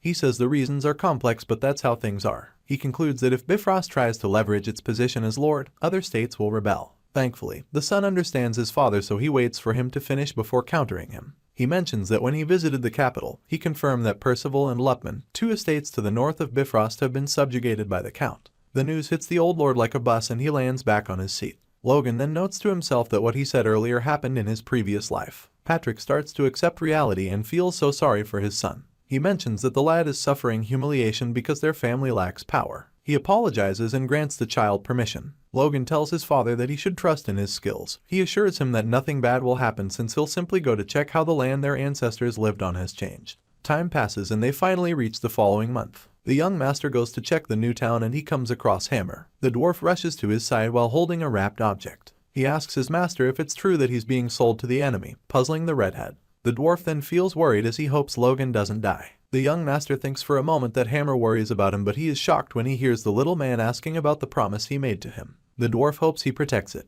Immediately, Logan punches the dwarf's face in for being rude and then swats away the rumors. The dwarf then speaks of how most of the outrageous rumors said about the redhead are true. Hammer finally gets to the point as he hands out the object, offering it to the young master and telling him to take it with him wherever he goes. Like a spoiled child, Logan loosens the wrapper and finds it to be a sword. Hammer then informs him that he couldn't finish decorating the scabbard because he was in a hurry. He says it'll be a useful sword after all, it's made of pure mithril. The young master holds the beauty in the air as he adores it, down to its crest, calling it amazing. Logan arrives on foot at the gate of Bifrost Castle. As for another noble, the heir of Farida, he is told by his guard that they've arrived. The man then informs the blonde that they are to wait until they are greeted. With no interest whatsoever, the heir named Plon responds. Out of his carriage window, he spots Logan interacting with one of the gate guards. Based on the dressing of the redhead, Plon wonders if McLean occupied Sylvan. Upon realizing that he came alone with attendants, the blonde concludes that McLean must have suffered a ton from the war with Sylvan. He believes that if it weren't for Bifrost mediation, McLean would have lost their heads to Farida a while ago. Immediately, Plon gets down from his carriage, asking if he has to be treated the same way as Logan, who he deems pathetic. His attendant tries to caution him, but the blonde acts high and mighty. He believes that Logan won't hear him. He then states that if it weren't for Bifrost, McLean would have been begging for their lives on their knees before him. Plon then takes Logan's silence for acceptance. He walks to the redhead, introduces himself, and tells him that he has heard much about him from Rihalt, his attendant. He mentions the rumor of Logan cutting 6 knights in one stroke. Farida analyzes Logan, noting that he is putting on armor and his sword handle looks very clean. He wonders if the rumors are baseless. As the nobles shake hands, Plon says Logan looks younger than he expected. He mentions to the redhead's face that the rumors he heard about him might have been exaggerated. He squeezes Logan's hands, and as soon as the redhead notices, he squeezes back and Plon grits his teeth as his hand is nearly crushed. Logan then lets go and apologizes, saying he thought Plon was going for a test of strength. Holding tears behind, Plon draws out a sword, calling Logan an arrogant brat. His attendant does likewise. Plon yells that he'll teach the redhead some manners. The city guard, realizing what is up, tells them that private disputes are forbidden in Bifrost's territory. Logan sighs, stating that Plon keeps spouting words that he cannot back up. He speaks down on the Farida heir, asking how he can be so unaware of his place. The statement triggers Plon, who instantly yells at his attendants to strike the young master. Like a wild dog let loose, the blonde soldiers charge at Logan. With the guard noting the seriousness of Plon and his men, the young McLean takes a crouching pose before blitzing all the soldiers' weapons, including Plon's sword. The blonde and the knights can only stare in disbelief as they hold half of their weapons. Plon notes that he didn't feel force or power from Logan, and the brat did it purely with the strength of his sword. Logan stares at him sternly, and the blonde can only back off as he notes the redhead's weapon not to be an artifact since he cannot sense magic from it. The city guard, who has been watching the whole time, asks if it's right for him to demand where Logan got his sword from, but the redhead says it'll be impolite. Plon is still not ready to accept reality. He calls the redhead lucky having gotten the sword somewhere. Suddenly, the host walks to meet the nobles. The attendants with him announce his presence, referring to him as the Moonlight Knight, Sir Plants. Everyone around starts muttering as they are surprised that a top-tier knight has come to greet them. Logan notes him to be one of the 2 top-tier knights Bifrost has. The knight has silver hair and silver eyes. He believes that sending a top-tier knight to greet 2 country folks like them must mean either of the 2 things. Bifrost is paying a lot of attention to them. Plon immediately introduces himself as the heir of Farida. Plants responds to him and then looks at Logan, concluding that he is McLean. Immediately, he analyzes the lad, and the redhead wonders if it's meant to pressure him. Logan introduces himself and Plants commends him for being a mid-level knight at his young age. Farida's attendants and Plon note that Logan doesn't just have a good sword. Logan smiles inwardly as he says that it worked, monologuing that from the level of a top-tier knight, only those of equal or higher rank can sense one's aura since it cannot be hidden. Logan notes that after reaching the level of a top-tier knight with a force core of 3 stars, he has learned to control the subtle aura, and in Bifrost, only the level of intermediate rank can be detected from him. He feels that it is better to lower their guard, and that's also why he didn't bring any attendant. The redhead then lies through his teeth as he flatters the Silver Knight, saying that he aspires to become as renowned as him in the distant future. Plants smiles as he asks if attaining his level will be enough for Logan, since he can aim for at least a superhuman level with his talent. The man then asks that they head to the castle. Moments later, they are shown Bifrost's guest house. Plants informs them that Percival and Lufman's heirs have already arrived, so they should rest well for the upcoming party happening the following day. The Silver Knight announces the end of their tour and takes his leave. They thank him, and as soon as he's gone, Plon talks to Logan, saying it might be a big deal since someone like him who showed up without attendance would have formal wear. He then asks if he should lend Logan his pajamas. The redhead looks at him like he has no clue what he's ranting about. Immediately, he ignores the blonde heir and asks one of the servants for his room. The servant then asks the young master to follow him. Logan notes that Plon doesn't have any grasp of the situation, concluding that if the people who challenged him earlier were the knights, then taking over Farida wouldn't be too hard. He then vows not to take off his armor in Bifrost. The redhead takes a long look at the castle as he notes it to be his ancestors' lost land. He says he can never let his guard down. The lad imagines Bifrost while seated on a throne, asking him to draw his sword immediately. He says one might never know what would happen there. The following day, which is Bifrost's birthday, the noble heirs are present. Logan, who is dressed in his armor, wishes the Count a happy birthday. The rest of the attendees make fun of him, calling him a country bumpkin that doesn't know manners. This is due to not dressing properly for the event. Logan stares keenly at the Lord of the Southwest, the man named Roger Bifrost, the potential enemy he'll have to fight. He notes that he arrived at Bifrost a few days prior and scouted the villages and the surrounding castles. While expecting the Lord to be trash like Sylvan or Teslan, surprisingly the villagers were quite friendly and they called their Lord a good person. This is due to their low taxes. The redhead concludes that the celebrant has enough resources that he doesn't need to exploit the commoners. Roger Bifrost starts by asking Logan if McLean is willing to follow his lead since he made it this far. In response, the redhead does a play with words, mentioning that if Bifrost's intentions are for peace then McLean is always ready to lead the way. Roger smiles as he expects some level of resistance from Logan, but the young hero is enlightened. Logan notes it to be for the peace of the nation. Bifrost then tells him to enjoy the party for the time being. The young master notes that the count is a fifth circle, seeing the cores in the celebrant's chest. In Logan's past life, he heard a rumor that Count Bifrost displayed incredible prowess in the Civil War. Back then Bifrost was aligned with the second prince's defeated faction, so he didn't pay much attention. Judging from the fifth circle he saw, then the rumors must be true. The lad says that a fifth circle mage is treated equally as a top-tier knight. This McLean heir keeps thinking about how such mages outshine top-tier knights in wars since they display even greater utility. As he ponders on what tactic to use against Bifrost, who still has two top-tier knights, he is called back to the gathering by a voice, informing everyone that the count has a brief statement for them. They are asked to pay attention. Roger Bifrost stands up from his chair as he addresses the noble heirs. He starts by expressing his gratitude to them for showing up at his birthday. He then reveals to them that the second prince, who couldn't attend in person, expresses his endless gratitude. He does that by bestowing upon him the tears of the sun. Upon mentioning the second prince, all but Logan start to murmur as they are wowed that the count is that close to the royal. He then continues with his speech, which is how scattered the nobles of their southwest kingdom have lived. Unlike other regions, Logan, who happens to be holding a glass of wine, wonders if he's going to talk about the value of regional integration. As if the young master is a seer, Bifrost tells them that he believes it's time to set aside their old ways of doing things and unite as one. He uses the second prince as a medium to join the Southwest by saying the royal is the strongest candidate for the next king and he seeks their support. As Logan savors his glass, he dumbs down what the count is saying inwardly. Bifrost then faces the redhead as he announces the lad's presence to be a coincidence, even though his family was the beginning and the end of the Southwest's turmoil 200 years ago. He calls the kid an exceptional figure who led his household's success by winning 2 recent wars, calling the child a once-in-a-generation genius for rising to the level of a mid-tier knight despite just being 21 years of age. He continues with his praise, saying that no top-tier knight that he knows achieved such accomplishments at that age. The lad tries his best to control his expression. He wonders about Bifrost's real intention. The count then makes a public suggestion as he stretched forth his hand to the redhead, telling him that Duke Walter Mame, the second prince's maternal grandfather, is looking for talent like his. The clever count plans to recommend RMC as the Duke's disciple. Immediately, the crowd echoes since the Duke, who is known as the Blazing Sword, is a superhuman. Despite the pressure from those around him, Logan smiles meekly as he politely declines the offer, stating that he has a master whom he has decided to serve. Bifrost then asks to confirm if the child's father isn't his master. Logan denies such and says he met someone greater, refusing the count's offer. The room becomes very awkward, but Roger Bifrost still pushes the agenda, believing Logan's hasty decision to be because of his youthfulness. The count then makes a slip-up as his true intentions come to light.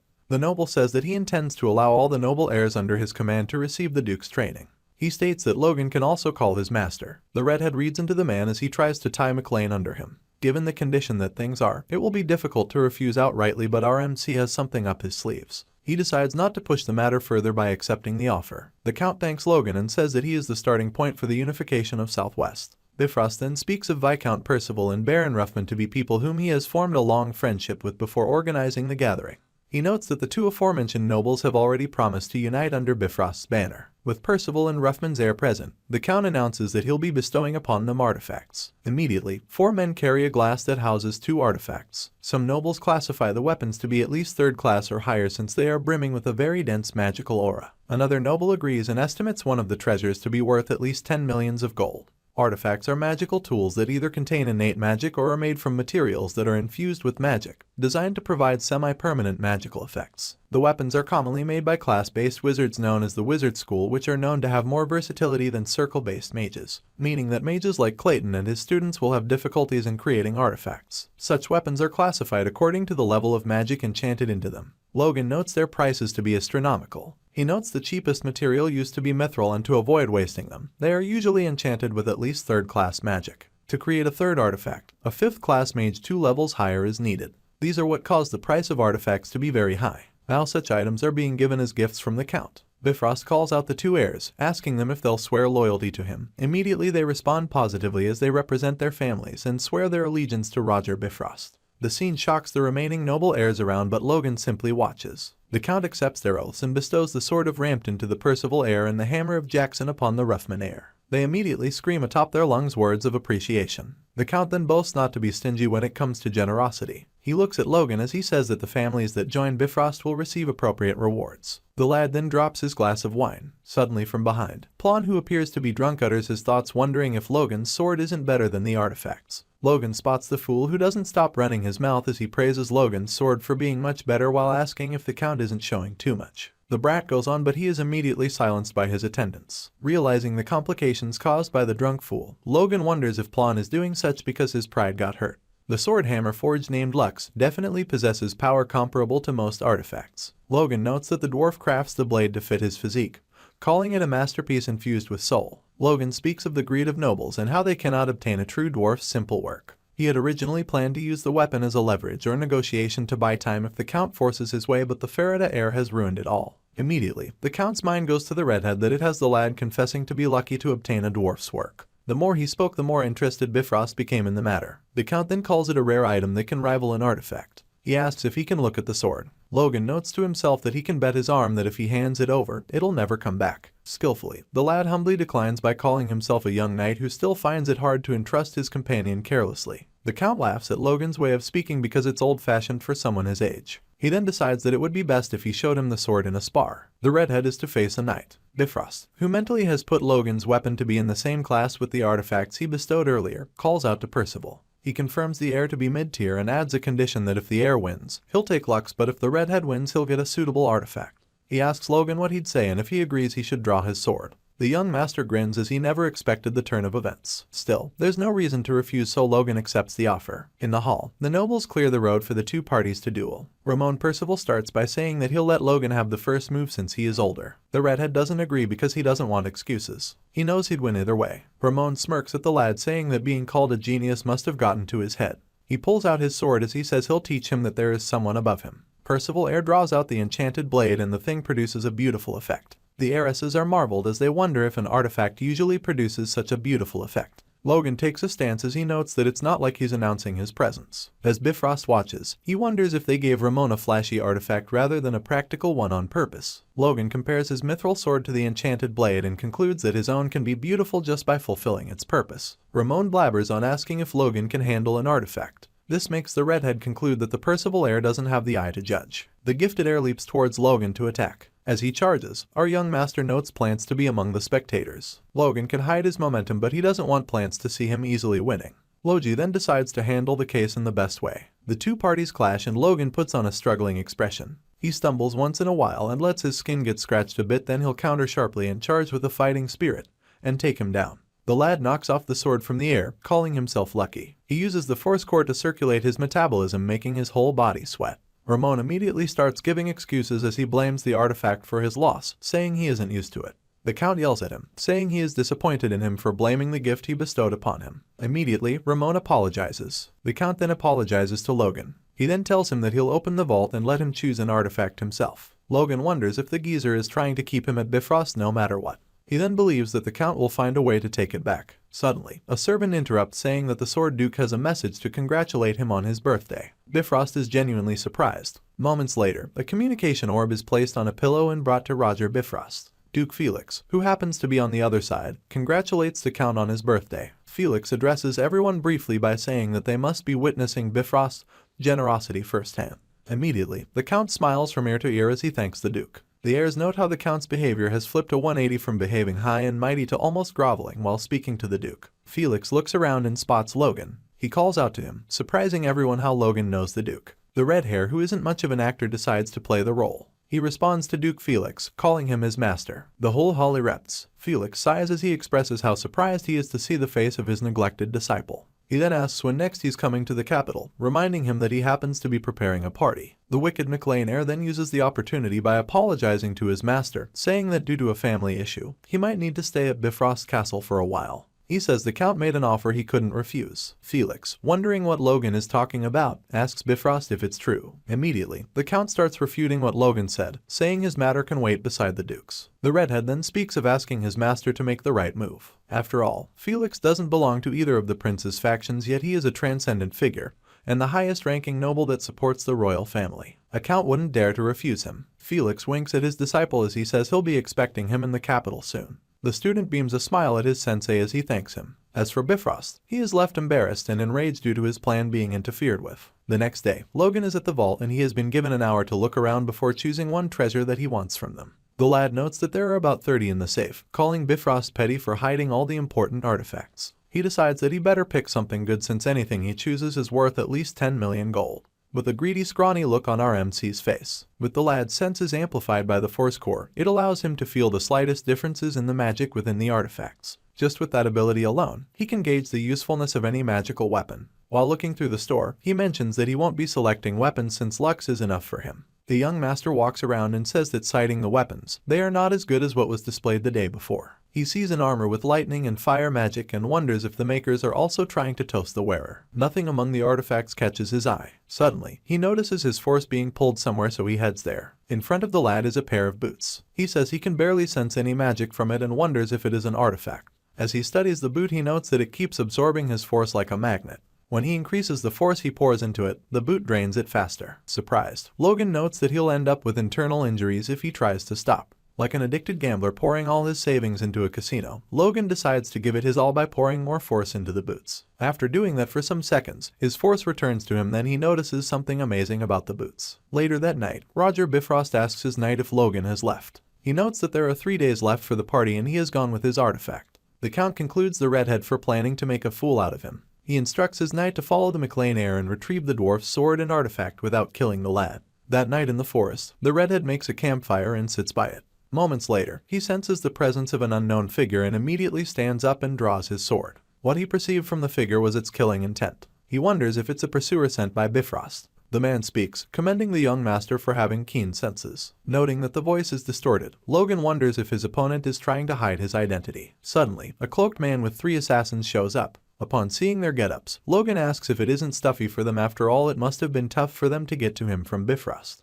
The hooded man signals to the assassins not to kill Logan. Immediately, they dash towards the lad with no time to spare. Instead of being worried, the young master grins as he takes a stance and charges at them. Like a bolt of lightning, he knocks them down, making them wonder how an intermediate knight can be so fast. The dude says it's good he chose the artifact boots. Logan recalls what happened at the vault. Back then, when the boots expelled the force he pushed into them. He thought it must have been a fluke, but upon putting them on, he saw their value. His reaction time has been enhanced and he can triple jump in the air. On top of that, the boots have self-mending and adjustable size. He concludes that the artifact was above the 4th rank. If he were to name them, then it would be the boots of the wind god. The assassins then ask the cloaked man for permission to aim for Logan's vitals since they can't surprise him on their own. Their boss can only click his tongue at their failure, saying they are embarrassed. He immediately appeared behind Logan with the force sword readied, and it had the lad noting the blade to be of silver force. Nothing has to tell him twice to parry for his life. An attack is immediately fired and the lad struggles to send it off. While gritting his teeth, Logan disses the cloaked man, saying that he never knew the title of Moonlight was earned through sneak tactics, referring to the figure as Sir Plants. Plants removed his hoodie as he commended Logan for exceeding his true strength, which he had hidden. He also commends the lad for the artifact he has hidden. Logan notes that the man has chosen to reveal himself since there's no reason to hide himself since his iconic silver force blade has given him away. The knight says he'll be taking the artifacts with Logan as payment for the lesson he is about to show him. The young master wonders what the man is talking about, asking him if he isn't embarrassed by his title as Moon Knight. The knight holds his sword like he is about to fire a pressure blade attack. While at it, he states that he intends to make the lesson he'll teach Logan a harsh one. He says he's grateful the child came so far. Logan notes the stance of the top-tier knight like he is holding a whip. Immediately, relentless pressure moves come flying at the young master. Surprised, he curses his luck for being spot on with his guess. The brat clashes against the force blades with his own, but he has been unable to reach Plants. Realizing that he has no choice, Logan makes up his mind to use everything he's got. As for the assassins, they watch in awe as their master spams the move, giving no breathing space. Logan curses as he doesn't land any blows even though he used the first and second forms. Immediately, he ducks for his life, evading a force blade sent flying at point blank. As he gets up, he says it was a close call and would have died if he had let his guard down. Plants genuinely asks him about the attacks he's been using against him. He doesn't believe it to be an artifact. He then asks Logan if they were the Duke's secret arts. Logan is frustrated since none of his attacks are connected. The lad gives a vote of thanks to his reflex and the boots of the wind god for helping him evade the attacks sent to him so far. His legs cower and he concludes that he isn't strong enough to take him yet. Despite the frustration of not being able to strike, Logan is kind of happy that he is doing so well against an advanced knight. The young master then yells at Plants, informing him that the moves he has displayed so far weren't from the Duke and he will be so kind as to give him a moment. He'll show him one of the Sword Duke's arts. The lad believes that he is still not proficient with the technique. Out of confidence, Sir Plants tells Logan to show him his skills. Young master notes that the knight's attitude will make things easier. Logan notes that he should believe in the boots. He mentions the secret art that he barely grasped a month after becoming a high-ranking knight. The redhead holds the sword tightly as he concentrates. He says that if he loses his sword and the boots, then he will ensure that he never holds a sword again. He closes his eyes as he gathers force. Immediately he opens them. Plants has closed in on him and is about to deliver a thrusting attack. He yells at Logan for trusting the enemy too easily. The knight fires off the attack, creating a huge debris. As he, waiting for the dust to clear, Plants says that such an impact won't leave Logan intact. Suddenly, he spots a golden force protruding in a large vertical format. He then sees Logan, whom he thought he had finished up, clenching a sword that is more than 2 times his height. The lad smiles as he calls out the technique name, third form of the divine sword secret. Immediately, force gather from beneath Plants, leaving him shocked. Logan gathers the huge force blade and sends the attack crashing on Sir Plants. The aftermath has the assassins worried due to the huge eruption of dust and smoke where the 2 swordsmen battled. The top-tier knight is later found lying with his back against the floor and his sword by his side. He coughs out blood as he mutters that he dodged the attack. Where he lay happens to be on the topsoil that wasn't burrowed. The old man said it would have been better to die together. As for Logan, he is on his horse dashing into the night. He notes that he let his guard down when Plants came dashing at him. That was the point he spotted a coin-sized hole pierced through the knight's chest, which must have been from the rippling divide. He believes the excited expression and the chatter made by Plants earlier was simply a bluff that he was unable to see through. Now he has confirmed that with his skills and treasures, he can defeat a high-ranked advanced knight. The dude looks super tired as he struggles to ride his horse. He eventually loses his balance and falls to the ground. The following day, Rick screams at the top of his voice as he sees Logan look tattered, nearly splitting Dwayne's head. The lad says that he dozed off while on horseback. It was noted that the young master's return caused quite a fuss in the McLean household. It was due to the heir who returned from Bifrost after 2 weeks looking unkempt. Fortunately for Bifrost, there was not enough proof to file a formal complaint against them. The incident looked like what would backfire, so it was quenched. Patrick stares through the window as he speaks to his son, who happens to be behind him. He says that he cannot bear to see his child's face. This is because Logan endured hardships, which is the fault of their family for lacking power. Logan calmly tells his dad that they'll be able to pay them back soon. For that purpose, the lad has to reorganize their forces. Ronian, who happens to be training, is splitting huge logs with a wooden sword using force. Logan tells him that there's no point in him coming since the war will end easily. The words that echo in Ronian's head are that he cannot allow his brother to keep treating him like a child, and he is also a sword of their family. The most regrettable part was that Logan had to face such humiliation in Bifrost. Logan commends his kid brother for working hard. He says the teen should take a break, then he finally introduces someone whom Ronian will be training with from that moment. The person happens to be Victor, one of the Knights of McLean. Logan asks if the armor fits the child and he affirms. As for Ronian, he studies the boy, whom he judges to be the same age as him. He wonders if the blue-haired kid is also a force user. Logan answers all the questions in little McLean's head by explaining that it hasn't been long since Victor awakened. The child has been spending time adjusting to his force. Logan calls Victor a good motivator for his brother. Confused by what the Lord of McLean refers to as training together, Ronian asks, but his brother says it's sparring. He asks if they'd like to have a go at it. Moments later, Logan signals the commencement of their training. Victor starts by thrusting a sword at Ronian's throat, but the redhead quickly evades it. Ronian notes the technique to be the Iron Blood Sword. He wonders if Victor truly has awakened the force. The child then clicks his tongue and vows to pay his opponent back. He coats his sword with force and slashes at the knight. Victor, on the other hand, evades by jumping several meters into the air. Ronian's keen senses help him out as he spots the human descending from above while readying a blow. The knight coats his sword also with force as he tries to finish off the heir's sibling. Luckily, Ronian evades it and the sword cracks the ground where it makes contact. Creating some sort of distance between them, Ronian calls Victor a monster. Logan, who had been watching the fight the whole time, couldn't help but burst into laughter. He finds it cute that his younger brother is calling the kettle black. Feeling embarrassed, Ronian takes up a stance as he vows to try his best. The bluehead smiles at his opponent, making Ronian do the same. They then continue with their showdown. As for Logan, he analyzes them and concludes they have good synergy. He notes Victor to have not only perfected the Iron Blood Sword but adjusted it to fit his style better. As for Ronian, he is a child who could outclass intermediate knights with his limited knowledge of sword styles. Now the child is moving freely. The big brother grins as he watches 2 different styles collide. the violent, free blade and the pure precise blade, noting that they'll reflect qualities they mutually impart to each other as they fight. The kids start using fists before long and Logan simply laughs at them. He notes that it remains 7 years until the War of the Empire begins, but as for the two brats, they'll be full-fledged knights in 5 or 6 years. He wishes Victor could learn the divine sword secret sooner but worries if he can trust him that much. Being the tactician that Logan is, he wonders if there's a way he can bind the Blue Knight to them. Later, Logan takes Victoria to meet Clayton, informing him that the girl saw the band of mana he emitted. Moments before, the young heir spoke with Rai to encourage her to learn things. That way she'll be able to find something that'll help her out. While they were in the maid's room, the little girl then asked if she could learn how to move clay dolls with a yellow string that she noticed coming out of a mage, shocking the redhead. Still in the backstory, Logan recalled trying to cheer the girl up since she looked down, but he never expected what he got.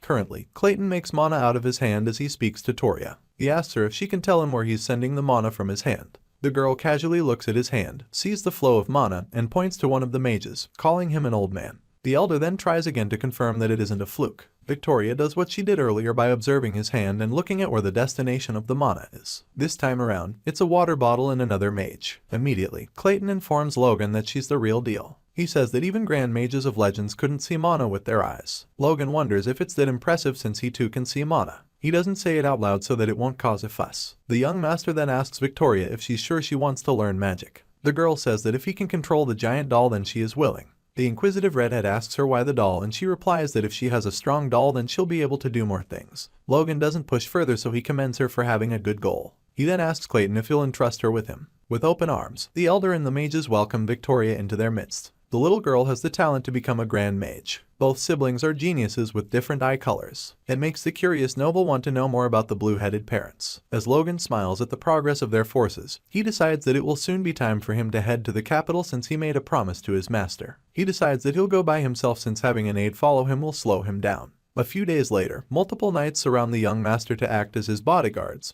They maintain a tight formation that makes him feel uncomfortable. On the way, Logan decides to order his knights around. He sends one of them to get him some firewood. He recalls how his father told him to get some attendants since it would be disrespectful to the Sword Duke. After being left with no choice, he sees Rick among the men and wonders why he is among them. As the servant feeds a horse, he asks the heir what the people would think if the heir of a noble family roams around without attendants. The sharp-witted young master exposes Rick's true objective, which is to see the Duke. Upon stating the obvious, Rick yells at him that no one wants to associate with him in the territory because he reeks and he needs to get married too. He blames the Duke for it and hopes he takes responsibility, having no choice but to bear with the complaints of his nagging servant. Logan notes that he isn't just going to the capital to see his master but to see if any variables related to the future arise and to establish a connection with the third prince. The current king, Samuel von Grandia, had no heir even into his late 40s, so he took in 2 concubines from 2 ducal families and had 2 sons. However, nearly 10 years later, the queen gave birth to the third prince at over 40 years of age. As time passed, the third prince grew into his early years and he shone with his outstanding martial talent and character, surpassing his troublesome older brothers, and was hailed as the true heir. Naturally, the king also favored the third prince, but the 2 ducal families allied with the first and second princes did everything in their power to prevent the third prince from growing.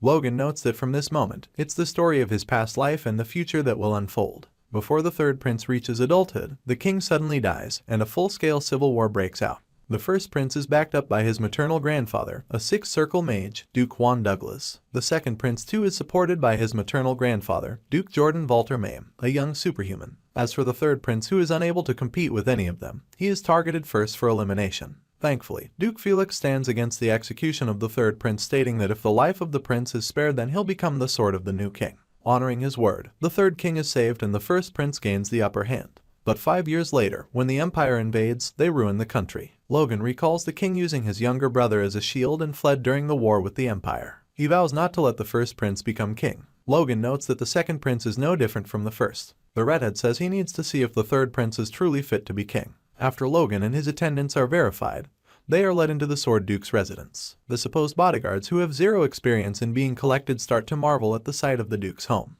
Rick, on the other hand, spots a fair maiden and asks Logan to set him up with her, believing that it will be beneficial for the House of McLean. The young master, who is vexed due to their disturbances, knocks some senses into the servant's head. As they walk towards the mansion, Logan spots a familiar face attending to the guests. He asks for the man's name and learns that he is Louis Hyon, the aide to the Sword Duke. This leaves the young master speechless as he recalls Louis to be the leader of the mercenary troop in his past life. He was a man who harbored ideals, unlike past loves Logan, who was driven by revenge. The lad notes the last day he saw him to be vivid in his memory as if it were the day before. He recalls the captain handing him another item along with the secret technique. As the young lord tries to remember what it is, Louis sees him and asks him what's wrong. He thanks Louis but calls him captain before correcting himself. He then blames it on lack of sleep. The aide immediately cautions him to take care of his body, and it makes Logan recall how Louis always said such in his past life. The dude notes to have cleared his head. As he follows the aide, he vows to make sure the mistakes of his past life do not repeat themselves. Inside the mansion, Louis escorts Logan, informing him that the Duke is present.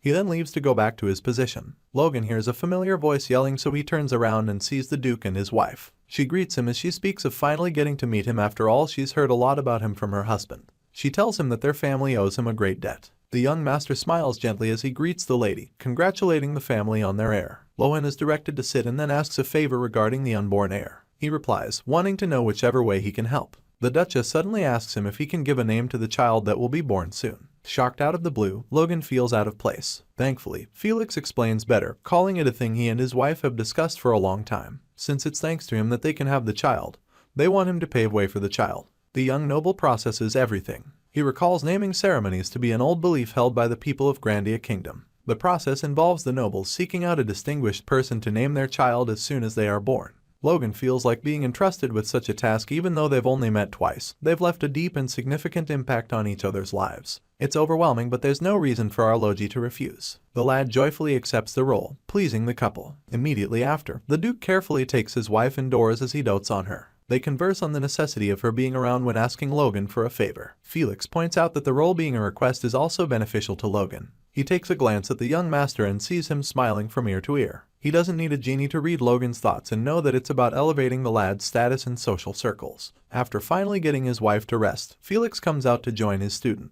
He then confesses not to be good with words. He asks that they speak with just their actions. The teacher looks at his student's aura and smiles proudly at how much Logan has improved in a short period. He takes the lad to a sparring ground, saying he wants to see his skills first and foremost. Logan immediately sprints towards his sensei and makes a swipe with his force-coated sword, but he cuts an afterimage. He then sends a wide attack which is easily parried by his master. He notes how effortlessly the master parries any attack. He grins at the fact that sparring with the sword Duke lets him test his limits without worries. Suddenly, Felix tells him it's enough, asking him what he is currently doing. The kid doesn't get the question, so he stares in confusion. Felix asks him again, wondering if Logan is giving his best. The lad disagrees and he is told to give it his all. The redhead notes it is their first master and disciple training, so he cannot afford to disappoint the Duke. He quotes his body with aura and passes it onto his sword. He then launches a move at the sword master. The sensei parries the move and they are engulfed in a bright aura. Logan, noting the attack he used to be the blue dragon strike, readily prepares himself and launches the golden sword strike. The aftermath of the techniques covers the area and most. Suddenly, he hears his master's voice saying how ridiculous. With the dust clearing slightly, Logan notices Felix behind him with his sword at his throat. The master then asks if he planned to fall after 2 attacks. The Duke hits the redhead on the knee and orders him to get up again, saying that exerting his energy recklessly isn't the best the boy can do. Logan wonders what kind of a monster his master is, since he called a powerful move that he used to take down the Moonlit Knight a reckless one. The child grips his sword tightly as Felix speaks down on him, demanding that he shows him his skills with all his might, saying he shouldn't disappoint him further. Logan grits his teeth as he says he'll show his master how serious he is. Immediately, he leaps a couple of feet into the air with his sword and prepares to perform the golden strike. Felix in return sighs as he sees that his student doesn't understand him. He vanishes as if sidestepping up to the point that the redhead cannot sense him. As the young master wonders where the Duke went, Felix suddenly announces his presence behind the lad and strikes him with the butt of his sword handle. The match goes on for a couple of seconds, but Logan is greatly outclassed and he is dealt with up to the point that he drops his weapon. The sword Duke then asks him if what he was shown is swordsmanship and if the kid was doing it right. Annoyed while gripping his hurting arm, the lad wonders what exactly his master means. The Duke finally dumbs it down for him, saying that Logan's skill level may have improved since they first met, but his swordsmanship hasn't changed. It has gotten worse. The lad's fundamentals are completely shattered. He continues by asking Logan if he thinks that pouring all his energy into a special technique makes strong swordsmanship. For the child to improve, he needs a strong foundation, and even if he manages to overcome obstacles through talent or luck, the next will be higher. The realization finally sets in and the redhead notes that he easily reached a higher level thanks to the talent and experience he gained from his previous life. After that, his focus was only on the divine sword and it caused a baseless pride to take root in his heart. Logan picks up his sword as the monologue continues, confessing that he made a foolish mistake because things went according to plan after returning to the past. This time around, he pleads that his master should fight him once again. He determined that he would start from the basics and refine his abilities. Moments later, the young master is bundled away by knights in a stretcher after being whooped into a coma. As he is carried out, Duke Felix notes to his attendant, Louis, that the art of swordsmanship is learned through the body,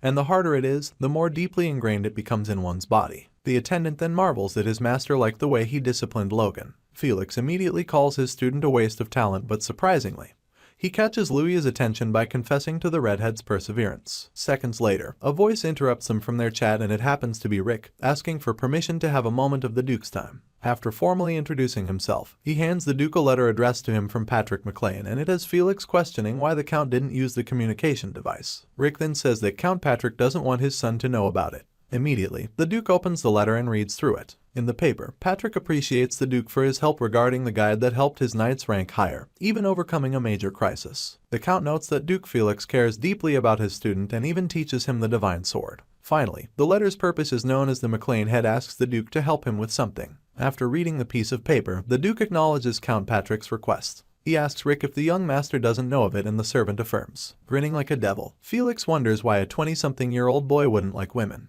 He then concludes that he'll do something about it. Immediately, Rick thanks the Duke profusely. A week later, after one of Logan's training sessions, Duke Felix tells Logan that they'll be hosting a party for him. He explains further, saying that it's a mess that an heir of the Count doesn't have a fiancée at the age of 21. The sword master breaks it to the child that he'll be finding him a partner. The confused lad wonders why his relationship life was suddenly brought up, since his main goal was to focus on training. Thankfully, Felix tells him that a good mind is essential for good training, concluding that he realized that after meeting his wife. In the redhead's mind, he worries about the civil war that's about to break out in a few months and wonders what the point of his engagement is. Logan then asks why he is being told about it, since it came very suddenly. In return, his sensei says that someone asked him to pair him up, gaslighting the kid that he also cares about his future. The redhead immediately asks if his family put his teacher on the task, and the Duke confesses. He explains that it's natural for parents to be worried when their grown heir is unmarried. Inwardly, Logan yells that it's meaningless, but he accepts it and asks that he meet his spouse-to-be, since there's no harm in wasting a day. Later that day, a gorgeous red-haired female is led into the mansion quarters with her attendant. She introduces herself formally as Eileen Floyd. Upon spotting her, Rick stands aback, acknowledging inwardly how beautiful she is. Even Logan looks very surprised. The servant notes inwardly that the lady looks too stunning for his master, referencing the indifferent Logan for reacting. Meanwhile, the lad notes that never imagined that his partner in an arranged marriage would be a power wielder. He looks at her closely and says that she's a wielder at the peak of the low level, almost reaching the mid-level. Still monitoring the 18-year-old, he recalls her name, remembering it to be one of the talented people from Grandia in his past life who tragically perished during the 3-year civil war. She was depicted to be the woman who single-handedly closed the inner gates and cut down 100 knights. She was the steel rose that bloomed from a ruined family, Eileen Floyd. While Logan is lost in his thoughts, Rick signals to the other attendant to leave the vicinity with him. The young master ponders, wondering if their case was an arranged marriage. They could use it as an excuse to tie her to the McLean family. The issue is he hasn't heard of a noble marriage happening within a few months after a single meeting. As he wonders what to do, Eileen studies him and confirms her suspicion about him not showing up voluntarily. She tells him that she's in the same boat and wouldn't like to waste time on meaningless things. As Logan apologizes to correct his weird behavior, Eileen moves closer to him, asking that they spend some productive time together. Flashback to Eileen's training being interrupted by her father. The Count informs her of a matchmaking meeting. The girl, being adamant, tells him that she isn't thinking about marriage, but her father, Robert Floyd, mentions that it's a recommendation from none other than Duke Felix Esperanza. Upon hearing the name of the Sword Duke, Eileen seems more interested in the matter, so Floyd goes on to explain that she'll be matching with the Duke's disciple, a boy said to be a rising talent although not known by many yet. The girl awakened her force at the age of 12. Eileen's first fiancé got beaten up by her and called off the engagement. This led to her sword training being strictly forbidden, but 2 years after her engagement was broken off, she beat up a qualified knight at another matchmaking meeting, proving she was already stronger than most knights. She was known as a maiden who beat up knights. Her family, seeing a golden opportunity like the one on the ground, decides to take it, believing that the Sword Duke's disciple may be the man who can handle his daughter. Presently, Eileen clasps her hand as she asks Logan to spend some meaningful time with her. She starts by saying that she heard he is the Sword Duke's disciple, so would he like to spar with her. Her expression while saying those words seems too earnest as she looks like she's confessing to her crush. Moments later, Rick and Eileen's attendant start yelling at the turn of events. The maiden's attendant asks her mistress if she's planning to beat up another potential fiancé, as she sees her folding her hair and preparing to spar with Logan. She warns her that her father told her not to do that.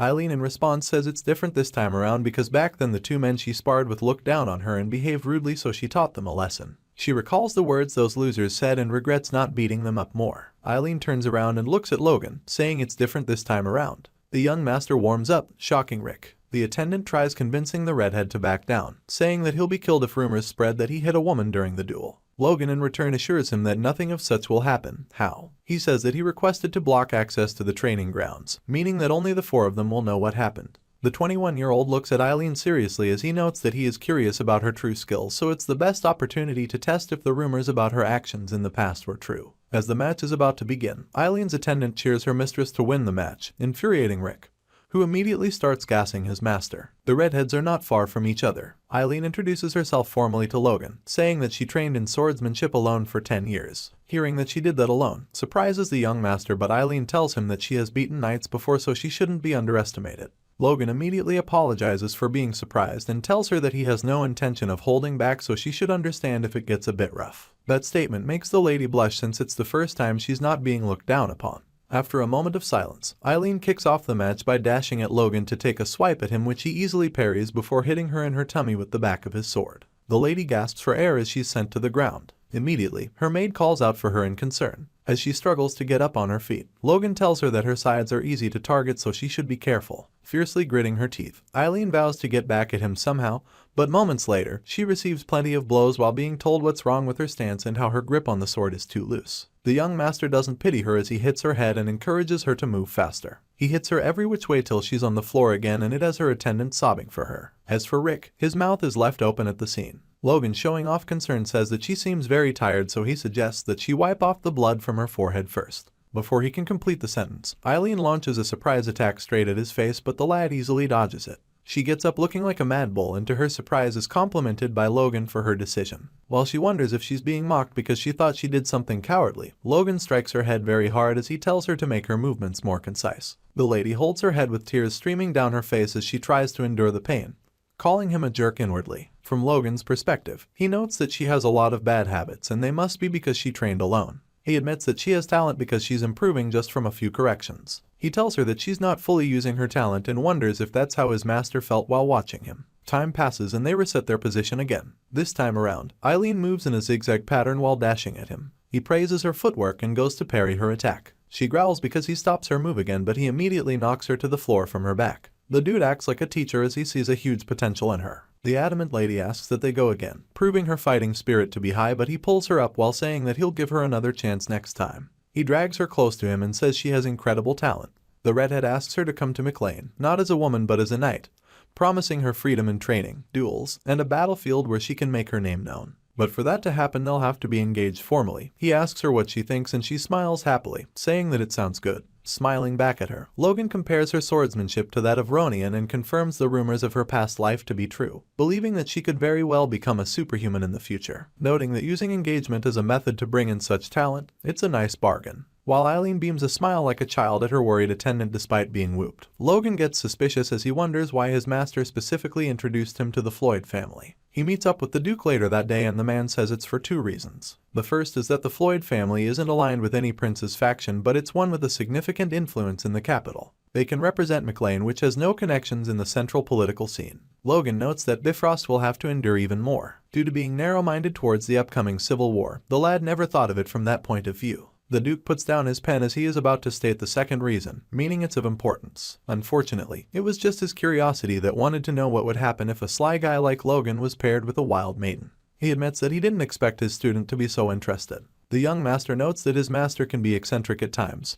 Thankfully, it works out for him. Back to the matter, Felix says that Logan blushed and it had him looking like his age. The Sword Duke gets up from his seat as he says the boy's expression was always so stern, as if he's carrying the world on his face. He holds the redhead's shoulder and says his expression doesn't look good and he doesn't have to bear everything on his own. He advises him to broaden his heart, trust the people around him, and relax a bit. He says it may sound foolish, but from what he has heard, Eileen might be able to give him some peace. Logan in return smiles at his master, but he notes that it is something only he can do. Felix cuts off his thoughts with something more eccentric. He tells him that it's not good to have kids too late, clearly stating from experience. The result of course makes the lad shout in surprise. Weeks later, Logan spars with his attendants. He yells at one of them to come to his senses. The redhead notes that so far he has been in the capital. He trained every day, sparred with his attendants, and attended meetings. He wonders why his guard's behavior has become more annoying since he arrived in the capital. The men look at him with hope in their eyes and it infuriates him. It all started when the attendants, about 6 of them, said they'd like to train with the Duke's Knights. They get their asses kicked and are informed that the Duke's Knights are of the intermediate level, and based on their standards, the low-level knights are still learning swordsmanship.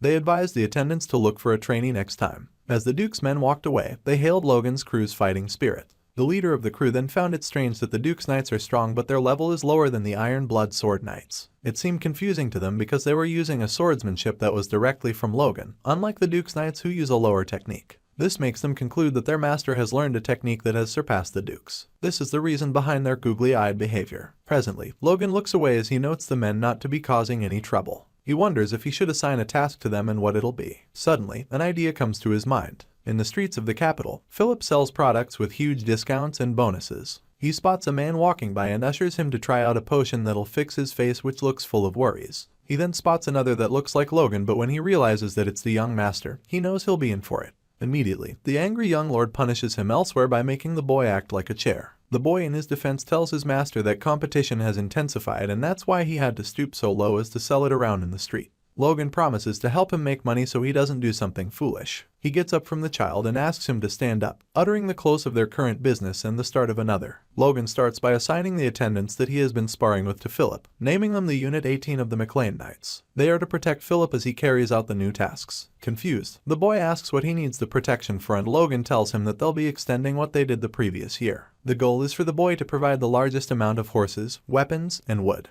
Upon hearing him, Philip yells at the young master, asking if he wants to start a new war, but Logan denies it, saying that he's merely preparing for an emergency. The lad freaks out, knowing fully well that whenever Logan mentions an emergency it'll surely come to pass. Philip then cuts to the chase and asks about the budget required. The redhead in turn tells him 30 million gold. Immediately, the boy asks to confirm if it's 30 or 40 million. As for Logan, he has an inner monologue where he concludes that after his battle with Sylvan, he needs more mounted archers, and with that, they can easily defeat lower tier knights. If they can succeed at that, it'll overturn the existing concepts in their continent. He lastly notes that if they do not reach the level of imperial archers he saw in his past life, they must build a force to match them. Philip does the math and starts by trying to discourage Logan since he doesn't understand how trading works. He explains by saying that horses do not just multiply overnight, so they'll eventually reach a point where they'll be scarce, and the marketers, upon realizing what is happening, will triple their prices. Logan then wonders if it was too late when he mentioned the task to him since he felt that they had time before the war. Upon hearing the master mentioning the war, Philip freaks out and starts pointing hands at him, saying he was indeed planning to start one. The Lord denies doing that, but Philip continues with the trade argument, saying that the prices will triple at least if he wants to continue with his plan. As the glasses kid tries to discourage his master, the redhead notes that it'll be fine for him to buy the rate twice their current price. With the child angry that his master won't back down, Logan makes a promise whereby if Philip can buy all the goods at less than twice their original rate, he'll throw him a bonus. Curiously, the child asks how much and Logan mentions 3% of the difference. The amount sounds whopping huge and the child gasps and immediately agrees to that. As for the soldiers around, they wonder if 3% is considered a big amount. The young master in turn notes that nothing is unattainable with money, since he managed to cajole the kid into doing his bidding. He notes that by fighting with the Sword Duke, he attained the key to swordsmanship and he also gained an unexpectedly talented person. Noting his progress to be going smoothly, he points out that there are still some mysteries that haven't been solved yet. First is the king, Samuel. The bad rumors about the empire haven't stopped, but there's no sign of a major war. Based on the lad's previous life, the king's death happened suddenly. Still hooked up on his thoughts, he is glad to be in his past and to gain his master's trust. What remains is meeting with the third prince, but it'll be too soon if he makes a move since it'll be suspicious. He plans to return with Eileen the day after his master's child is born. Days later, Duke Felix tells Logan that his majesty is calling for him so he should follow him. The confused lad wonders why the king would make such a request. They reach the palace gate and the Duke's identity is verified, so they are led into the castle. As they walk toward the castle doors, Logan is troubled since he can't wrap his mind around why he has been summoned. After all, he's the heir of a rural baron. Felix sees the child's countenance and asks him if he's pressured. He tells him not to worry since his majesty just wants to see his student. The king likes talented people and the audience will benefit Logan, not harm him. The redhead finally calms down. He looks at the palace known as Grandia and calls it a beautiful palace, a masterpiece that cannot be destroyed and was even turned into the governor's residence after the Empire's war. The castle became a symbol of a kingdom that was internally suffering as much as it was beautiful. He notes he mustn't let such a future happen again. The two enter the palace and walk towards the seated king. They kneel before his majesty and Felix greets his friend formally, even though the king has always told him not to be formal with him. The duke in response says that he must do what is needed to be done so that others must follow suit. King Samuel loves the response and tells them to raise their heads, stating that he wants to see Felix's student's face. Logan raises his head and finally sees the king face to face. Logan notes the old man seated before him to be King Samuel von Grandia, the man who will be known to upcoming generations as the incompetent king. The lad studies the king to be of good health, and if he had shown any sign of illness in his past life, a successor would have been chosen and a civil war wouldn't have broken out. With the way things are going, it's fine. The king laughs as he indirectly says the child has enough balls to stare at him head-on since he hasn't met anybody capable of doing such. Immediately, the child apologizes and looks downwards, but the king tells him that it's fine after all, his teacher was excessive in matters like these, so he doesn't need to learn everything from him. The king says he likes ambitious young men. Felix, in response to that, starts mentioning Logan's feats for him. He says the child will be a pillar of their kingdom. The recommendation alone from the Duke seems like a huge feat, as it has the king saying that he is worthy of being his student. King Samuel then asks how they met, and it led to the Duke narrating the whole ordeal to him. After the tale, the king laughed and confirmed the name to be Logan and thanked the boy. Confused, the redhead asks why he is being thanked, and the king in return says that he feels indebted to his friendship with Felix since the wound caused such deep guilt in him that he couldn't dare talk about it. He simplifies it for the lad by saying that he lifted a great burden from his heart by relieving Duke Felix from his pain. This is why he thanks him. The next thing that happened is the Duke thanked His Majesty and the friend did the same. King Samuel calls Logan closer and offers to give him a royal bracelet. Felix couldn't help but speak up to stop the king from doing so since it was a relic. He says he'll personally reward the redhead. From where Logan stands, he can tell that the bracelet is filled with intense magic, and simply from a glance one can tell it's of the 5th level. King Samuel totally removes it and points it at the lad, beckoning him to take it before he changes his mind. Of course, our MC takes the ornament without hesitation. Immediately, Felix scolds him not to accept the gift without hesitation, but the king asks the redhead if he takes the gift as something excessive. Logan in return says that he will use the bracelet with the care it deserves. The king then laughs at the child's response, mouthing that the child is braver than his master. He hopes that the gift will lead their good relationship towards a bright future. King Samuel asks that the child continue to respect his teacher and work for their country as his teacher does. Logan quickly notes that he isn't sure if he'll be fighting for the country or for himself in the future, but one thing he is certain is that he'll definitely stop the empire. He immediately answers the king, who surely does as he wants. After the party leaves the palace, Felix suspects His Majesty to have become softer since he wasn't a man of many words. He said that the king's desire to see Logan worried him so much that he thought he had another agenda. Logan calms his teacher down by saying that if anything were to worry His Majesty, he'd tell him first and foremost. Since he hasn't said anything, there's nothing to be worried about. This softens Felix's heart and he confesses to have grown old. He says he worries too much, and one of them is the fact that his child has taken the family's treasure. The Sword Duke calls the ornament the Bracelet of Renewal. It is an artifact that contains high-level healing magic. He continues saying that the artifact is very powerful because it holds only one spell, and it is likened to a holy spell from a high priest. The redhead stares at the bracelet in awe as he notes it to be capable of turning a mortal wound into a simple injury, calling it the greatest healing power in magic. The teacher happily says that he feels at ease now that he has obtained the treasure. The child starts to thank his teacher for granting him the opportunity, but the man cuts him short by smiling cynically like a demon and telling him that if he works himself to death, the bracelet will heal him, so he should prepare from that moment. The child is shocked as he realizes what it means, but he quickly recovers, accepting that it is a time for growth. He then tells the Duke that he'll do his best to live up to his expectations. He believes that the more he suffers, the greater the results. Days later, Logan finds himself battered on the ground after having the Duke beat lessons into him. Felix shouts at him to get up immediately. A servant runs towards the lord of the house, calling his attention. It has almost been a week since they met the king. As soon as the servant whispers some words to the Sword Duke, the lord's countenance changes as he smiles happily with tears streaming down his eyes. The awaited time has arrived. Finally, the Duke has been blessed with a child. During the naming ceremony, many important figures are present, including our main character. The child is said to be a girl. Nevertheless, the ceremony was nothing short of splendid. The young master, who has now become an important figure, is being greeted by people from far and near. This is all thanks to the Duke. The new father looks so cheerful as his daughter tugs at his beard. Suddenly, a report comes in that the bishop from Grandia will be attending the event. Shortly, Bishop Crimson Marion enters the event and congratulates Felix on his new child. The Duke thanks him for showing up since it's an honor. The bishop said he couldn't send anyone but himself after all the pillars of the country had been born. Logan notes that the nobles on the continent usually receive the blessing of the spirit when their children are born. Among the 9 spirits, the blessings of the spirit Agna, the spirit of trees and life, is the blessing all parents hope their children receive for their health. Now that the blessing comes from a high priest, like the bishop, the Duke cannot help but smile. Moments later, the family is with the bishop as he prepares to bless the child. He picks up the baby and chants the blessing, raising the child in the air. Logan confirms it to be holy power. It is closer to a blessing and fainter than mana. The priest concludes that in the name of Agna, the spirit of life, he blesses the new child of the Esperanza family. Suddenly, a bright light covers the baby and the people start congratulating the Duke. They chorus that the child would be great since they witnessed a bright power. As for Logan and the priest, they notice the holy power bouncing off the child's body. Well then, once more, we're at the end of the latest available chapter of this manhwa. If you want to see more, make sure you tune in when more chapters are available, because I'll be sure to cover them on the channel. And as always, if you're new here, please consider subscribing so you stay notified for future uploads. Until next time.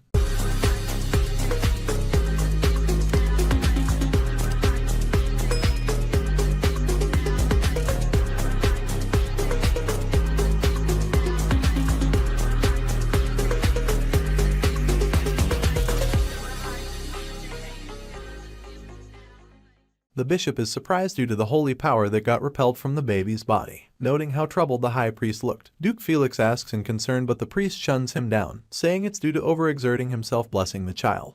After all, it's been a while since he tried something like that. He quickly excuses himself and leaves their presence. The Esperanza couple in turn wondered what really happened, and Logan suspects the child to have a unique constitution that resists the supernatural ability. He still feels unsettled. Moments later, a familiar man calls out to the young master, and when he turns around, the redhead sees that it's none other than Count Bifrost. The old man says that the lad looks healthier than he expected. As if he had been expecting the comment, Logan responded that it's thanks to the Count that he looks so healthy. Noticing the redhead as bold as ever, Bifrost gets mad and breaks the glass of wine he held while talking to the lad, startling the people nearby. The boy doesn't even budge an inch. Instead, the Bifrost apologizes, blaming it on his age. Thankfully, a servant shows up and quickly offers him a handkerchief. As the Count wipes his fingers, he tells Logan to consider himself lucky to have become the Sword Saint's disciple by chance. He says it's thanks to the fact that the boy has attracted the attention of important people. Bifrost once again calls Logan a lucky guy while pushing the napkin on him. The lad doesn't deny the influence of Lady Luck in the course of his life, noting Bifrost to be childish. The Count then says that he hopes the child will keep up his insolent attitude even when meeting someone important. Surprised, Logan asks who, and Bifrost says the name, Romain von Grandia. He says the second prince wishes to meet with the redhead and hopes he accepts the invitation. While all this blabbering goes on, the young master uncovers the message to be a threat that'll claim his life if he doesn't take the second prince's side. He calmly says it'll be an honor to have an appointment with the prince and he'll consider the offer very carefully. Getting irritated by the lad's mannerisms, Bifrost explodes, asking Logan if he'll be taking the prince's order as an offer. To his surprise, Logan walks close to him saying it's still an offer. He leans towards the Count and asks him if he'd like him to go with his master to the opposing side. While saying this, he puts the napkin in Bifrost's breast pocket. The Count can only clench his fist and promises to arrange a meeting for the two parties. He turns around to leave and says lastly to the McLean heir, warning the lad that he'll pay an unimaginable price if it is a trick. Logan smiles back to annoy him as he calmly says that he'll be waiting, noting that the Bifrost and the second prince can't do anything, and when the civil war starts, no one will have time to care about someone like him. With Logan's plan to delay the meeting till before the start of the Civil War, he watches as the Count angrily throws the napkin to one of the servants. While studying the Margrave, he finds it pathetic for a man of such title to be reduced to the second prince's messenger. He then spots a huge man at the far back whom the Count walked up to and wonders if the person is the one Bifrost is acting under. He watches as the Count explains to the man and notes him to be the Blazing Sword, Jordan Balterman. He is one of the 3 dukes in the kingdom and a superhuman aura user. The man happens to be the second prince's maternal grandfather. Duke Jordan spots Logan and immediately turns his head away, making Logan agree that he isn't important enough for the man. After all, who they want is his master. Suddenly from behind, an older man speaks to Logan, telling him that it'll be wise to make a careful decision. Turning around, he sees that it is none other than the Count of Kairos. The man smiles slyly at him, noting it to be a while and referring to Logan as his nephew. He holds the redhead's shoulder as he compliments him for growing so well and doing him proud. Immediately, Logan interjects by asking who he is, using the word family elder. The young master has an inner monologue, explaining the Baron in front of him is his mother's elder brother and the heir of Kairos, who is an ally of the McLean family. He denies the man ever being his uncle and remembers how the man rejected him when he was little, asking him to maintain some boundaries. Presently, the man familiarizes himself with the little lord, trying to establish their relationship, but the redhead reminds him that their relationship has been severed, ever since he abandoned the McLean family during the territorial war. Despite Logan pushing the man away, the Kairos heir still stood, ready to apologize and mend their broken relationship. He tried being manipulative by saying that Logan could not just demolish their relationship after the support he provided for them for 10 years. Unfortunately, the young master didn't buy it and it raised a big issue, so his uncle is left with no choice but to look for a way to buy himself out. as the man notes Logan to be bold because of fame. He says the lad's reckless nature is still the same and feels like he can persuade him easily. The Kairos heir accepts that it's a bit late to apologize, but he still does so. As for Logan, he nitpicks on the man that has him asking the redhead to name anything he desires. He brings out a check while asking if reconciliation isn't better than seeing family again. Logan, noting it to be a blank check, smiles smugly like a man who rigged the lottery for himself. He then pokes the Baron with a huge question, asking if he truly came to apologize and won't say anything else if he accepts the compensation. The uncle grits his teeth as he bows his head while saying he'll grant anything the lad wants, and he looks forward to their future. Noting the Kairos head, who isn't remorseful in any way to be able to stoop low, Logan notes that there must be pressure from higher up. He spots Duke Juan Douglas, the maternal father of the first prince, the man who happens to be the only sixth circle mage in their kingdom and an opposer of Duke Jordan. Noting how the dukes can toy with the wealthiest nobles, Logan plans a task for his uncle. He tells the man to raise his head, addressing him as a family elder. He then says he has a small favor to ask him. The eager uncle quietly listens to what Logan has to say, and as soon as the nephew whispers some words into his ear, the old man starts sulking. The lad laughs heartily as he says that if his uncle manages to pull it off, then meeting the first prince won't be troublesome. The man agrees sorrowfully. Suddenly, an announcement rings out, informing the people that it's time for the main event. Lefman, who happens to be the vassal of Duke Felix, reads through the paper that he'll call the person who will name the child. Seeing the name, he doesn't believe his eyes, so he glances over at the Esperanza family and gets a confirmation nod from them. Lefman calls out Logan McLean, the Sword Duke's disciple as it is written. Seeing the redhead walk to meet the Esperanza family, Lefman worriedly looks at him, wondering why he is conducting the naming ceremony. Logan holds the new member of Esperanza and notes her to be full of vitality. The child happily wiggles in his arm, and seeing such a cute thing, the lad confesses to forgetting the names he prepared for her beforehand. On the spot, he bestows the name Stella on the baby girl, explaining to the audience that it is an ancient word for star. He believes that she'll become a brilliant light illuminating the night sky. The Esperanza household kindly accepts the name, and immediately, everyone claps. Logan notes that he still feels uneasy about the burst of holy power, but seeing how cute the baby is, he smiles genuinely for the very first time and overlooks the situation. Days later, after the naming ceremony, Rick happily barges in holding plenty of letters from nobles addressed to his master, who happens to be practicing. The invitation letters started ever since Stella's naming ceremony. Shockingly, Logan tells the servant to leave them in his room and he'll reject them. As the boy wipes his face with a towel, he tells Rick that it's time to return to their territory, noting that the civil war is around the corner. Logan notes that it's a shame he couldn't meet the third prince in the end, but he'll need to return and prepare quickly. He then recalls the message Dwayne gave him about their territory. The House of McLean seems to yield a profit over 20 times its annual budget. Their yield alone for the first year will cover for 3 to 4 more years. The lad quickly wants to confirm it with his eyes. Suddenly, a voice calls out to him, asking if he plans to leave. Logan sees that it's his master, and the Duke tells him to stop with his training, claiming that he has one final technique to show him. Moments later, the two knights are standing, and Logan expresses his surprise at the Duke's decision to suddenly pass on a secret technique. While conversing, Logan learns that the secret technique happens to be an ancient one, and from the looks of it, it happened to be a technique Duke Felix once looked down upon.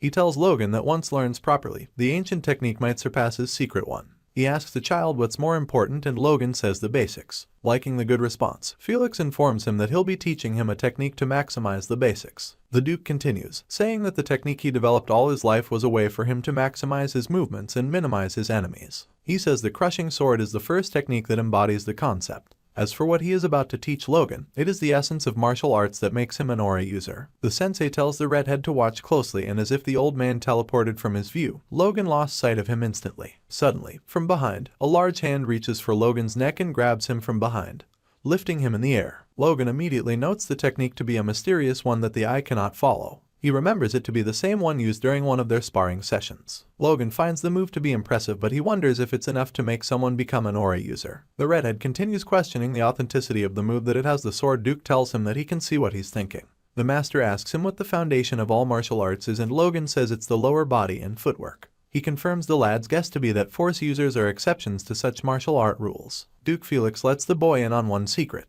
He says that the reason why he is rated higher than other aura users in their kingdom is because of the ancient skill known as Phantom's Shadow. Although still skeptical, Logan agrees that it's worth learning. Seeing his student's behavior, the Sword Duke reminds him of his struggle against the Moon Knight plants. He says that if the child had known the technique, he wouldn't have had trouble. Logan, feeling triggered by his sensei's jab, agrees to learn the technique. Hours later, commands are being yelled at the poor boy, who happens to be doing fairly well for someone just trying out the technique on the very first day. Inwardly, Felix praises Logan for his improvement and thanks the heavens for giving him a student after a couple of years he's been on the search. Outwardly, he gives Logan an earful as he strictly barks commands at the lad. Luckily, the boy didn't complain but instead tried his best to improve. The sensei notes that he doesn't want to praise the boy excessively since it's a poison to growth. He finally tells Logan to stop after a couple of while and praises him for internalizing the skill. After spotting the look on the lad's face, he asks him about it. Logan in turn speaks of the move, praising it to be a good move which has greatly enhanced his speed, but he feels like it isn't a technique made by a knight.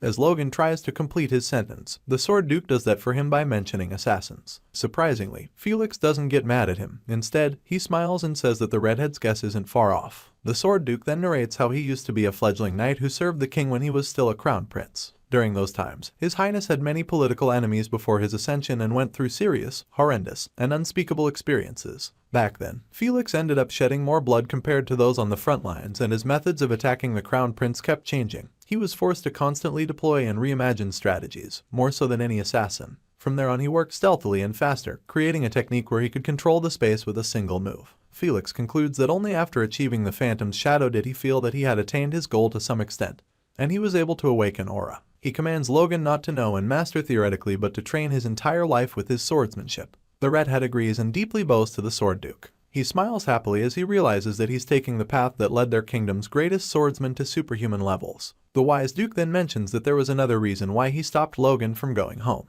He says that the third prince wishes to meet him. The surprised McLeanair can only look bewildered. Later that night, two cloaked men move around the capital. They leap so high and travel at insane speeds. On motion, Logan asks his sensei if he was taught the Phantom Shadow for that exact mission, and the Duke replies haphazardly. They finally arrive at an abandoned house on the outskirts of the castle, and it is Logan worrying about the lifestyle the third prince lives. To his surprise, Felix opens up a door that leads to an underground staircase. As they descended, Logan wondered if they needed to go through all these procedures because of him, and the Sword Duke says that the prince has eyes watching him. He also mentions that it's not every day one can get to see his disciple. He then asks the redhead if he has heard anything about the prince. Truthfully, the lad says that he heard a rumor about the prince being the only true heir to the throne. Immediately, Felix laughs and warns him not to go about saying it around since it could lead to trouble. They finally arrive at a door and the Sword Duke knocks before announcing his name. Immediately, a voice tells him to come in. Felix then opens the door and he enters with Logan into the room. The Sword Duke greets His Highness, noting it to be a long while, and likewise the prince. Upon spotting the man behind Felix, the prince asks if he's the Duke's disciple. Logan immediately introduces himself as he kneels before the third prince. He notes that he can finally judge for himself whether the third prince is fit to be king. While being served tea, the third prince praises Logan for becoming a knight at his young age. In return, the boy humbly says his accomplishments were only possible thanks to his master. Teasing him, the prince praises Logan to be on a different level than him, and it causes the redhead to spill his tea. Quickly, the lad refutes how he downplayed his achievements, and the prince tells him that he's only messing with him. He starts by saying he has heard much of Logan's heroic deeds, not only his strength. The prince mentions that Logan saved his family from a crisis and expanded its influence. The royal says Logan's talent deserves the hero title. The redhead immediately thanks him and fears the extent of the third prince's connection, since he's able to know about the affairs of a minor baron from the outskirts. Logan seems uneasy, but the prince clarifies himself that he did a little digging after the Duke spoke highly of him. He asks courtly if he wasn't intrusive, and Logan affirms. The lad notes that he only expected the third prince to be a bit better than the first and the second, but he might exceed his expectations. Moving the conversation forward, the prince informs Logan that the fate of their country is currently in grave danger. He continues saying that the nobles have split the nation into two, with each side fighting to consume the other half. Although there hasn't been any direct use of force yet, he believes the situation is like a bomb, waiting to go off at any moment.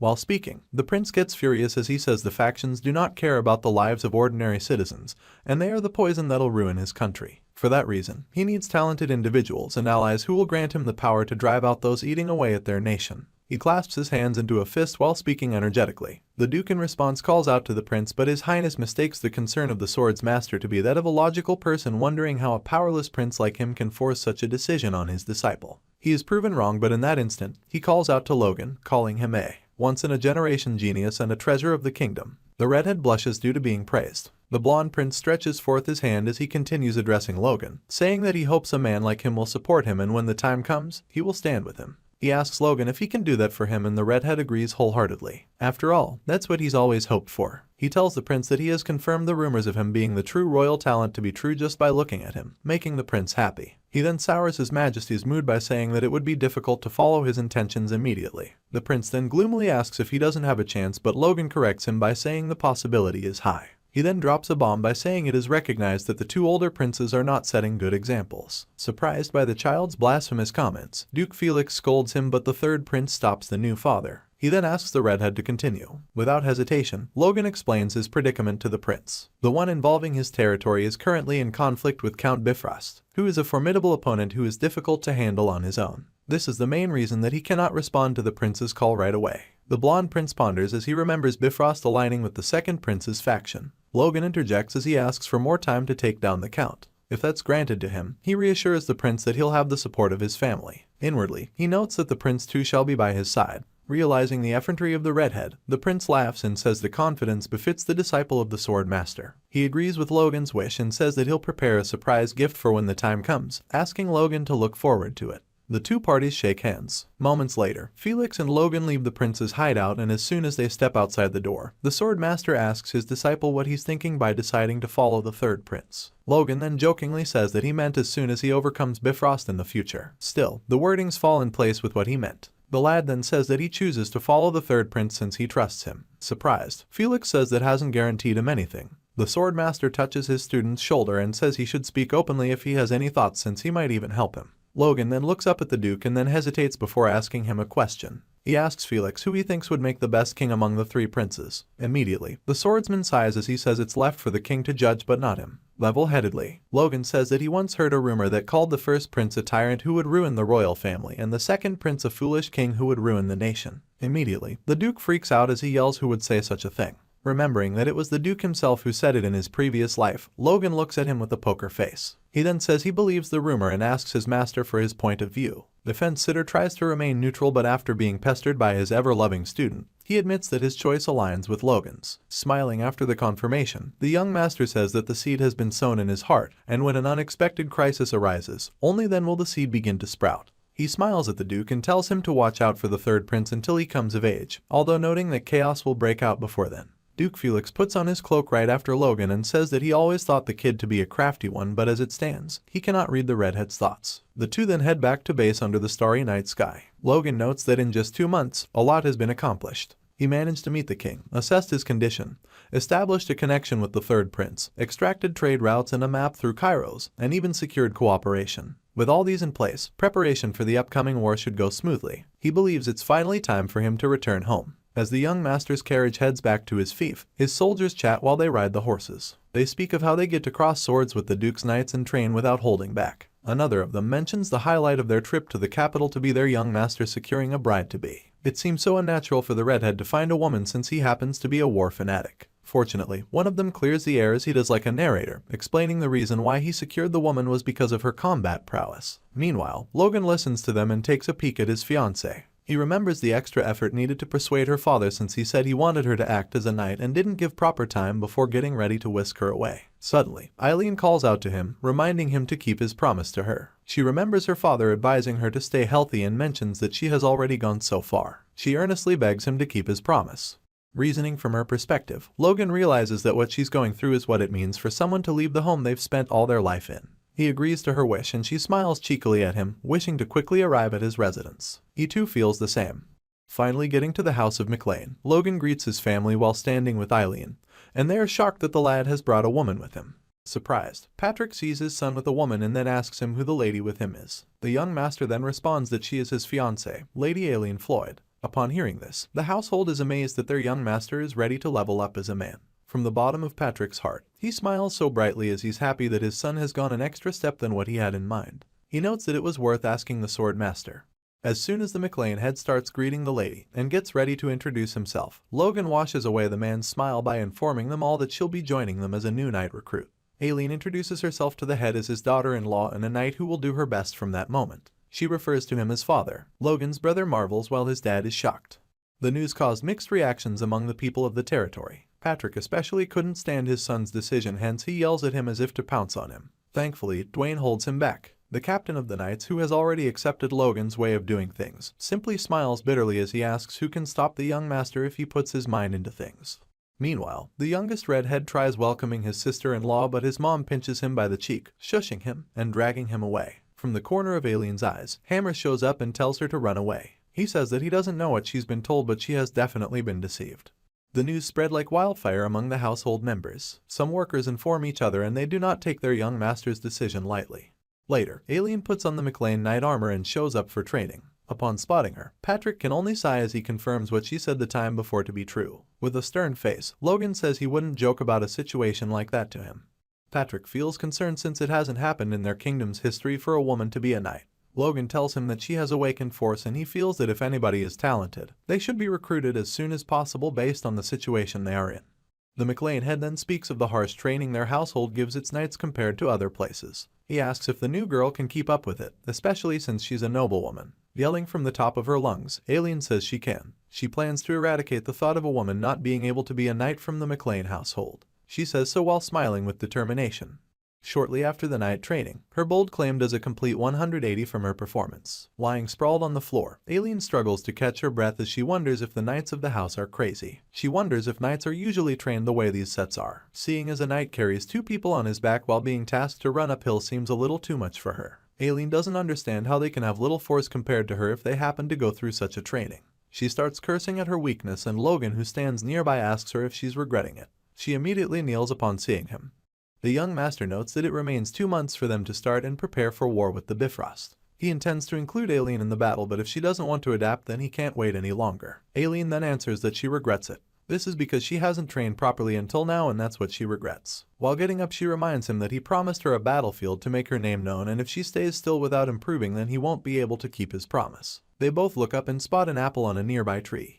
Alien says that she'll earn her reputation as a knight with her hands. Logan in turn smiles at her and hits the tree with the side of his fist. He says he'll do his part to prepare a battle for her where she can shine. The action he did caused the apple to fall into his fiancée's hands. She then smiles as she looks at the apple. He gives her a command and asks her to push through the finish line.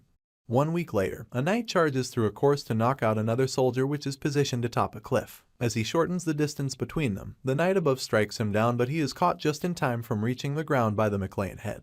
The man calls out his name and notes that he has been disqualified. One of the knights on standby expresses to his fellow colleague that the current training they're doing is more intense than the ones they've done so far. He wonders who came up with it. The other one mocks him as he expects him to know the answer. It was definitely their young master.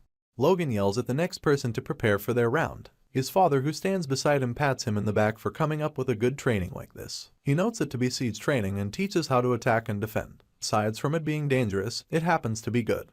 The next person happens to be the redhead's fiancée. She is ordered to go for it and immediately leaps to action. She climbs the cliff and charges right at the soldier above her. The soldiers watching her note her speed to be top-notch, but they conclude that it's of no value, especially when the advantageous person is the knight on top of the cliff. They feel that the way to overcome such a disadvantage is to move in numbers.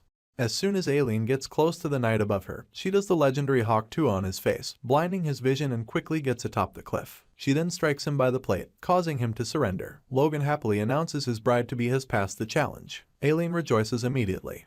Patrick looks at his son awkwardly as he asks to confirm if his fiancée was a daughter of a noble due to her underhanded means of winning. He then acknowledges her to be impressive. Logan, who wants to hear more, asks to confirm if his father is praising her, and the man admits it. After all, she has been keeping up with their intense training and her swordsmanship sense is remarkable. The other knights wonder if it's allowed, and some of them plan on deploying the girl's tactic. She needs to be told not to deploy such tactics since it's a bad influence on the others. Logan, who happens to be smiling at his father, notes inwardly of their progress with the training and the supply preparation through his uncle to be going smoothly. Currently, there's only one thing left. The redhead calls his father's name. Looking sternly at him, he says he has something to discuss. Days later, Philip is called into the McLean estate and starts doing his job. He calls out to a fellow admin called Rugel and tells him that he just checked the warehouse, discovering there's a lot of unused space. The fellow admin could only scratch his head as he is being advised by the boy that the unused space can be used to cut costs and extend storage time. Embarrassed, Rugel sincerely thanks the boy in glasses. As for Dwayne, who seemed to be carrying a pile of papers, he is called by the nerd and told that there's a slight issue relating to the town maintenance costs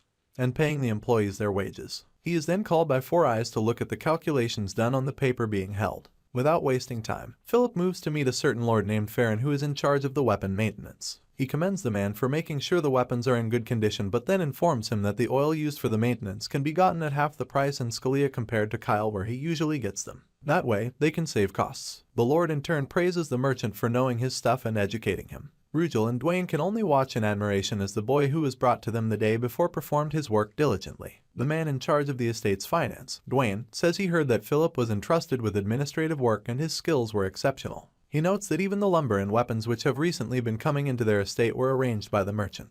The inquisitive financial officer then wonders what their young master is planning to do with all the resources. He notes that whatever it is, it can only mean one thing. As if the two adults were in sync, Patrick, who was called to a separate place by his son, yelled once he found out that they were preparing for war. The man can only his head in agony as he wonders the kind of son he brought into their world. The son, who is taken aback by his father's behavior, can only watch in silence as his dad asks him if he is saying that Bifrost plans to invade them. He quickly refutes the argument by saying that they are the ones who will start the war. Shocked, Patrick's exasperated expression changes from having his mouth wide agape to his veins popping out on his forehead. He clenches his fist very tightly as he tries to speak calmly to his son, asking him to first tell him the reason they'll be attacking Bifrost. His already terrified son is surprised that the McLean head is letting the matter slide and he hasn't been hit. Logan explains to his father, reminding him that the reason Bifrost hasn't invaded them so far is because of their master, Felix. He then asks the old man how long he thinks their patience will last. Looking stern, the McLean head says that they can strengthen themselves until then since they are still weaker than Bifrost. Logan, however, does not agree with him there. He says that if he were in their opponent's shoes he wouldn't wait until then. As he clenches his fist, he tells his dad that it has to be now. The wise old man, upon noticing the boy's impatience, asks him if he knows something. The heir's face remains serious and it causes Patrick to ask his son to tell him what he knows. The lad then pauses and looks down shortly before asking his father a simple question. He says if the king of their nation is about to die and he knows when it'll happen, would he believe him? Immediately, Patrick fearfully asks as he points to his son if he's involved in treason. The little redhead then yells in return, stating otherwise. Rather than defending himself and still on that topic, he decides to be hypothetical. Logan makes up a scenario whereby their king dies and asks his father what would happen. The geezer thinks about it and concludes that there will be problems with the succession to the throne. Logan agrees with him and says that the conflict between the first prince and the second prince will intensify. He states that Bifrost supports the second prince as one of his major backers, so he asks his father what will happen if they go to war with Bifrost after the succession of the power struggle has started. Immediately, the man concludes that it'll look like they are picking a fight with the second prince. Agreeing with his father, Logan says that if they want to fight without interference, the only time to do so will be before the king dies. He imagines a scale whereby Bifrost is tossed from one of the sides, noting that when Bifrost collapses, and the balance between the two factions tips in one direction, he'll place the third prince at the center of the civil war. His father brings him back by saying he understands his reasoning.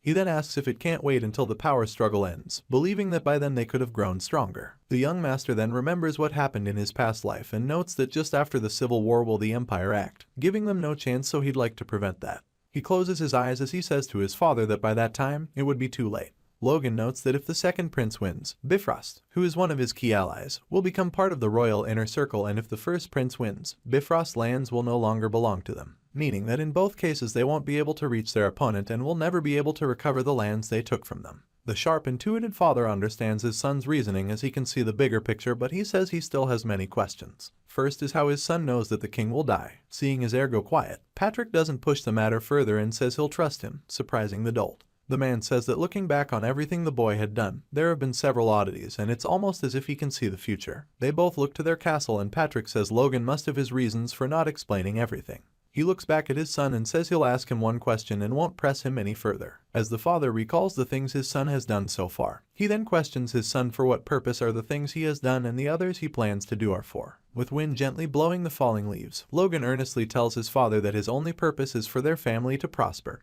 And that would be all. This makes the old man smile at him as he says he'll trust him. He then tells his son to leave the persuasion to him regarding the retainers. The confused boy wonders if the man will be alright on his own and offers to help, but his father cuts him off, calling him a fool. The man asks if he's already treating his father like some useless old man, even though that's not what Logie meant. Patrick then reassures his son while beaming a smile to leave things to him. He says it's what he can do as his father. A few days later, the McLean had summoned all the retainers of the family. In the table discussion, the oldest redhead slams his palm on the table as he says that on the last day of the year, they'll start a war. Logan stands behind his father formally and watches as the retainers start yelling in complaints to the shocking news. As for Darwin, he has his hands on his head after realizing his guess to be accurate. Their reaction was only natural since the estate had just begun to recover. However, Patrick did not yield to their worries and complaints. Instead, he reminds them of the humiliation of losing their lands and status, then he finally informs them of the assassination attempts directed at him and his son. All the knights present can only grit their teeth as they try to control their anger towards the count.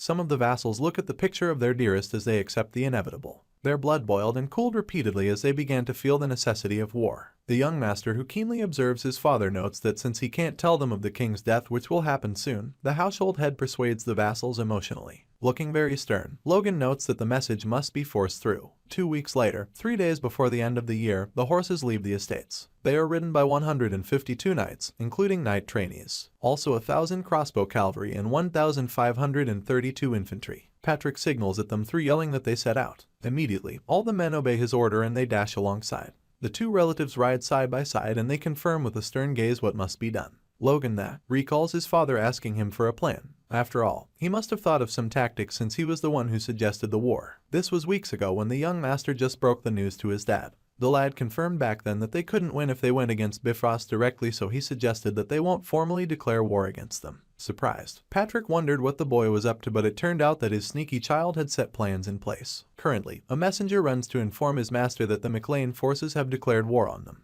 The servant explains while quivering that their household is being held accountable for insulting the redheads 6 months ago on their Peretta lands. Max Peretta, the lord of his lands, is infuriated and at the same time terrified of what's to come, so he yells back at the servant, asking him what the hell he is talking about. As for the McLean forces, they dash towards the castle. The news gets to Count Bifrost, and while on his seat, his messenger tells him that Peretta has requested assistance. The man who kneels to his lord asks what's the next step for them to take. The smart lord at first ponders for a bit but then grins as he calls the McLeans stupid fools. He states that he was barely holding back because of the Sword Duke and now they've handed him the perfect excuse. The Count notes that his forces are at least double of their opposition even at a glance. He feels a bit uneasy regarding the rumored crossbow. Without wasting time, Bifrost calls out to his 2 high-tier knights, Asian and Plants, who stand not far behind him, asking if the preparations are complete. The men hidden in the shadows respond positively to his question. Upon hearing them, the Count gets up from his chair and tells the messenger to prepare for departure. He says that once Peretta is trampled, while the McLeans bask in their hollow victory, they'll drag them from heaven to hell. The Lord clenches his fist tightly as he prepares to have his men pounce on the McLeans after their first bout.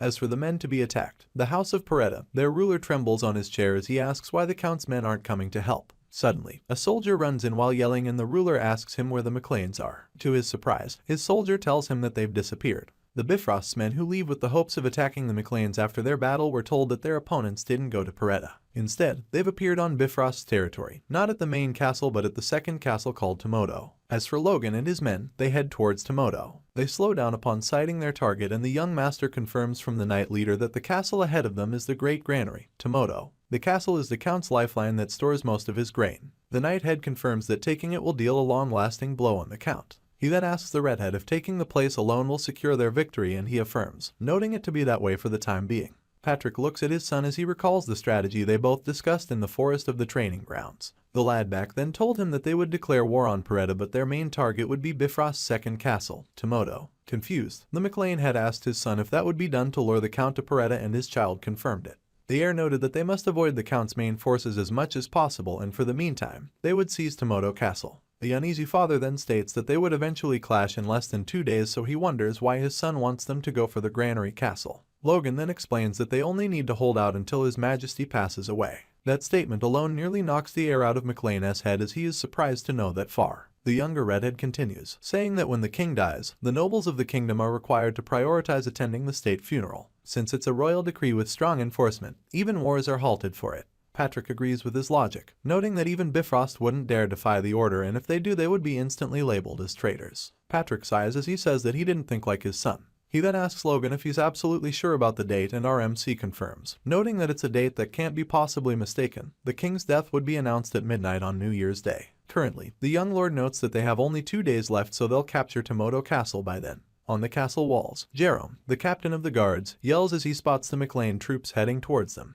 He is instantly chided to be calmed by Jerix, his deputy. The man assured his senior that communications have already been sent to the main castle so they just need to hold out for a day. Jerome, who is a senior knight, looks at his vice and then at the incoming troops, analyzing them to be 3,000 men and roughly 200 knights at least. He then asks his vice how they can hold out against such foes. He believes that if they had the main force surely it wouldn't be a problem, but with just their castle troops it'd be a problem. Jerix cuts him shut as he seems awfully composed despite their situation. The deputy tells Jerome that they should hold the walls for now and if they work together they can manage a day. He lists out 3 senior knights who are with them and says they'll pull their weight. The calm deputy did all that to calm his leader. To their surprise, Patrick yells at his men to charge ahead. His followers do as they are told, and the castle archers too are told to prepare to aim. The McLean head then tells his men to aim their crossbows and fire. The men do as they are told and release their arrows coated with force at the archers. Jerome notices the speed of the arrows to be unreal, but he calms down for a bit when he sees that the arrows are not breaching the walls. He smirks and yells at his archers to counterattack. The men suddenly rain down their arrows at the McLean forces, but it doesn't reach them.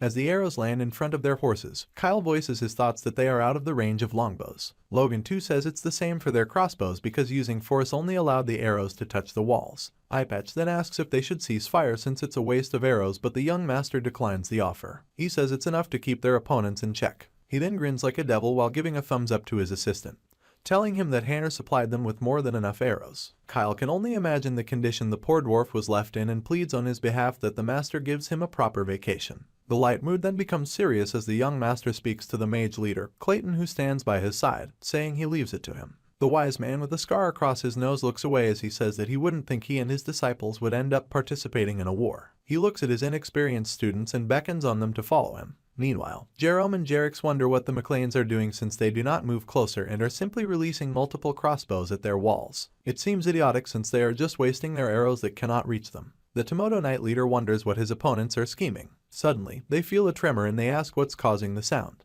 The men instinctively squat so as to not be thrown off balance. They suddenly spot a humongous clump of rock, moving and hitting the ground beneath it, and conclude it's a golem. Jerome continues with his rhetorical question, asking the heir if their opponents also have mages. As for Jerix, his attention is driven elsewhere as he looks at what the golem is doing and wonders what the hell his opponents are up to. Before the commencement of the war, Logan met with Clayton to discuss the possibility of using golems to act as shield from incoming arrows and participate in the forefront by cutting through enemy soldiers with ease in the upcoming war. The lad quickly told the leader of the mages that the resources which he said were hard to get long ago are available for him to use and he would supply him generously. The message shocked Clayton as he asked the young master if the war was that critical. He then informed the redhead that using the golems in the pattern he discussed earlier would be impossible. Surprised, the boy asked the head mage what the issue was. After all, if it were magic stones he would provide as much as possible without holding back. Clayton quickly stops him in his tracks, saying it's not a matter of resources. He educates him by saying that their lives are at stake. Surprised, Logan asks him what he means and the veteran mage breaks it down to him, informing him that it isn't widely known that if golems sustain too much damage then the backlash transfers to the mage controlling it.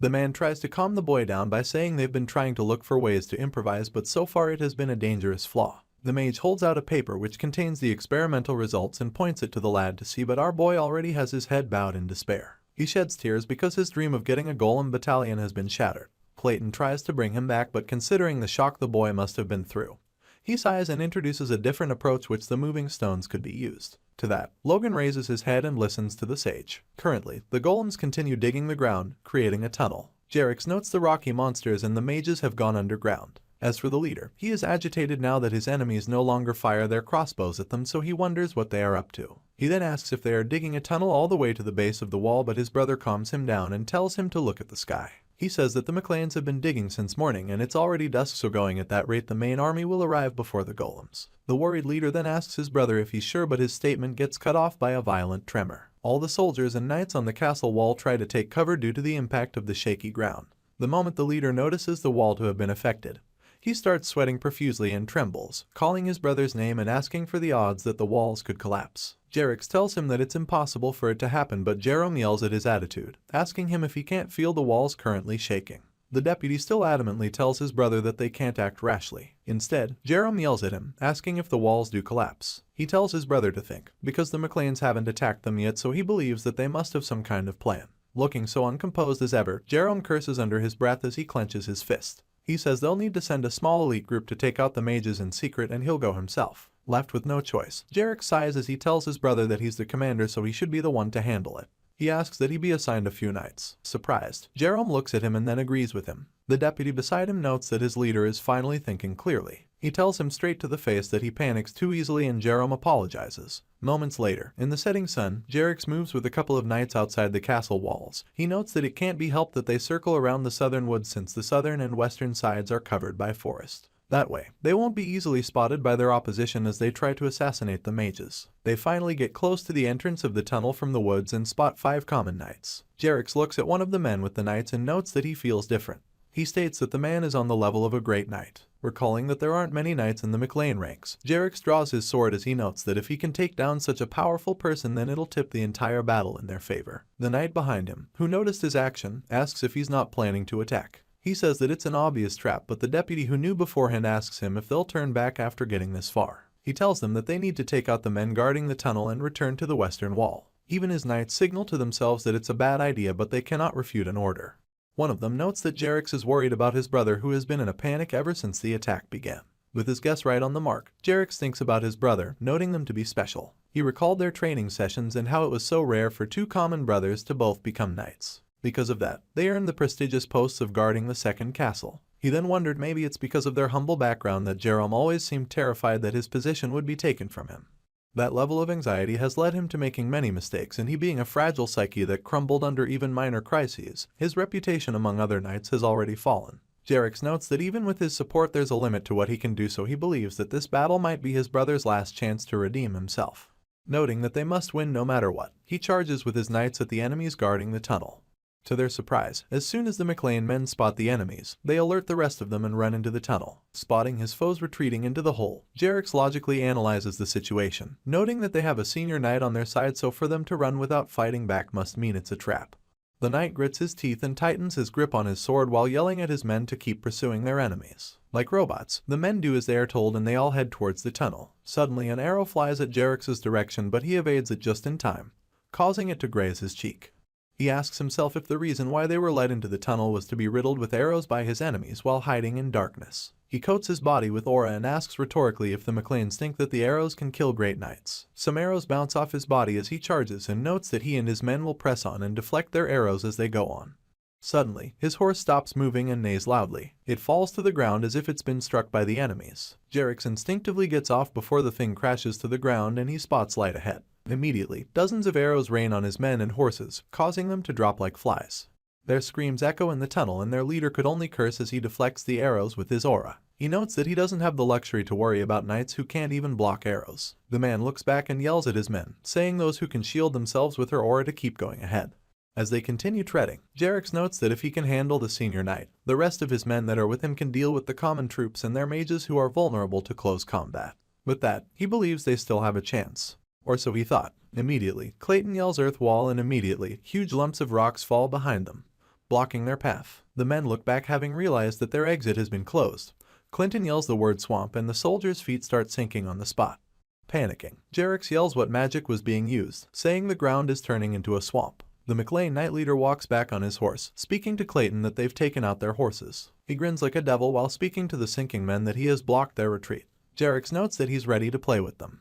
Still grinning, the great knight looks at his opponent who grits his teeth as he notes that their ambush has failed. The blonde knight says he and his men need to conserve their strength and return to the wall as quickly as possible. He plans to neutralize the swap spell so that the others can break through the barrier and notify his brother. His heart sinks as soon as he hears a roar, yelling at their troops to charge. With the sound of horses racing above, Jericho can't believe that he was lured into the tunnel just to have his brother's forces divided. Logan yells at his remaining men to charge at the castle gates, sinking the man in further despair. Jerome worries for his brother who happens to grip the castle wall tightly. The man vibrates as he yells that it's absolute madness. Clayton tells the young master of another method with which the golems can be used. He suggests that they dig tunnels with them to collapse their enemy's wall. He believes that it's not very hard to undermine the wall's support from underground, and it's quite doable. Considering what the mage has said, Logan suggests that they stay safe from arrows. For that, they'll need to start far from the wall. Doing that will assure the mage's safety, but it'll make the task more demanding since they'll need to dig far and it'll take a long while to reach the base of the wall. He then comes up with an idea, saying that they'll lure the enemies into the tunnels. The mage concludes that the reason that'll be done is to divide their forces. The priest then asks if the enemies would fall for it so easily, and the redhead explains to him that the tunnels alone wouldn't suffice. For that, he'll need Clayton to shake the ground. Confused, the man asks if it's with earth magic, and with that, it isn't impossible, but a full-scale earthquake would be difficult to cause. The redhead, however, says it's fine and all he'll need is a single blow strong enough to cause fear into the hearts of their opposition. At the point when the enemy splits their forces to investigate, that's when the McLean will force their way and attack the wall. Currently, the McLean forces dash towards the castle wall and the captain of the knights can only curse as he sees that he's been tricked. He is frustrated that his brother isn't around to assist him. Jerome bites his glove as he suspects the troops to have planned for such a move. He starts confirming how right he was, but suddenly, he recalls his brother telling him that he panics too easily. The memory gets him triggered and he yells at his men to fire at the McLean forces, ordering them to prevent the troops from getting close. The men do as they are told and rain down arrows on the redhead soldiers. From the sky, dozens of arrows fall towards the MC's army, but the soldiers aren't hit.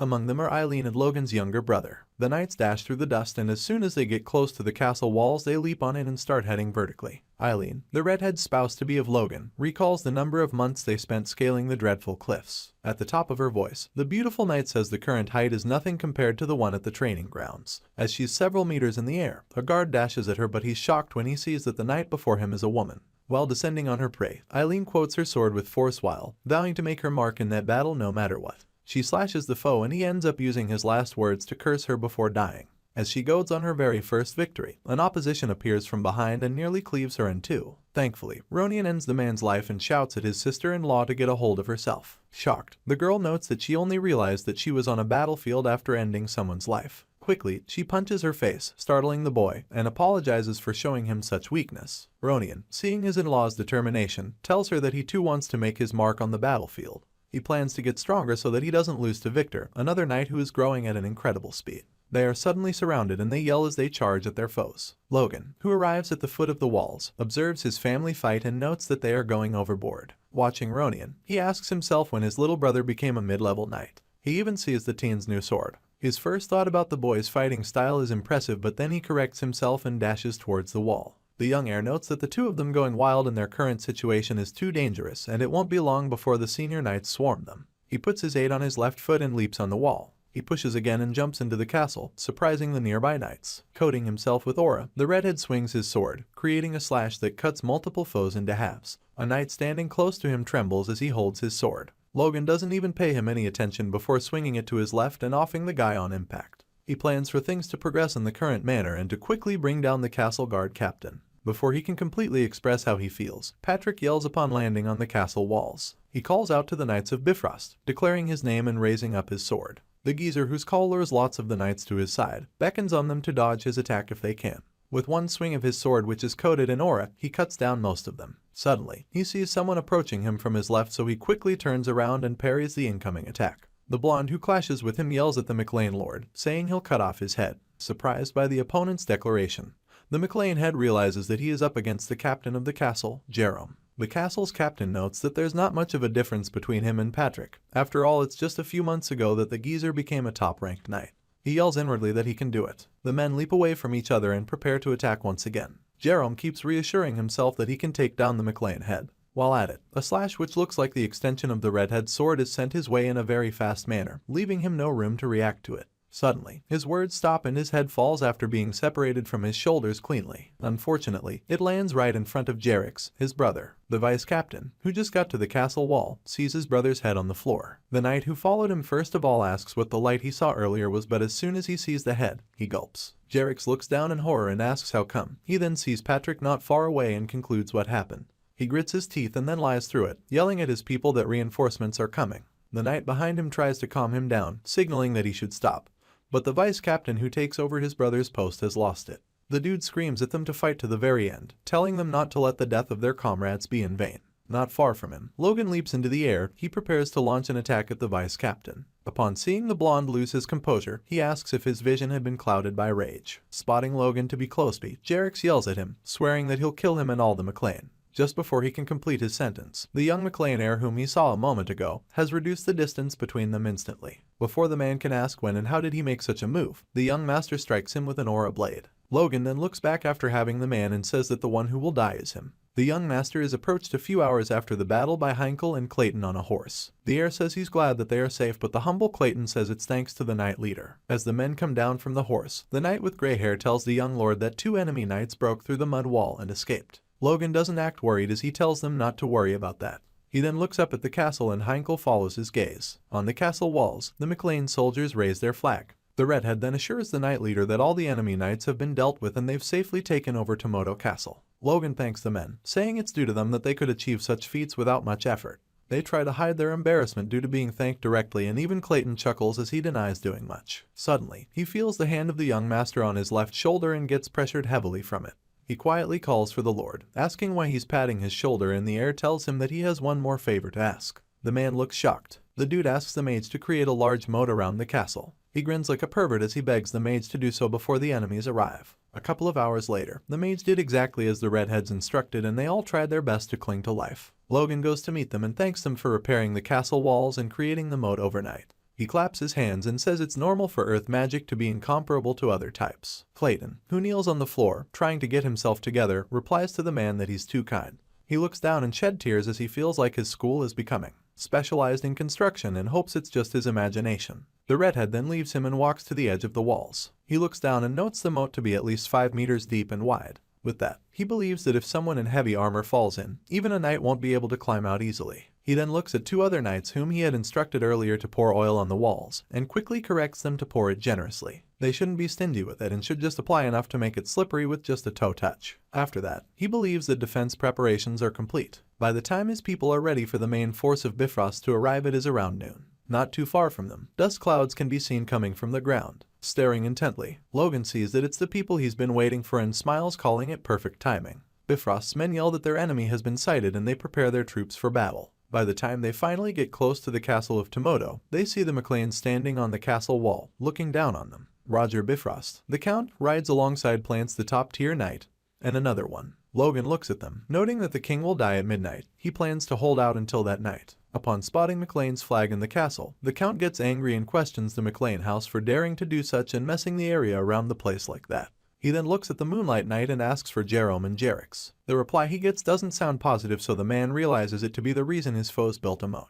He curses at the dead blondes for not being able to hold their ground. Bifrost then calls for Aslan, a fellow knight, and asks him what the enemy's strength is. The dude says that according to one of their allies that escaped, the MacLeans have less than 150 knights and less than 2,500 soldiers. Roger Bifrost then asks for variables, and the knight informs him that Patrick is a top-tier knight, and they happen to have like 10 earth mages. The blonde ruler smirks as he suspects his foes to have prepared some secret weapons. The man then asks for the expected outcome if the two sides clash. Aslan thinks for a bit and then grins like a devil before declaring it to be their overwhelming victory. Meanwhile, on the castle walls, Patrick tells his son that the enemy has just over 300 knights and their soldiers easily exceed 5,000. Logan agrees with him, mentioning their opponents to have Wind Tower mages, including the Count himself. The Count, who is publicly known as a 4th Circle mage, in reality is a 5th Circle mage. He tells his father that they must be cautious. The old man then looks at Aslan Liar, the Swift Knight, and then Plants, the Moonlight Knight. Logan observes his father's countenance and concludes that he'd be worried with the difference in their opposition's power. Suddenly, a very loud voice breaks their conversation, saying that the land that should be rightfully loyal to its lord has been invaded by trash who do not know their place. The voice is so loud that the soldiers and knights on the walls cover their ears. The young heir notes it to be done by amplification magic. He tells his men to prepare to fire. As for Bifrost, he declares that he will personally uproot the foundation of the people's lineage. The Count then commands his troops to charge at the castle. Logan notices that they are charging without shields, and Heinkel seems worried that the enemies are that confident in their skills. The redhead replies to the man's question by telling him that they'll soon find out. Immediately, arrows are fired after a cry, and they are sent towards Bifrost's men. Almost at the point of impact, the arrows bounce off as if there's a barrier separating them from the targets. Shocked by the turn of events, the MacLeans watch the knights get closer to the castle. Not too far from the knights are mages who use their voodoo to create magical shields around the men.